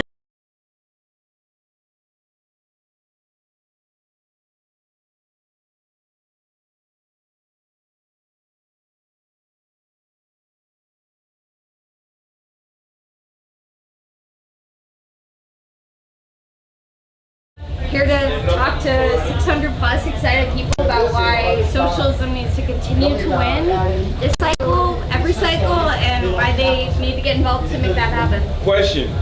This pied-à-terre tax is for people who want to buy a second property in New York City. How do we get Zoran to make an exception for me if I were to purchase a second home in New York City? Sorry, socialism means you have to pay up. There are no exceptions. This is a working class movement, so we're going to tax you. You know, from each according to their ability. Yeah, and such. What if I don't like it and we just cut it? We just do a little side deal. Well, look, if your second home is a rent-stabilized apartment, then you get it on the rent freeze. Yeah. We can make it work. I'm not taking someone else's inventory of rent-stabilized apartments. Anyway, I'm joking. But we have a very exciting slate of candidates. I've interviewed all of them except for one, I think, because he came on board afterwards. Right. And this is almost like a check-in. Early voting is starting on Saturday. Yeah. And it's very exciting because I think in comparison, when did you guys join the DSA? When Trump got elected the first time. You were like, I voted for him, now it's time to fight. Yeah. Because he's also a socialist, according to Kamala Harris. Or for us, like we've been building this 10-year-long project to build a bench of democratic socialist legislators. It's not enough to just have the mayor or a high-profile Congress member like AOC. We need power at the state level too, because it's at the state where we can pass reforms that then presidents can rely on, and we can expand, experiments that we try at the state level, we can bring them to the national level. And ultimately, if we only elect Zoran and AOC, our project will have been a failure. Like, we're not here to create individual celebrities, we're here to build a movement of the working class and of the people. And we need to turn DSA into a factory to find the next Zoran, find the next AOC. That's what we're trying to do here tonight. Hell yeah. And for those of you who don't know at home, we have actually almost all of the candidates that are on the DSA slate at numerous points were out also canvassing for the likes of Zoran, for the likes of AOC as well. So maybe the next up, the runner-up is in this room right now. Absolutely. Who's out there door knocking. Yeah, so many of our candidates, Claire Valdez is a great example of this, were rank and file DSA members, rank and file union members who stepped up and organized, and that's a lot of what DSA is about. There is no political class that should exist, and we're taking them down because anyone can do this shit, and we actually have to if we want to change it. And it's far better to have people that otherwise wouldn't want to do this shit or come from that background who under normal circumstances have no way of doing anything beyond expressing their political point of view by voting, right, for another Yale-educated, Harvard-graduated, upper class elite that's not going to actually even know what the worries of the regular folk are. Yeah. And so DSA and organizations like that are very helpful in terms of identifying who has that kind of talent. You know, we're one of the few organizations in New York that actually prioritizes candidate recruitment. Before Grace and I became the co-chairs of the chapter, we were the co-chairs of the candidate recruitment committee. And it's really hard to find ordinary working class people who actually want to run for office. Like, a big part of the project is just convincing them. But also, you know, like you were saying, like, it's a pretty good sign, actually, that someone's going to be a good elected official if they don't want to run for office initially and they need to be convinced. So a lot of the people who we're going to be talking to tonight are exactly those kinds of candidates. Yeah, it's cool. And what are some of the races that, by your estimation, some of the most some of the more difficult races on tonight's slate? I mean, our congressional races are a huge test of power for us. Daria Litsa is challenging a very powerful incumbent. Claire is running against a progressive, and it's really a battle of socialism versus progressives, and who can really lead the movement. But the rest of our slate, I mean, some are in open seats. That doesn't mean they're easy. A lot are running against incumbents, like Conrad Blackburn is running against a very powerful political machine in uptown Manhattan. Christian Celeste Tate is running against an incumbent who is the son of someone that Julia Salazar took out in 2018. So we're trying to end that political dynasty. Ian Huntley is running against Stephanie Zimmerman, who time and time again votes with landlords. She votes against things like good cause eviction. So we're really fighting for all of them. And David Orkin is the final challenger, who's really running against like a corrupt friend of Eric Adams. So there's a lot of she's fights. awesome though. She's funny. I don't want her in office. I gotta grab them. Can we do a quick photo? Yeah, and then I'll find the next person. Sit down or? Stage. And we're all taking a picture as well. 3, 2, 1. 3, 2, 1. And one person. 3, 2, 1. Thanks, guys. Thank you. Nice Thank you to for meet you. coming I on. like your suit. Thank you. And you guys go. Sorry, go on this way. Go on this way. Come on in. Suit guy. Grace comes out. Big suit guy. You're a suit guy too now, bro. We're a suit guy all around. Hey, what's good? How you living? I'm good. How are you? Good. A suit. Damn, you're looking brolic as ever. Not as big as you. Oh, come on now. That's nice of you to say. All right, what are we doing today? I mean, how are you feeling about the races the last time we talked? Yeah. What are some developments that have taken shape in your life? What's the race looking like? And brief people on who you're running up against and for what position. Yeah, I'm running up against this guy named Jordan Wright. He's the incumbent. He's a legacy candidate. His father had this seat for decades and then was the head of Manhattan Democrats, head of New York State Democrats at one point. His father kind of is like, he has his hand in everything in Harlem politics, so he passed the seat down to his son. I am feeling good about the race. You know, I've been knocking doors 6 days a week, and I'm hearing really positive reviews at the doors, and now when I'm, doing visibility on the streets, people walk up to me like, hey, you're Conrad, I'm voting for you, and so, hell yeah. It's really good. It's really good to see that. It's energizing. I'm feeling good. I don't know if you know, but my opponent has 4 big super PACs spending millions of dollars for him. That's crazy, because this is like, this is not supposed to be like a no offense, but it's not a Senate race. I hear you, that's race. crazy. Yeah. So for the state race, you have 4 super PACs dumping money. Oh yeah. But you're still feeling confident about everything that's going on. How can people help out at home? Yeah, if they're watching, if they're in your district. If you're in my district, please donate. Your donation gets matched up to 12 times by the state. If you're not in my district, please donate. Because we need money in order to kind of combat the attacks that these super PACs are doing. One of them is spending just $500,000 just in attacks against me. And so, you know, people who are in Harlem, they've gotten like 10 pieces of mail a week, and all of them attacking me over and over for the same thing. What are they saying? So I did an internship in the Florida Attorney General's office in 2016, statewide office. Lots of people work there, Democrats, Republicans, independents. It just so happened in 2016, Pam Bondi was the Attorney General of Florida.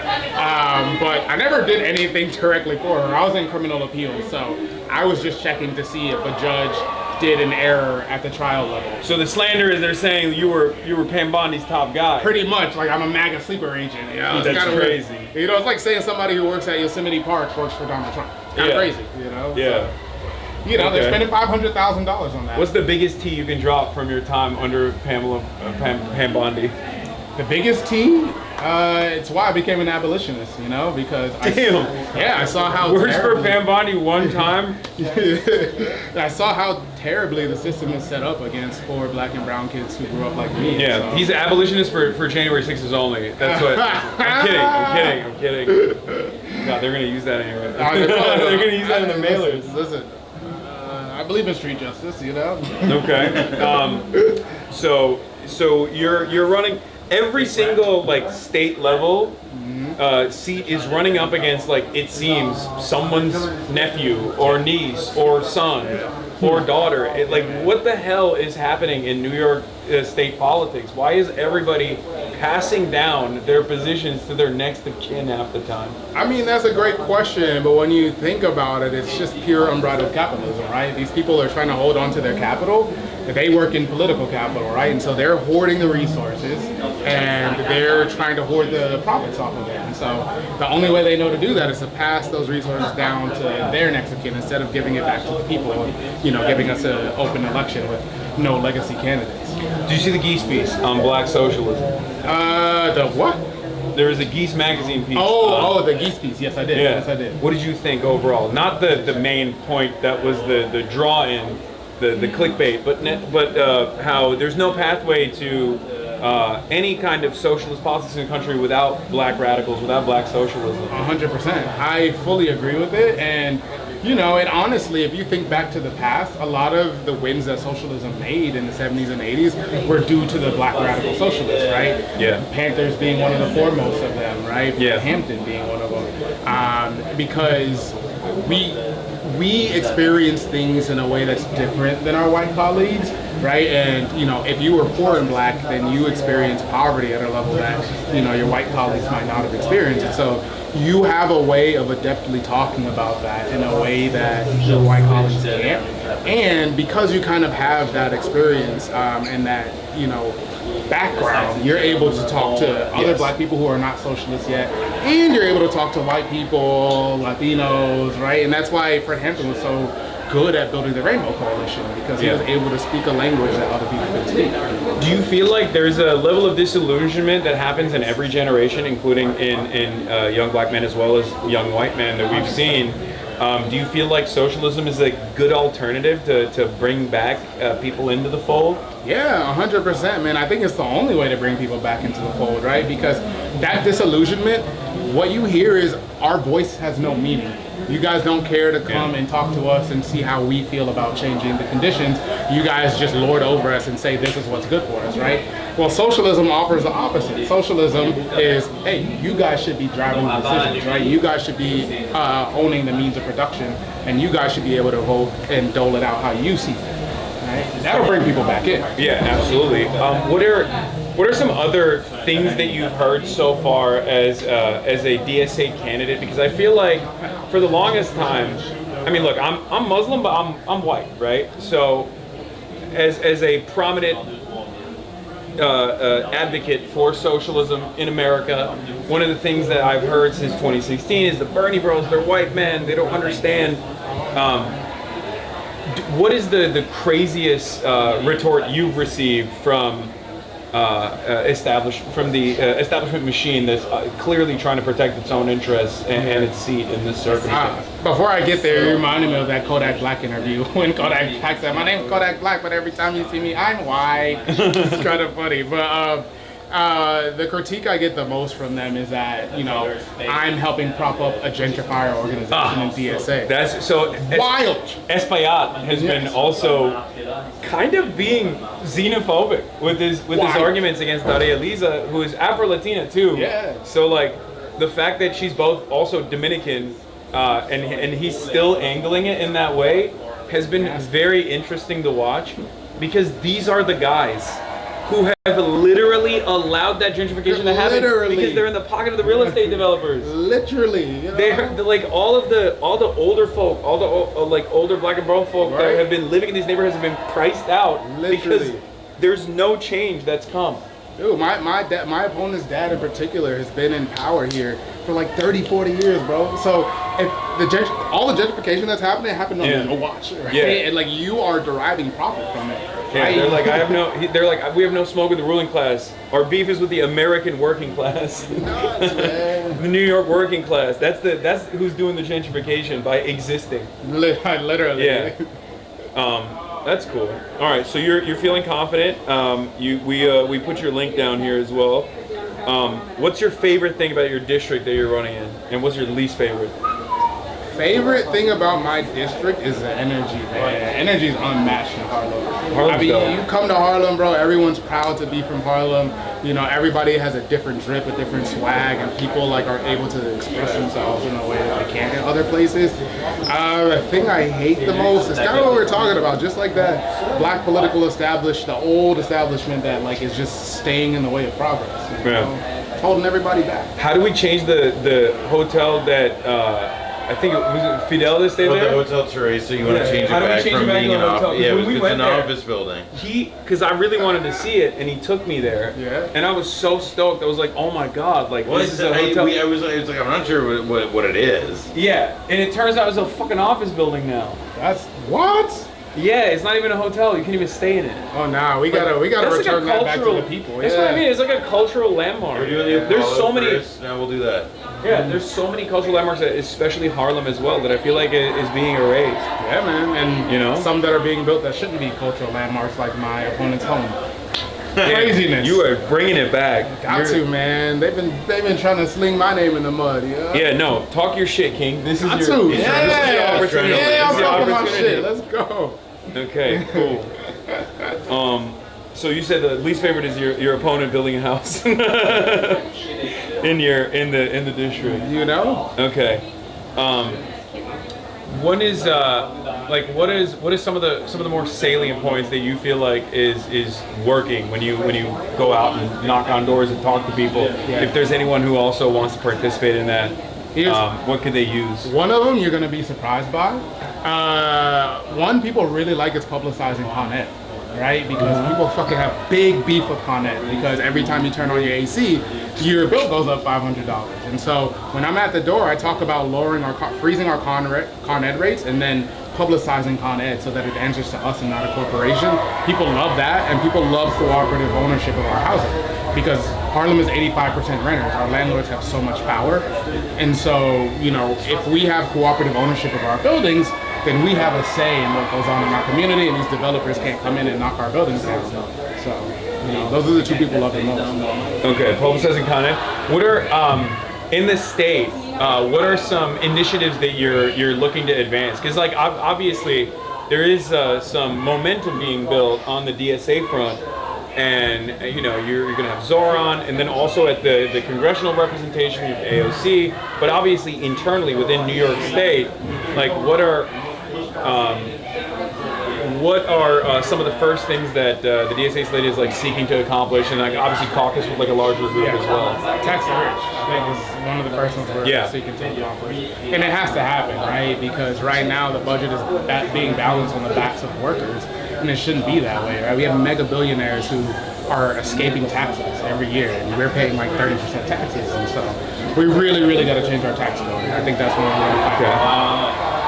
expanding the police budget. I was thinking. Yeah. You know, crime is down. We need to give them more money. Yeah. This is like they're doing too good of a job. Too good. Yeah. By the way, I'm a public defender, and we never get credit for crime going down. You know, we connect our clients to services. You know, we make sure that like our clients aren't getting railroaded, which gives hope to people. Yeah. But we never get credit for crime going down. It's always the police.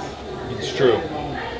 They were working extra hard outside of Madison Square Garden last night. Oh, I saw. I've never seen so many cops in my life. I don't know what the hell was going on. Candy Crush tournament. Yeah. No, it was crazy. I mean, the city's on tilt, man. The Knicks are up. The Knicks are up. Yeah. Do you feel like they should lose at least one more to even out the situation, or are we thinking Knicks in 5? Bro, Hasan trying to get me canceled right now. Down Knicks in 5. It's a trick. Ignore it. What the hell? I know these tricks. I'm doing a gotcha. I got a media training, sir. Yeah, I did. I had to get you with one gotcha. Yeah. I got one for you. How is DSA involved in your campaign and in your district? So DSA helps bring a lot of volunteers, which is good because we need to raise our name recognition. So it's a lot of door knocking. DSA really helps with fundraising as well because we will hold rallies every so often, and there's so many members that there's a good fundraising base and apparatus. And DSA helps with overall morale, right? Because you have people who are willing to stand in solidarity with you and fight this fight. Yes. And how involved are people who don't live in New York City or who don't live in your district? I mean, they're involved in the sense that they're donating and spreading the word, which is helpful. Like, unfortunately, politics is still a pay-to-play system, and so we need money in order to send mailers, pay our staff. So, they're helpful in that way. Word. Okay. I don't know how we're supposed to do this. Are we just chilling? I guess so, until somebody gets us. All right, word. That's what I usually do. We'll keep chilling. Chat, do you guys have any questions for Conrad? Yeah, what's up, chat? What we got? Last time I got called, what, a Chad? Yeah, you are a Chad. That's good though. I think it's important. We need a name for like a black Chad. Like, what can we come up with? There probably is one, but it's probably like because Chad also comes from the incel community, so I doubt that it's Oh my God. Bron's gonna take your picture. And Okay. All right, perfect. All right, one vertical. Here we go. 3, 2, 1, and then a couple horizontals. 3, 2, 1. Thanks, guys. Yes, sir. Free Palestine always. All right. And power to the people. Yes, sir. Appreciate you. Yeah, you're on. Yeah, let's go. Hey, man. Hello, hi. Good to see you. Good to see you. What's going on? All right. How we doing? Doing good, man. So, how's the situation looking like for you since the last time I saw you? Yeah, so I don't remember whether, I think it was before my special election, but I've been in office now for 4 months, so we won. Yeah, that's yeah. Yeah, the People's Republic of Astoria continues to be represented by a Democratic Socialist. Yeah. And as you know, I took over for Zohran Mamdani's assembly seat. And I feel good about election on June 23rd, but I feel so good about having this incredible slate of candidates who are running to join me in the Assembly and the State Senate, and also our 2 incredible congressional candidates. So we're only growing. What are some of the initiatives that you guys are seeking to advance with the New York City DSA slate? Well, we absolutely are not giving up on taxing the rich, right? We have to go back and ensure that some of that legislation that was stopped by the governor actually comes through next year, because we're going to just see the need for that revenue increase. We're about to see hundreds of thousands of people lose health care. We're about to see folks face a lot of housing issues because she refused to fund housing vouchers that a lot of New Yorkers need to keep a roof over their head. And of course, we need to continue fighting back against the rising tide of fascism from the federal government. I represent a 38% district born outside of the United States, and that means that I have the responsibility to continue protecting my neighbors. I am an immigrant from Ecuador, so I know what that's like to go through the immigration system in this country, a deeply unjust system.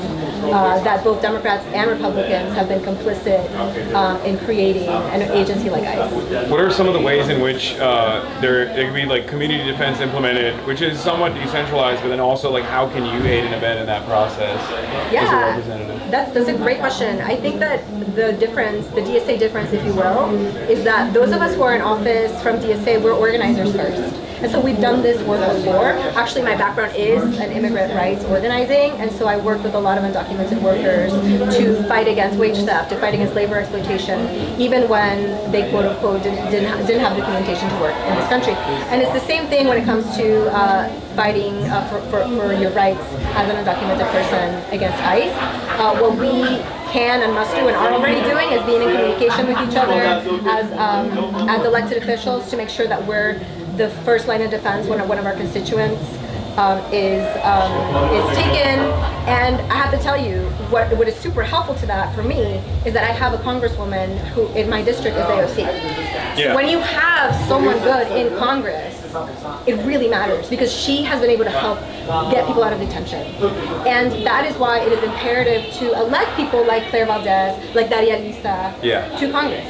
Because you really will have somebody who's not beholden to APAC, is not beholden to ICE contractors and private prison contractors that are benefiting and profiting off this bullshit. Isn't that precisely what happened with Mahmoud Khalil and Espaillat, who refused, even though Mahmoud Khalil is a constituent, Espaillat refused to even meet with him, or meet with his family, or make a big fuss about his release until much later in the process. And I saw his initial reaction, and it was so horrible. I mean, his initial reaction was not dissimilar to Chuck Schumer's, which is like, again, also gross. Because they're not dissimilar. Yeah, it's unbelievable that you have a senator and a congressperson, a representative, both represent themselves so tone deaf because they are either ideologically aligned with the administration, which Chuck Schumer directly is when it comes to Israel-related issues, or with Espaillat, also ideologically aligned because his pockets are being lined by AIPAC and foreign lobbies that are representing the interests of Israel. And I want to say that is exactly why the Palestinian cause is tied to the abolition of ICE and to immigrant rights. It's deeply connected, and also the federal government's assault on freedom of speech, which is rising, as you know, personally, internationally. True. I'm receiving it from both ends. I got the American government and the British government now. And we have a Democratic Party in New York that is complicit in that. We're passing buffer zone bills to suppress people's speech. And this is not about anti-Semitism. This is about illegal land sales that are taking place in synagogues. Yes. Those protesters are also showing up when they're happening in hotels. Right? Yeah. It's not about people worshiping. It's about the illegal sale of occupied land. Yeah, which is the far bigger crime, really, than whatever people may or may not say in these protests, especially when the counter-protesters or the protesters in defense of the settler fairs that are taking place inside of these synagogues are saying way more heinous things than what the pro-Palestinian side is saying. I mean, they wave Kahanas flags, which is a terrorist organization. Sorry, I don't want to interrupt, but we gotta keep it going. Okay, we gotta keep it going. Keep it going, my friend. All right. It was so Great good to seeing see you. Thank you so Yeah. much. We're gonna do a quick picture, Gianna? Yeah, let's do a picture, and then we'll switch. Alright, 3, 2, 1. 3, 2, 1, and then a couple verticals. 3, 2, 1. 3, 2, 1. Sweet, thanks guys. Will you also just open your granola bar? Yeah. Ian, you're good. What's going on? Hey, what's good? God damn. That's crazy. You know what? The drip is out of control. Hey, it's about the good life. Listen.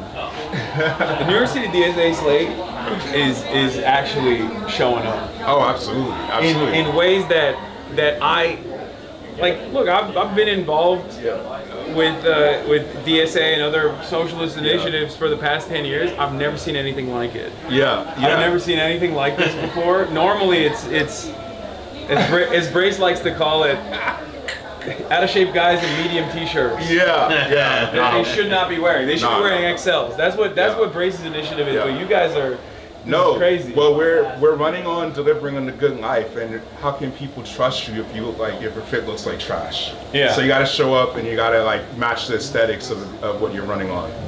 How are you feeling about your race since the last time we talked? I feel great. You know, we have achieved so much. We've gotten UAW, we've got support, we've gotten AOC's endorsement, which is really amazing. Someone who inspired me. I actually, like, when I ran, sat across, when she first ran, I sat across the table from her and was a union organizer. I didn't have the time to be involved in that campaign, but it inspired me. It's what made me join DSA, and so I have her endorsement. We've got a lot of momentum on our side, and we're really killing it in this home stretch. However, we have a ton of money. These billionaire babies are having a tantrum, and they're flooding the zone with mailers, like 3 mailers a day, crazy stuff. Even using my own photos that I posted, like, are you guys trying to say something negative about me and using the pictures where I look like? What do they got? Well, they do that to me all the time too. The Free Press once did my favorite article of all time. They said that the handsome face of terrorism. I know, it's like, guys. And it was like me wearing a keffiyeh over my head. I'm looking good. I was like, damn. I know, guys, you're like really trying to advertise for us right now. Yeah. So yeah, no, I feel great. We've got this momentum on our side. It is a lot of focus on this because it is in Hakeem Jeffries' backyard. He is my congressman, and so he hasn't weighed in on the front end of things, but the political establishment there is very clear-eyed in what they're doing. So they spent reckless levels of money in 24 against me, and they're trying to beat that with the pocket change for them, but what amounts to, could make a difference between winning and losing. And that's why, we're part of a movement that people have to turn out for. Yeah, how can people aid in your campaign if they're in your district or if they're not in your district? Well, they can sign up to my website, en4assembly.com, and that's EON4assembly.com, where you can sign up to donate if you don't live in New York State or New York City or Brooklyn or whatever.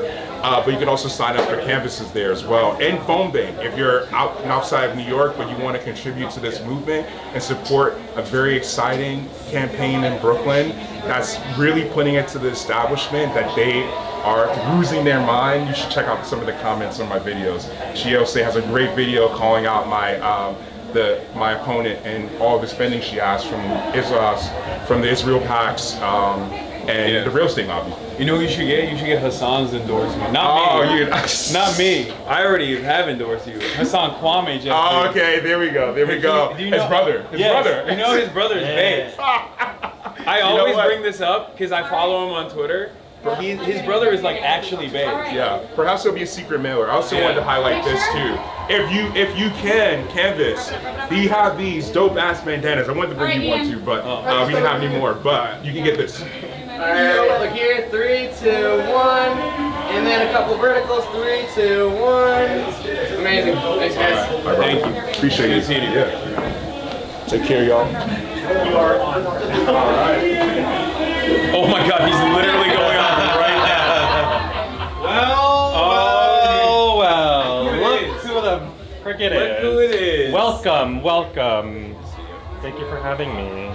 What's up? How are we doing? I'm great. How is everything going in your race? How are you feeling? Oh, it's great. Honestly, like, are you the only white guy on the slate? Yeah. I was calling that I was out. hanging out with John Wilson last night. Yeah, Ridgewood things.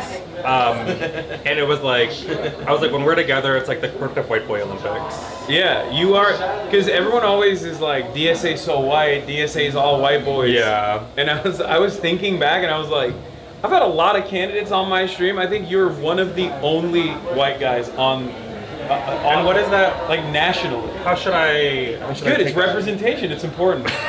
I'm glad that you're fulfilling a very important role. I made DSA close to its roots. Yeah, and Grant Platinum. I didn't know it was gonna be a hot couch, guys. I didn't know it was gonna be a hot couch. Yeah. Oh yeah, you thought you. No, I mean it's really interesting because I'm running against Jennifer Raj-Kumar. My favorite. Your Oh, she's favorite. awesome. Out of all of the people and she is like, I'm the representative of this community because I'm like a South Asian elected official. And like all of these South Asian communities who are very, very diverse in the district are like, you are our guy. Like the Bangladeshi Uncle Network has been like, you are our man, and they're taking me around and like putting me in front of every audience. I've gone to every mosque in the district. It's really resonating. And the reason, she's a Zionist. Yeah. And she's taking mad money from Israel folks. And that just really folks the Zionist lobby. God, really hang me up, y'all. She's taking mad money from Brazil groups, she's taking mad money from MAGA groups, she's taking mad money from Hindutva and Hindu nationalist groups. Yeah. And like that's where she's had 5 years in office and people see through it. And most importantly, she's got Eric Adams' endorsement. The coveted Eric Adams. I didn't want to bring this up. I felt the loss. I felt that loss when we didn't get that one. Did you think that? Well, after my, like long relationship with Eric, the various trips we've taken together abroad. Turkey? Yeah, we go to Turkey. Why do you think I'm wearing this hat? Yeah. He's hiding the scars. I'm hiding the scars. Yeah. But the real scar was what Eric did to you. So on a personal level, yeah. And that really hurts, but I really believe in like investing in relationships moving forward and just having kind of a clear dialogue, and that's the kind of like restorative process that Eric and I are going through right now. As soon as he gets back from Albania, we're gonna get that started. Yeah, he broke my heart with that one too, because I thought he would get Turkish citizenship, and instead he moved in a different way. And he got Albanian citizenship instead. Mm-hmm. So I guess he's hurt both of us. Well, that's just one of the many things that we have in common. Yeah, we both share many. So, you're doing well. You're feeling confident about your feeling race. great. Yeah. And let's run it back again. The incumbent that you're, going up against right now. What are some of the biggest failures of her tenure so far? How much time do we have? The Bangladeshi network to be on your side, right? As opposed to hers. Well, it's not just. It's interesting because I think a lot of people, when we go knock on the door, they're like, literally anyone but her, like, sign me up. And I'm like, okay, I actually like have spent my entire life doing a bunch of like cool and important things. And they're like, yeah, just tell me where to sign. But like, I actually have dedicated my life to the immigrant rights movements, Palestine Solidarity Movement. I founded a Jewish Voice for Peace chapter in Arizona. I've like lived in the migrant shelters. Like, I've gotten countless people citizenship and like fought deportations. And I think that really resonates with people, and also the fact that she's been in office for 5 years and like doesn't have much to show for it. Like, she's never passed a piece of legislation that has a budget implication, like nothing in the budget. It's just kind of these like fluffy other bills. And then she spent 4 years like literally dancing around town with Eric Adams, and people were like, "Where the hell were you?" Yeah. And in that same time frame, I was working with people in the district, fighting deportations, getting them status, getting them paid at work, like getting mad money that was stolen from workers in the district. And I think that really resonates with people. So it's both like she hasn't been up to much, and then also what I have been doing like does really resonate. Like where, like the Bangladeshi uncles, for example, it's like, yes, I've been a very, very active person in the Jewish Palestine Solidarity Movement, and that really resonates. And also it's like, who lives in this district? It's like the Uber and Lyft drivers of the city, the delivery drivers of the city, the construction workers of the city, and those are the people that I've represented for the past couple of years as a workers' rights attorney, and those are the people I'm going to continue working for. And also it's hella fun because... What's the biggest... Oh, okay. All right. Well, last question. What's the biggest attack you've received, and how do you retort? Well, she put my dad on blast for being a butt doctor, which is crazy because they try to make it seem like he does BBLs, and he's actually just like does colonoscopies. And she's losing the unks again. I know, and it's like, guys, colon cancer is coming. I was about to say, have you guys done a colonoscopy yet? And would you like one? I have not, but maybe. We're gonna talk later. We're gonna work on that. We're gonna work on that. Oh yeah, we gotta take a photo real quick. Okay, what an ending. All right, 3, 2, 1. 3, 2, 1. All right, and some verticals. 3, 2, 1. 3, 2, 1. Great work, guys. Thank you, boys. See you on the flip side. Colon cancer's no joke. No, I know. It's rising amongst the youth. Yeah. Get checked out. My man. What's good? What's good? Buy some treats. Buy some treats. Oh hell yeah! We got more merch. That's I crazy. know, I know. Every time I come here, man. This is my campaign shirt. You want to read it out loud? New York is a union That's town. right. So we are the campaign with the most union endorsements in this race. Oh, and wow. The pigeon has become our emblem, so we're kind of rocking that right now. I live in Iapa's district. Iapa's running to be my assemblyman. Yeah, and you've been glazing him hard. I have been. Appreciate it, bro. Yeah. And the pigeon is the right. I think it's the right. So I think the selling living there. Yeah, I think The it's sexy DSA Oh, I got jersey. another one. Oh, you got one already? All right. Well, not this one, not this variant. Yeah, we're mutating. We're very. Okay, hell yeah. I like this one even more than the other one. Hear that? This is So our- I'm really excited about your race specifically because we're flipping Dime Square back. Yes, we are. We're taking it Dime back. Square is no longer a safe haven for crypto fascists. That's right. And Peter Thiel affiliates.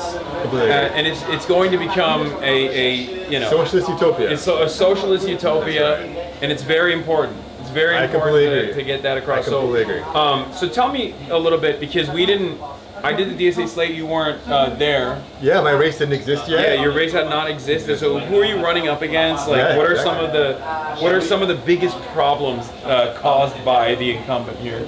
Okay, so yes, so the current state senator, he is retiring, which is causing an opening in the assembly. Yeah. So it's an open seat, so I'm running against 5 other people. It's kind of a zoo of a race.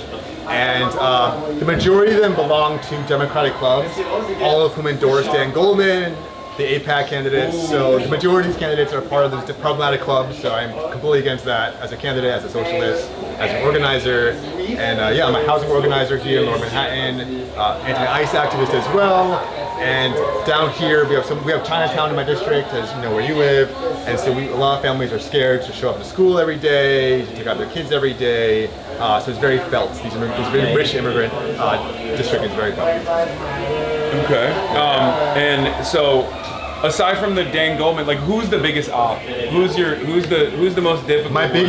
My strongest opposition, my strongest competitor, maybe this Chinatown figure named Jackie Wong. He's kind of an anti-shelter kind of guy. He's a conservative Dem, like Chinatown figure. So if anyone, maybe he's my biggest competition. I would say him. Okay. Yeah, good question. Okay, how do we slander him? I'm kidding. Okay, what have they done? You said they're anti-shelter. Yeah, so they'll run their ads and their mailers, and in English it sounds like somewhat progressive, and they'll have Chinese subtitles, and the Chinese text it will be like, and we're against homeless shelters, and we're against. So it's very sly, very cynical to kind of be palatable to everyone in the district, so that maybe folks who are more conservative, who are Chinese will read that and think, okay, well he's on my side, but maybe some progressive, like people who don't speak English, will read that and think, okay, he's for me. It's very calculated. Okay. Yeah. What's your attitude about homeless shelters in general, or how do you think we can combat homelessness in New York City? Is it a policy problem, or is it a personal moral thing? No, absolutely. It's a complete policy problem. Lower Manhattan is a very rich district.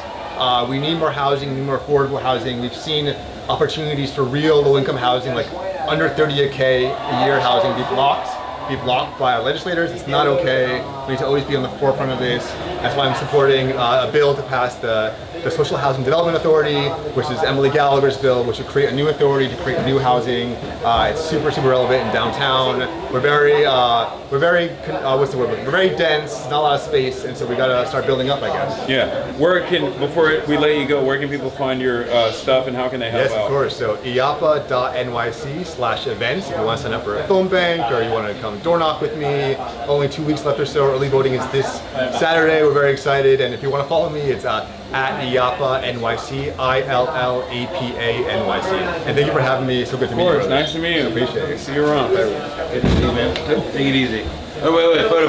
Oh, photo. We gotta do a photo real quick. Okay, camera. All right, 3, 2, 1, 3, 2, 1, and then a couple verticals. 3, 2, 1, 3, 2, 1. Got it. Thanks, guys. Thank you. Take care, man. See you. Take it easy. And we got hella merch. Speed dating, dude. This is what I did last time too. Remember? Yeah, no, I remember. You were there.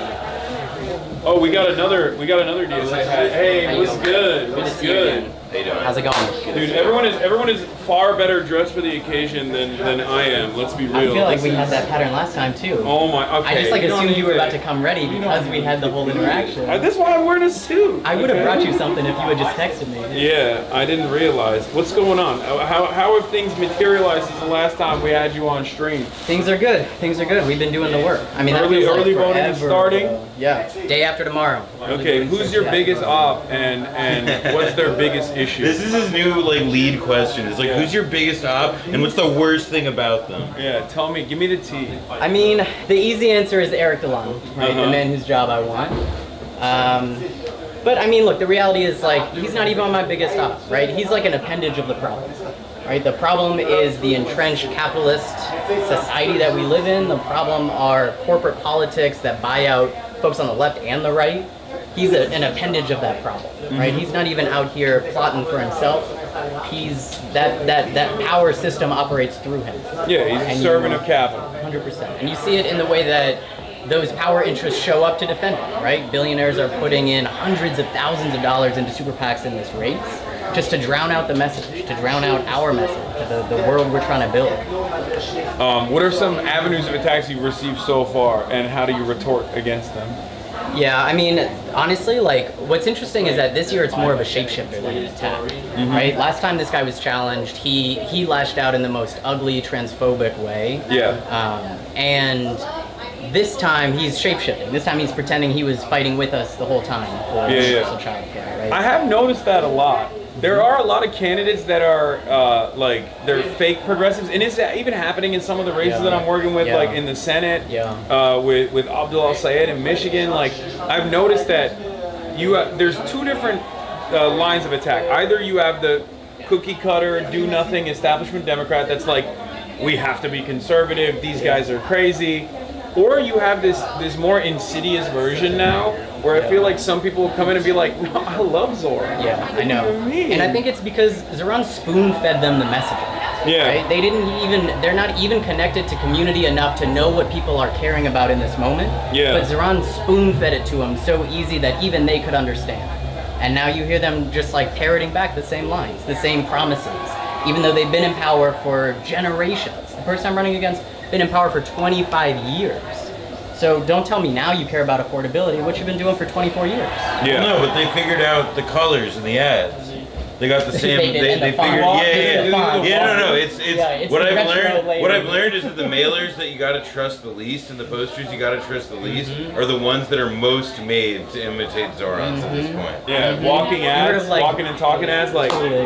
You heard of like gentrification door numbers? Yeah. Like you walk down the street in New York and you can tell which buildings are brand new because they all use the same type, the same font. Yeah, type they for got the that. numbers. They got the skinny door number. Yep, exactly. Yeah. Like it's just like that. You can spot it a mile away. Yeah, it's easy.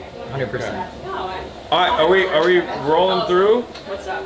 I just spoke. Oh, you did? Yes. Hell yeah. What's up? Hey, good to see you. Hey, oh my God, Noah. Hey. Hey. Good to see you. I don't know. What's your name, I think they keep, Emma, nice to meet you. They keep doing this, so I never know. But look, as long as is he rolling out? Is it my time to fuck off? Or? All right, shit. We're still gonna take a photo, but before we do the photo, tell people where they can find you, how they can help out. Thank you for the reminder. What's up, chat? If you live in New York, come volunteer. Get out the vote is right now. We're out all day, every day between now and the election. If you don't live in New York, go to cct4nyc.com and give me some of your money because we need it to fight back against that nonsense mailer action we were talking about. Appreciate you. Oh yeah, thank you. Hey, and then let's take a photo. All right. 1 second. Okay, 3, 2, 1. 3, 2, 1, and then a couple verticals. 3, 2, 1. All right, thanks guys. Thank you. Hey, appreciate you both. All right, People in the see you around. How many more do we have? You have a beer and then Clay. Okay. And then Samantha Katana, that's it. Okay, all right. Can I pee real quick? Yeah. All right. You might want to mute it, because I don't know how I'm like... No, it's fine. Hold on. Follow him into the bathroom. Yeah. If you can come in. We do things different here. Yeah. Wait, she can just come in and start talking. Yeah, she can start coming. Yeah, whatever. It's.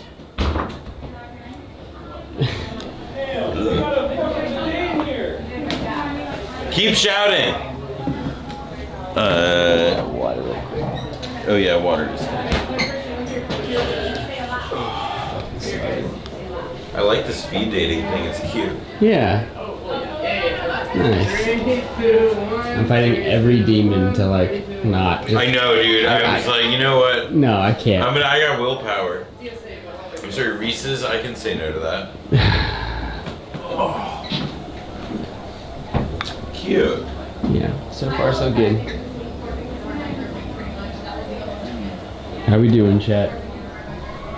We good? We smoking? Y'all doing? We cooling? Alright, so we're gonna get Aber. Piss Mike. Piss Mike. Oh yeah, oh right. No, it's actually, I didn't turn off Piss Mike. He's just in there quietly like aiming toward like that one section that I can't believe that when Adam did that to him. That was so good.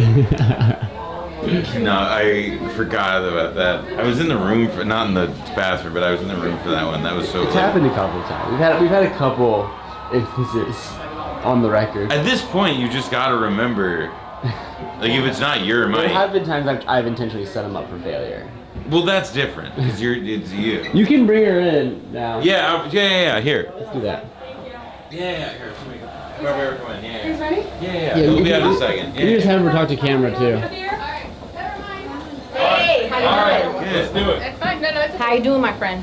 What's up? You outside. You all the way outside. You all the way outside Hi. making trouble. How are you? The kind of trouble that I want. Hey. Of course. Did You you know know I that- bought one already. Yes, This is yours. Oh, hand this is delivered. hand delivered. Hand delivered. Come on. Right for Let's you. go. Let's go. Let's go. All right. All right. Did you know that Linda was like my auntie, basically? Like actually or no? Pretty much. Okay, the one for me, I'm leaving you alone. All right. Okay. Here, look at this one. Okay. 3, 2, 1, 3, 2. Yeah, the whole segment's a photo shoot. All right, let's do it. Get in here. Yeah. This is for you. Thank you so much. Oh my God. This is this is why I do it. This is why I come here. It's not for the socialism shit. It's for the free. It's for the free merch. Every time. The hand delivered, my friend. Come on. I mean, you know, Linda helped my family out when my dad was in prison. He was Wow. picked up by ICE, and she helped my mom out, and Okay. I've been working with her ever since. Yeah, Linda is amazing. I love her. I've been a fan of her work for a very long time. Hasan and I are probably the two most hated people by the Democratic Party. One of the OGs. Yeah, that's who I like to hang out with. Yeah.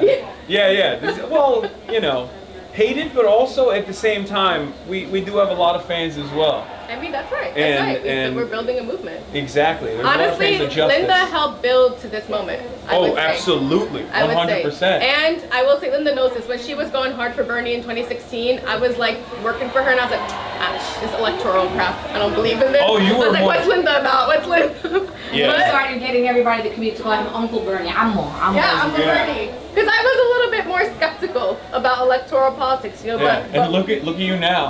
honestly, You look at me became now. you became what you were skeptical of. Yeah. All right, so let's talk about your race. Tell me. She'll be the first Palestinian American woman to go to the New York State Legislature. Just so you're She's clear. feeding you the point. I know. You're going to be the first Palestinian American woman to go to the That New York is State true. Legislature. That is true. But also, the campaign is not about me being Palestinian. Yes. I think the fact that we have always been fighting for Palestine is actually what everything else is about. Yeah, Because if you fight for Palestine, that means you fight for everything else. No, absolutely. I think it's a pretty reliable litmus test, in my opinion, that is you get inundated with a barrage of moneyed interests that come after you that most people don't even broach the subject for that reason. So if you're a fighter for that cause, that means you're going to be a fighter for every other cause as well. You're always going to be on the side of the dispossessed, people that are being fucked over by the real estate developers and numerous other corporate interests. So who are you going up against, and who's your biggest op right now? My biggest, well, I'm running in Western Queens, and that's parts of Astoria, Woodside, Sunnyside, Richmond. You got to come through. My opponent is like a progressive candidate in the district, and I think that what our race is really about is kind of, you know, what does it mean to push beyond just fighting for incremental change? Yeah. What does it mean to actually go into Albany? You can have people who go in, and they're good people, and they do this or that, but we need a whole movement that is going to push Albany to change. So that's really what our race is about. And who's my biggest op? Is it you? Am I? No, I'm asking you. I don't want to No, be on, honestly- I don't want to be on your wrong side. No, I actually think that the whole entire Democratic establishment is our op because, in a way, we are differentiating the difference between what does it mean to be a Democrat and kind of fight for this thing or that. But if you're going to stand against MAGA, if you're going to stand against ICE, then you need to stand up for Palestine, and that's like the big differentiation I think we're So talking you're about. the person you're running is they're not sufficient in terms of their advocacy for Palestinians. I will say that I helped write the Not on Our Dime bill with Assemblymember Ramdani. And when we started that from 2021, we introduced it 2023. There was a few people with us. 2024, we had 350 people with us. And my opponent actually, I'm very glad he signed on this year. But I think, I think what this movement is about is being a leader. It's about being a leader and being bold and courageous and taking the fights that no one else is taking to Albany, starting them and building that, not kind of getting on afterwards. All right, how can people help out if they're in the district or out of the Come district? through, volunteer. We had one of the biggest volunteer operations in any Senate race in New York just 2 weeks ago for our Day of Action. So come out this weekend, come to Astoria, Woodside, Sunnyside, Ridgewood, Glendale, Elmhurst. We have canvases all over the district. Come knock on doors. That's how you have the conversations. That's how you make it happen. We're trying to get Hasan to canvas because he doesn't want to have me on his show yet, and I'm not sure why. Yeah. He's asking me about other people, but I'm right I here, don't. Hasan. I'm right here, I Hasan. don't. I've only had you on the stream twice now. Twice. Gluttony. That's what this is. But come through because it's where it's at. Okay. All right. Thank you so much. We took the photos already, but we can do it again. We do it again. All right, 3, 2, 1, 3, 2, 1, and then one couple vertical. 3, 2, 1, 3, 2, 1. Sweet. Thanks, guys. It was good to see. So you're not gonna put on my jersey now? Well, not No, right no, now. No. Maybe I'll try to. You want me to do the whack ass Alright, why don't you hold You want me it? to do the whack Do you ass wanna Zoran hold thing it? where I'm wearing under my suit? No. But why don't you hold it while you're Yeah. standing next to me so it's jersey.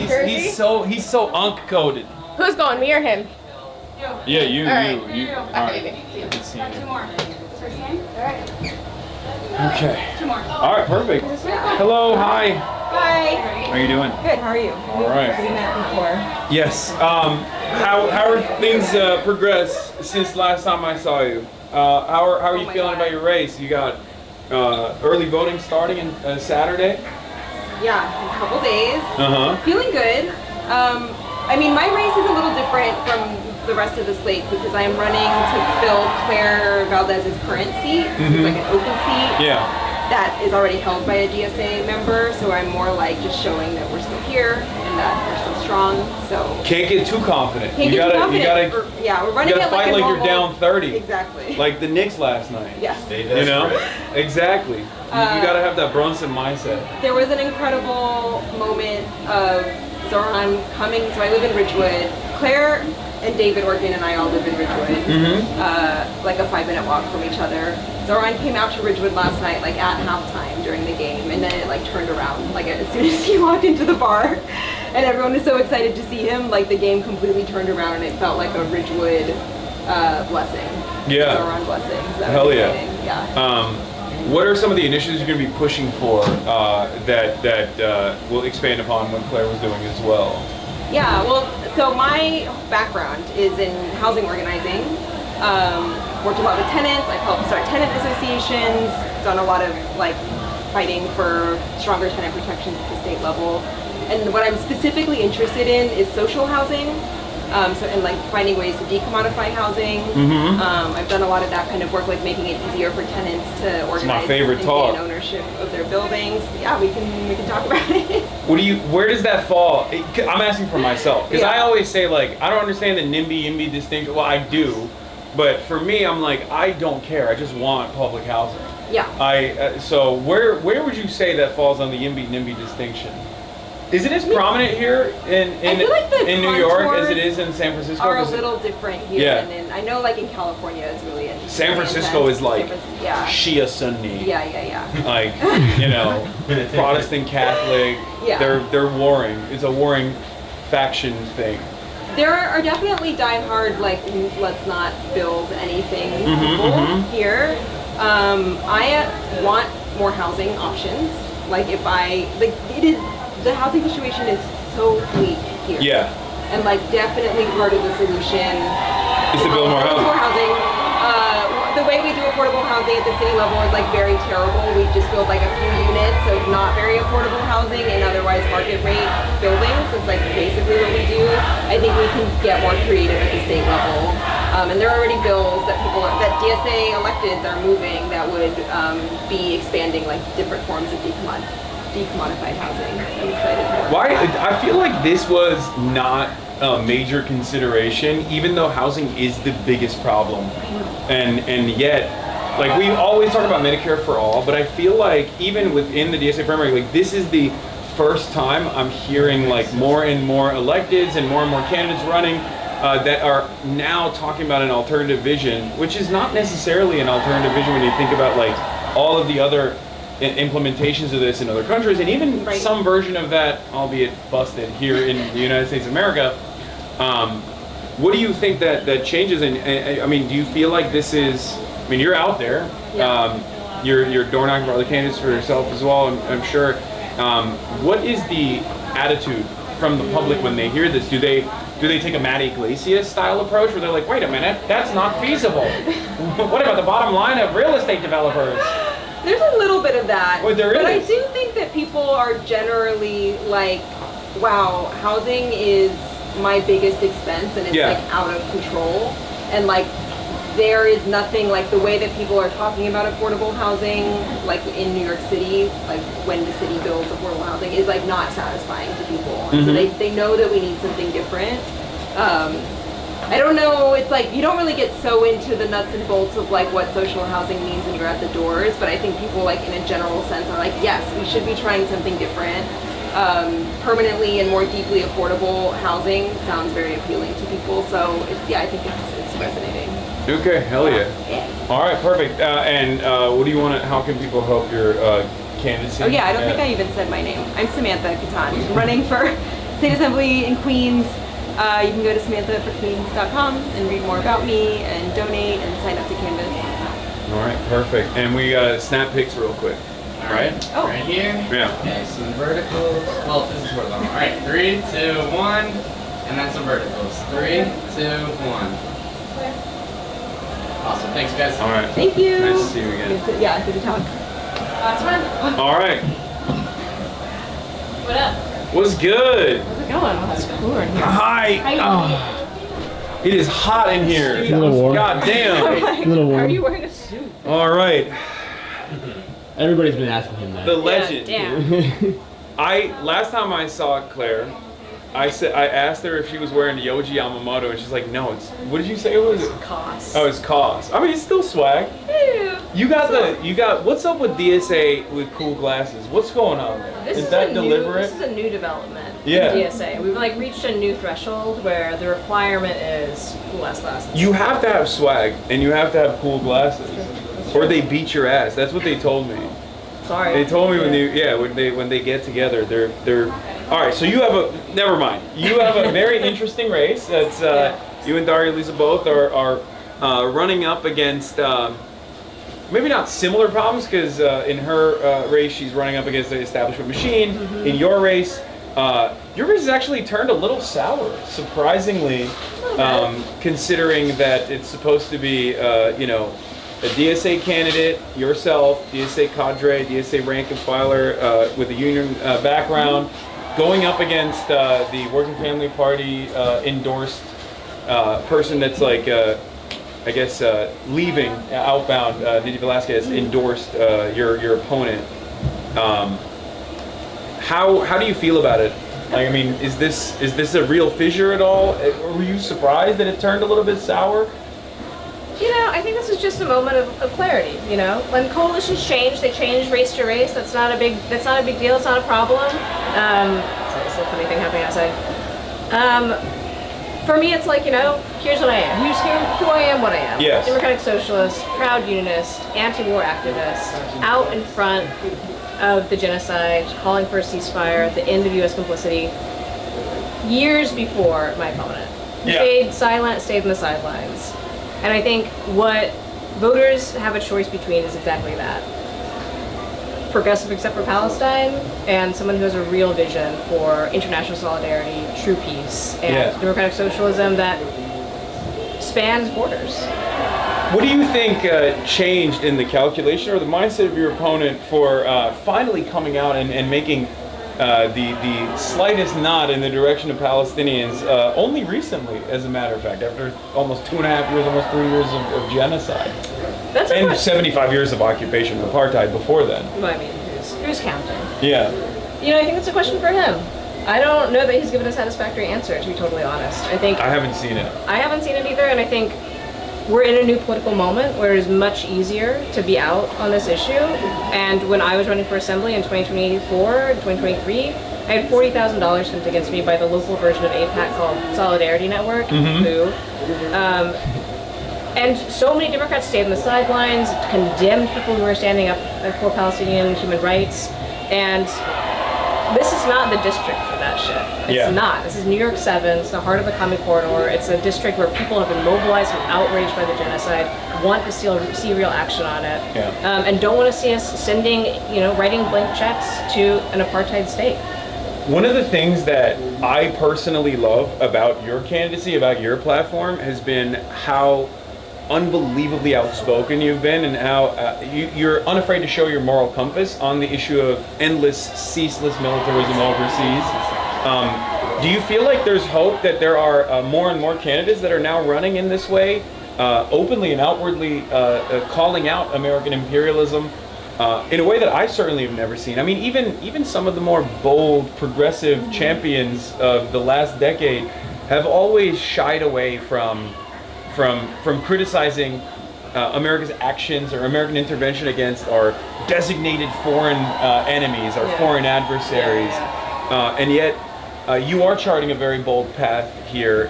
How have other establishment Democrats reacted to that? Do they even offer lip service to it? Do you feel like people will inevitably shift on this issue in the way that they have with Palestine? I think so, and I think some of it may be generational. I'm spitballing here. Some of it may be generational. I'm a millennial. We're all millennials here. I came of age during the invasion of Iraq. I saw the kind of building of consensus around this war machine, and then the murder of 1 million people in Iraq, the destabilization of a region, and the introduction of a new forever war.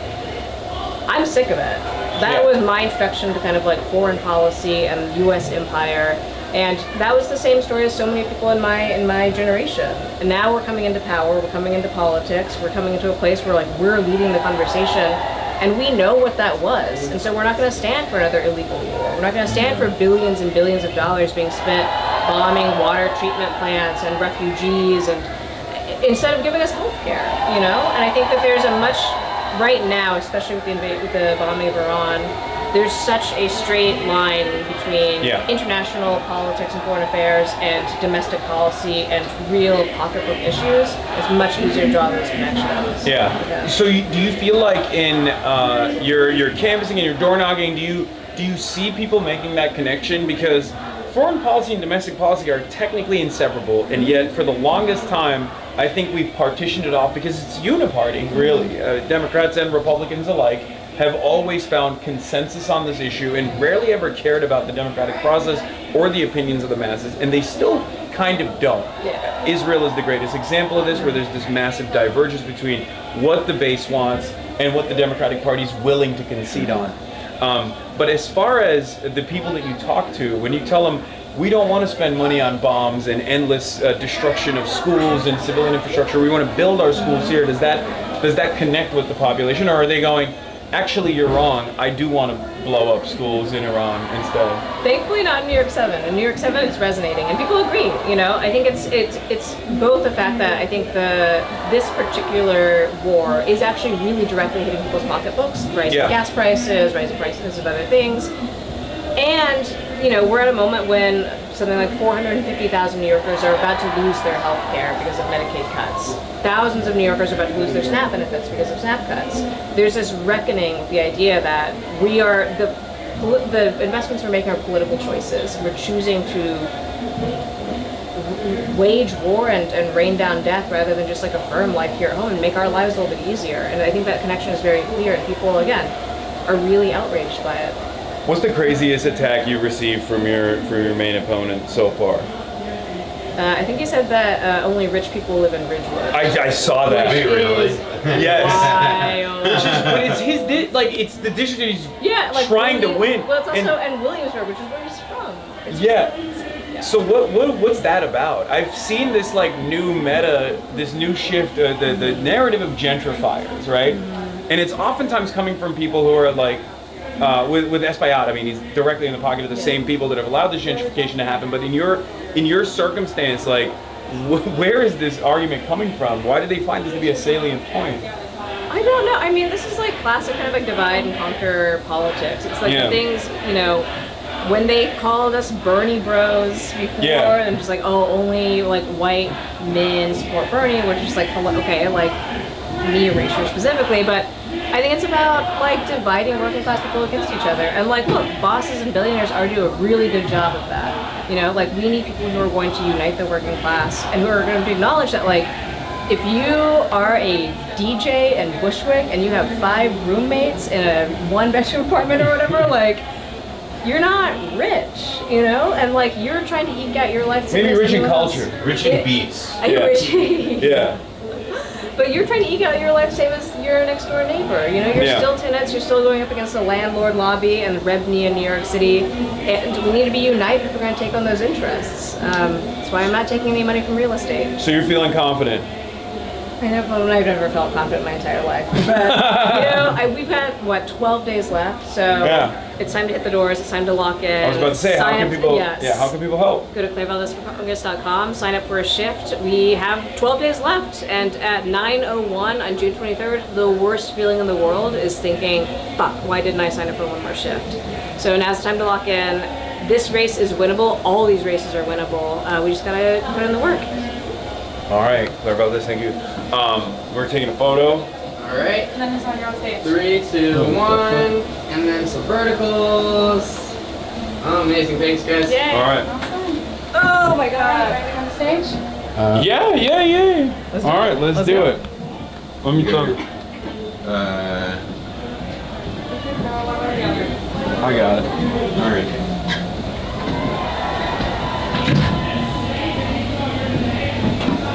You want me to keep the mic on, right? Yeah. Now, so real quick, we thought we wouldn't be able to get her, but we got a special guest, and you just happened. Oh my God! Come on.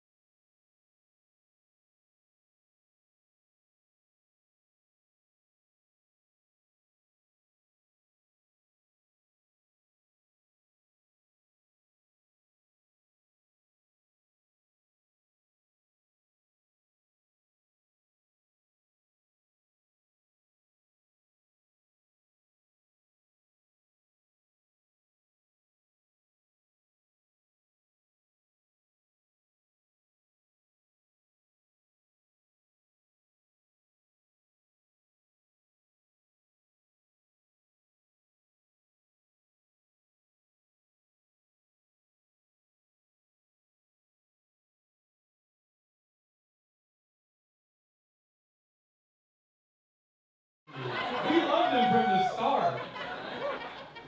It's about all of us. It's about all of you.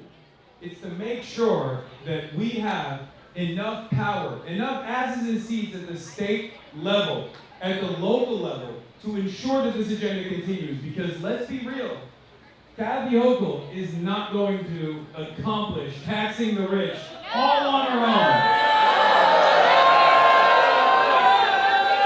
We gotta make sure that she taxes the rich. We gotta make sure that they happen. Tax the rich! Tax the rich! Tax the rich! Tax the rich! Tax the rich! Tax the rich! Maybe not too much, because I want to buy a home here. Just kidding, just kidding. I would gladly pay the pied-a-terre tax.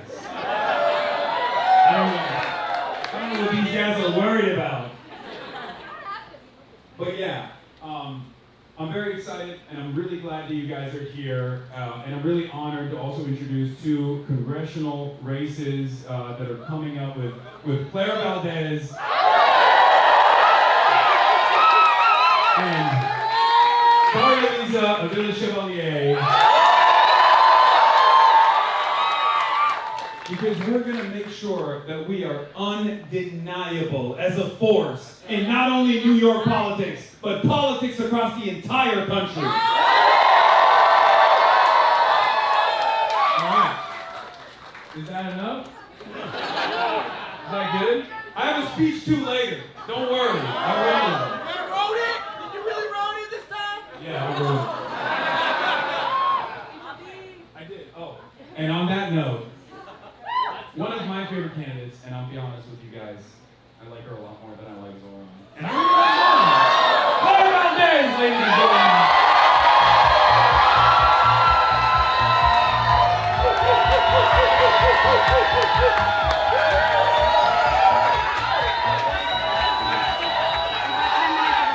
Okay.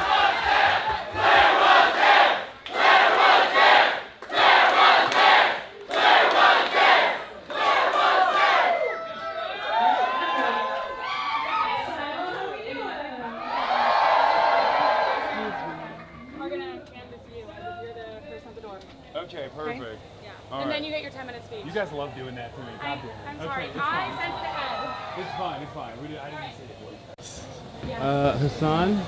All right. I don't know the fuck's going on, but we You can chill wherever. If you want to chill here, chill there. Oh shit! But Really? Well, it looks recovered. I know. I recovered it. It was weird. The entire HDMI of the background, the camera, I don't know what's going on. That's fine. Did he get the speech or no? I got the last 40%. Yeah. But it means that when he goes out there for the canvas thing, it'll be good because it'll get time to restart before you talk. Okay.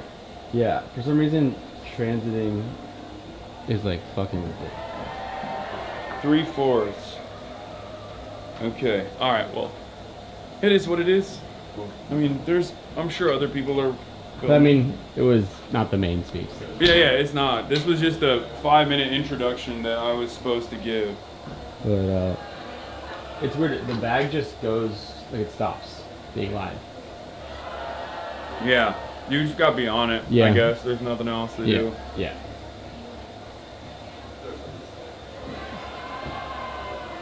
It was good though. Not the last part. We didn't catch you pandering, so you can run it again. So you didn't see that part. Okay, they didn't hear me pander? Yeah. Good. It's my secret weapon. Ugh. How much time is there? What? How much time did they give you? 10 minutes. What's good? You can come in here if you want.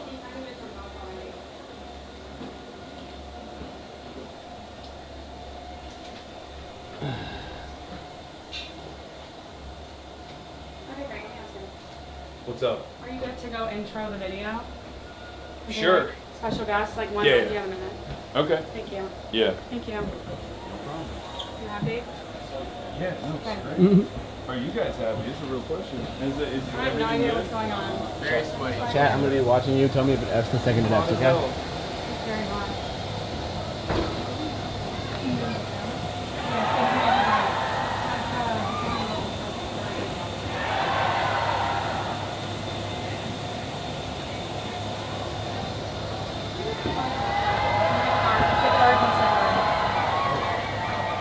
losing? Is it effing? I'm watching. Okay.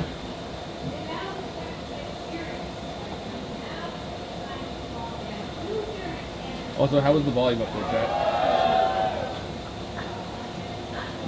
Still holding. That's good. It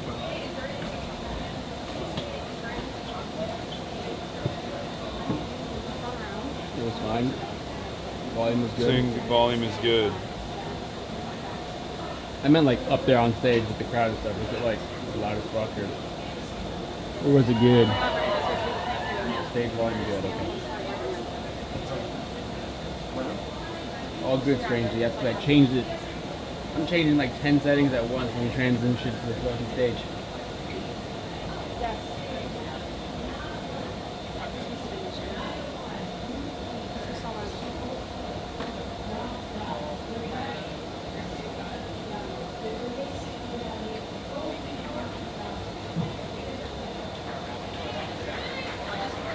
After you guys watch the video, can you stay up there and talk about Darlene, how excited we are for her race? Yeah. With Claire? Yeah, you and Claire. Yeah. After the video. And I'm gonna give a little spiel beforehand about why she couldn't make it, and be like she's working tirelessly. I talked to Bianca beforehand too.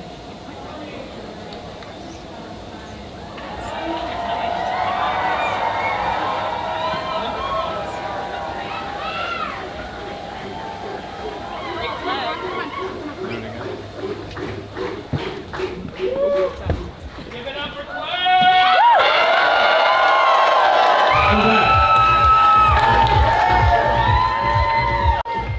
I can't get enough of this hosting thing. My God. All right. So we have another very special guest who unfortunately could not make it here in person tonight because she is tirelessly working to make sure that she knocks on every door in her district. But, of course, yes, you got it. You get nothing for that. I'm talking about Daria Lisa. Hi everyone, my name is Daria Lisa. I'm running for Congress here in New York 13, Uptown in the Bronx. And I'm so excited to run with such an incredible slate of DSA candidates. I'm so excited to be able to bring democratic socialism to the halls of Congress. And you all do this work every single day because you love New York. And like so many New Yorkers here, we are tired of a politic that seems to only look at us as statistics, a politic that has consistently put profit over people. And because we love the city, because we love the New Yorkers who live here, we have fought for something drastically different. Something that continues to fight for New Yorkers to make sure that we can stay in New York and to make sure that the lives of working class people are reflected in the halls of power. And we've only been able to do that because of all the work that you all have done. So, from now until Election Day, I'll see you at the phone banks, I'll see you at the canvases, and on June 23rd, I'll see you at the polls so that we can elect a democratic socialist slate.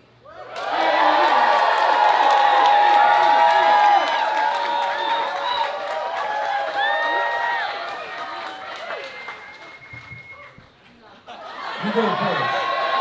There she is.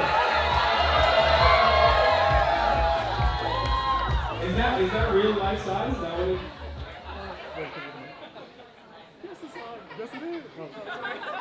That's crazy. They're fucking me up. They're fucking me up. Yes, it is. Yes, it is.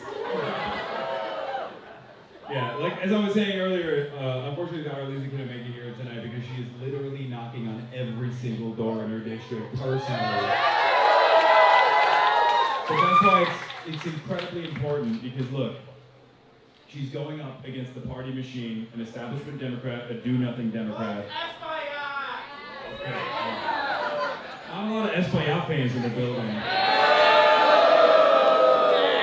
But it's incredibly important to make sure that both Daria Lisa and Claire here win by such unprecedented numbers with your tireless advocacy that we send a message to Congress once and for all that a new way of politics is here to stay.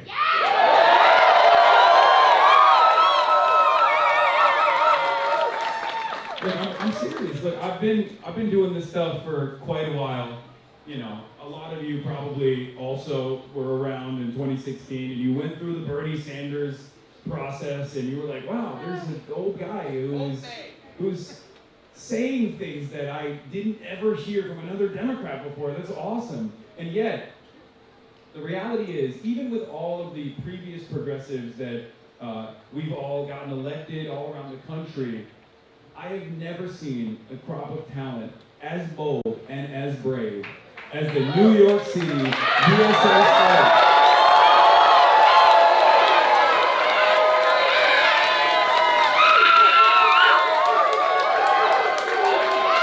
And let me tell you, listen. This is not just about young millennials and older millennials, as many of you are, and myself included, even though, by the way, we are kind of putting numbers on the board as millennials. That's crazy. Yeah, Gen Z's cool too.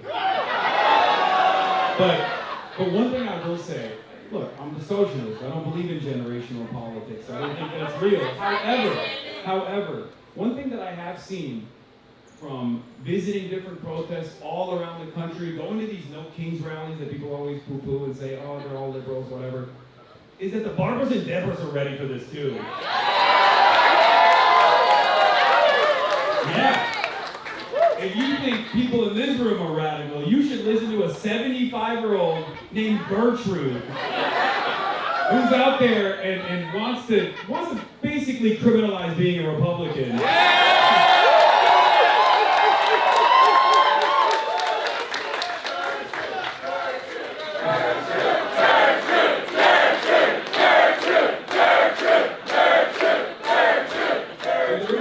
There is real change here, and I'm very, very excited to hype up and stand next to giants like Claire and I mean,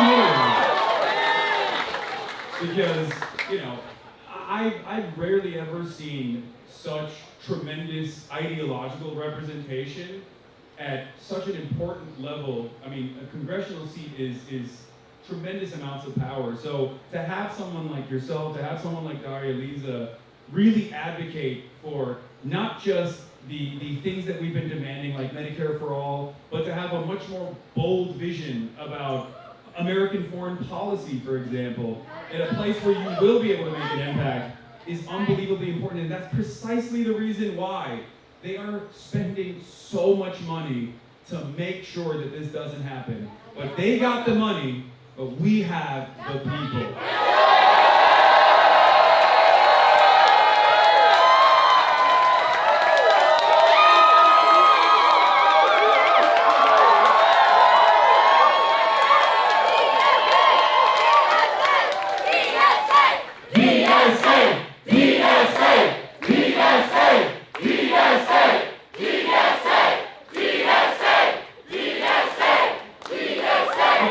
Too much. How are you going to gas yourself up now? Come on. Get in there. I'm gassed up.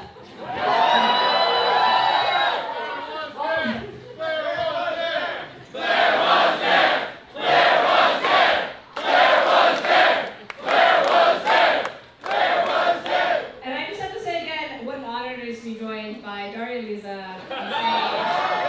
Genuinely, what a badass campaign, what a badass candidate who's taking on machine politics. It's an honor of a lifetime to be on the slate with her and so many of my other socialist comrades. Guys, we can win. And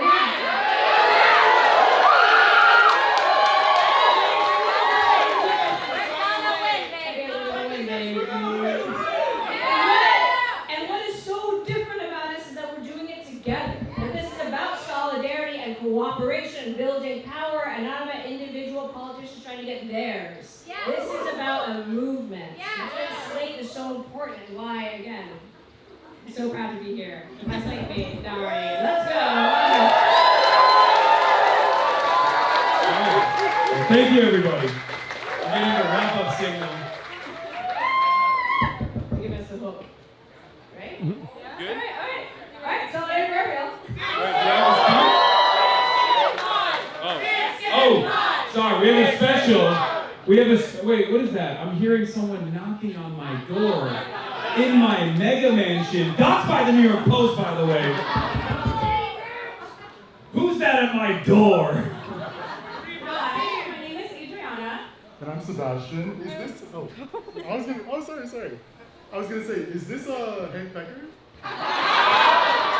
We're with two campaigns. How did you guys find my home? We're with two wonderful democratic socialists who are running for office. We're here with Conrad Blackburn, who's running for state assembly. And our Lisa Avila Chevalier, who's running for Congress. Have you heard of their campaigns? No. Okay, no worries. But tell me about it. There's a very special election happening in just 12 days in your district. Both of them are democratic socialists. They're running on kind of similar issues on different levels of government. They both want to make sure that people can stay in their homes. They both want to make sure that housing is affordable. I like that. Okay, tell me more. I've heard about this socialism stuff. Yeah. I'm a little reluctant, but I like affordable housing. Of course. Yeah, and I think there's another big thing that is on both of their platforms, which is making sure that we protect New Yorkers from ICE.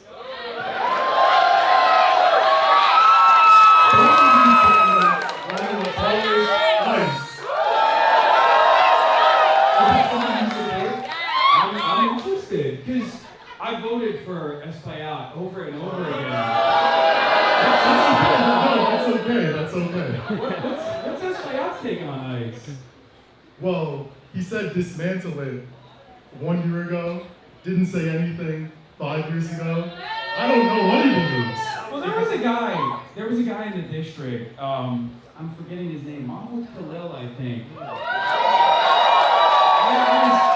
As a New York Times subscriber, I love to read the New York Times. And they were calling a bunch of names, but I thought his case was really interesting. It felt like the American government was taking egregious actions. What did Espaillat do? Because he was a constituent of Espaillat, right? Just like I am in this district. I live in Harlem. Espaillat did not do anything for Mahmoud. No. I didn't even know that. That's right. Yeah. So this is a part of the case, so you lied to beef up her point? Like what? Wow. As a lifelong Espaillat Democrat, I believe I will be voting for both of these candidates now.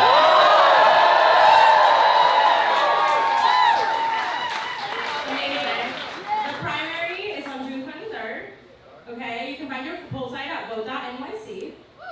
It sounds like you're pretty enthused by the socialism idea. Would you like to knock doors with us over the next 12 days? As a very busy finance executive, I believe I will atone for my crimes at Wall Street by knocking on doors for a democratic socialist.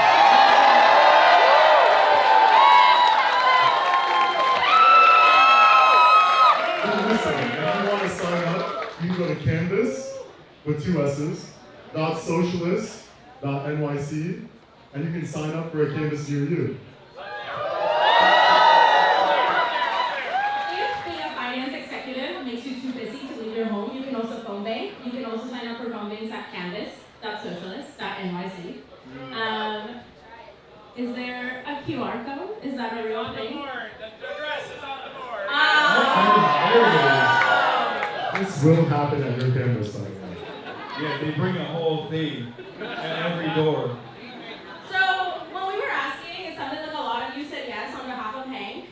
I am asking you now to take your phones and instead of taking pictures, scan that QR code right there and sign up for a Canvas. There are people all around the crowd with clipboards. You can also turn to them and scan the QR codes on their clipboards. Okay. Amazing. I love socialism now.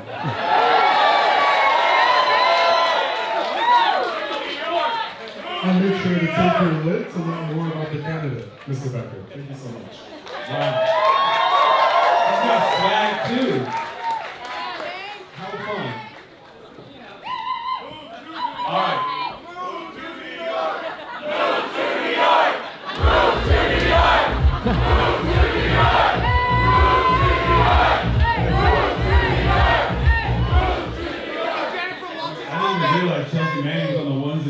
That's crazy. American hero. Wow.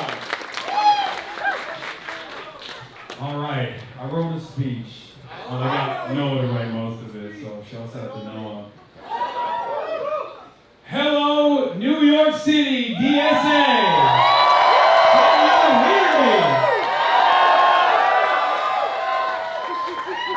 I pandered earlier, so I can't say Nixon 5 again. Yes, you can.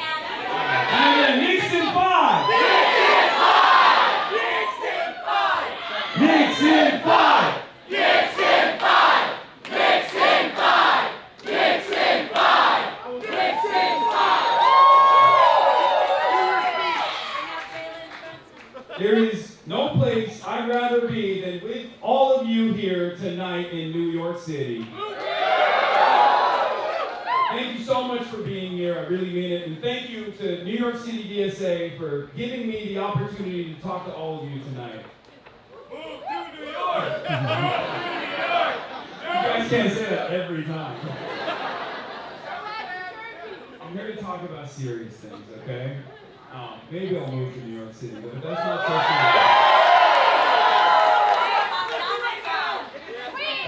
I want to talk to you about why I'd rather be here tonight, more than anywhere else, all around the world. And that's because here in New York City, you are on the front lines of one of the most important battles. You are, in many ways, the vanguard of a struggle that is taking place all over the country.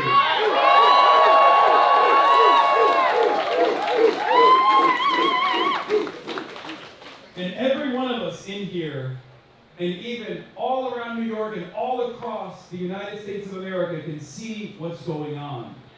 Amidst the depravities of Donald Trump and worsening wars around the world, we can see that here in America, change is happening amongst the people themselves. Where the people are finally taking power back from corporate entities and back from the corrupt establishment, Republicans and the Democrats too. From the student movements to the door knockers to the old white suburbanites. From the disenchanted liberals who voted for Hillary Clinton, who now say Bernie was right, to the excited socialists who are always there, more and more people recognize the extraordinary times that we are living through. And they want something different. People, in other words, are demanding a politics that works for them. And we see it in all sorts of different places. We see it in the dozens of states where communities reject building new data centers, where you have Republicans saying they will never vote for another Republican again as long as they allow those data centers to be built in their backyard.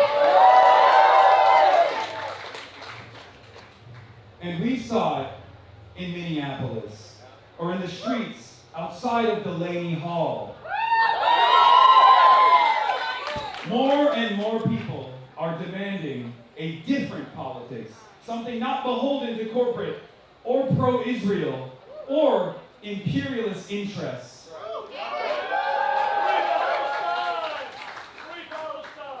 For the longest time, free Palestine.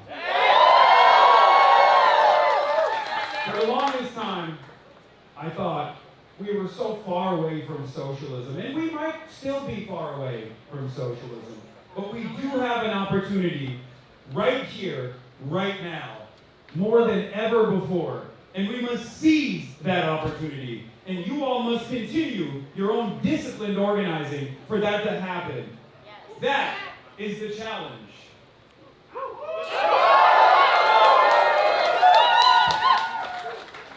Now, what is this organizing? It's more than just elections. It's work like organizing tenant unions.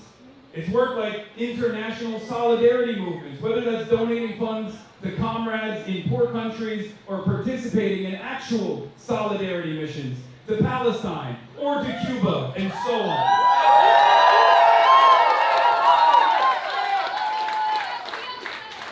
But it's also work like labor organizing or work like political education of yourselves and others.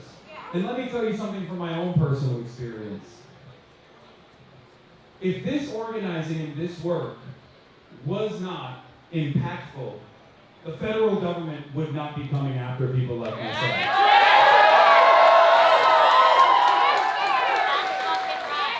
Because for years and years, I've done this advocacy on Twitch, I've gone to the protests, but never before had I ever experienced this level of federal repression. And people ask me all the time, they say, how do you feel? Are you afraid? And I say, I'm unbowed.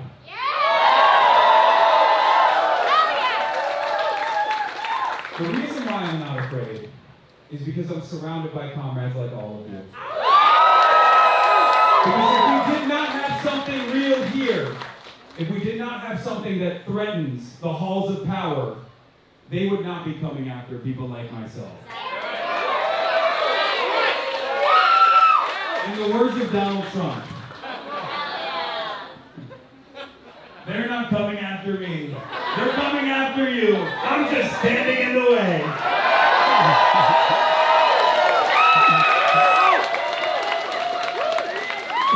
But remember, organizing is very important. And this organizing doesn't just mean aiding and abetting your comrades. It also means something else. It's the cultivation of something shared, something special among all of us in the cause. The idea that in a world where more and more people are outraged about injustice, that it's our side that can credibly offer a path forward. Yes. That it's our side that has the answers. That it's our side that understands exactly how serious this moment is and how dire the situation is. It's our side and not our rivals for power. And what most brings us here to do this work together is a belief in the urgency and the opportunity of this moment, from Gaza to Washington to Bushwick. And we need all of the right people to seize it. This is the other part. This is the critical piece of the disciplined organizing that brings us all here together today. I believe that DSA New York Slate is a group of people so talented, so dynamic, that this group will do even more than Zoran can.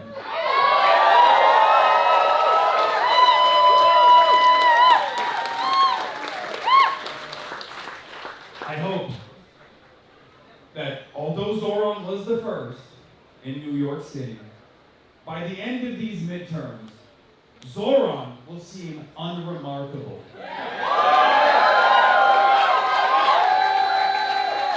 Because by then, we will have elected so many brilliant fighters into legislative offices throughout the New York City and the state. Claire Valdez. Marie-Lisa Avila Chevalier. Amber Kawas. Christian Celeste Tate. Conrad Blackburn. Ian Huntley. Diana Marino. David Orkin. Iapa Sairi Tupac. And Samantha Catan.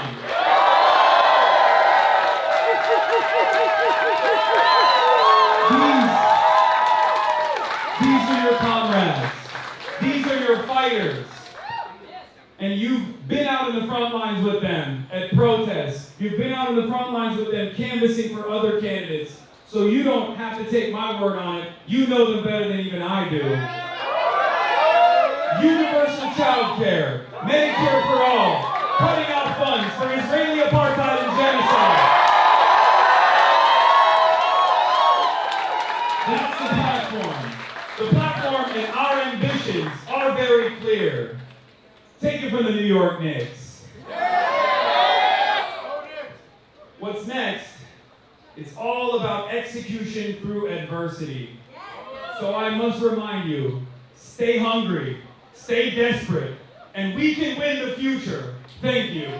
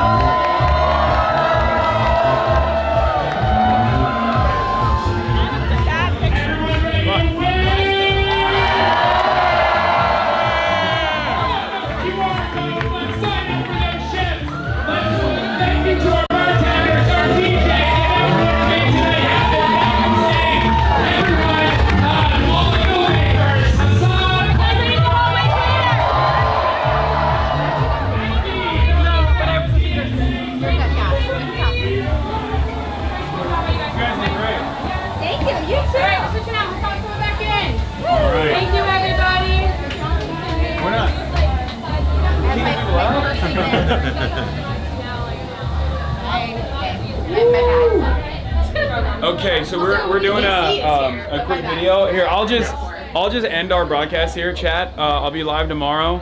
Thank you so much. Shout out New York City DSA. Shout out Noah. Thank you for being here. Thank you.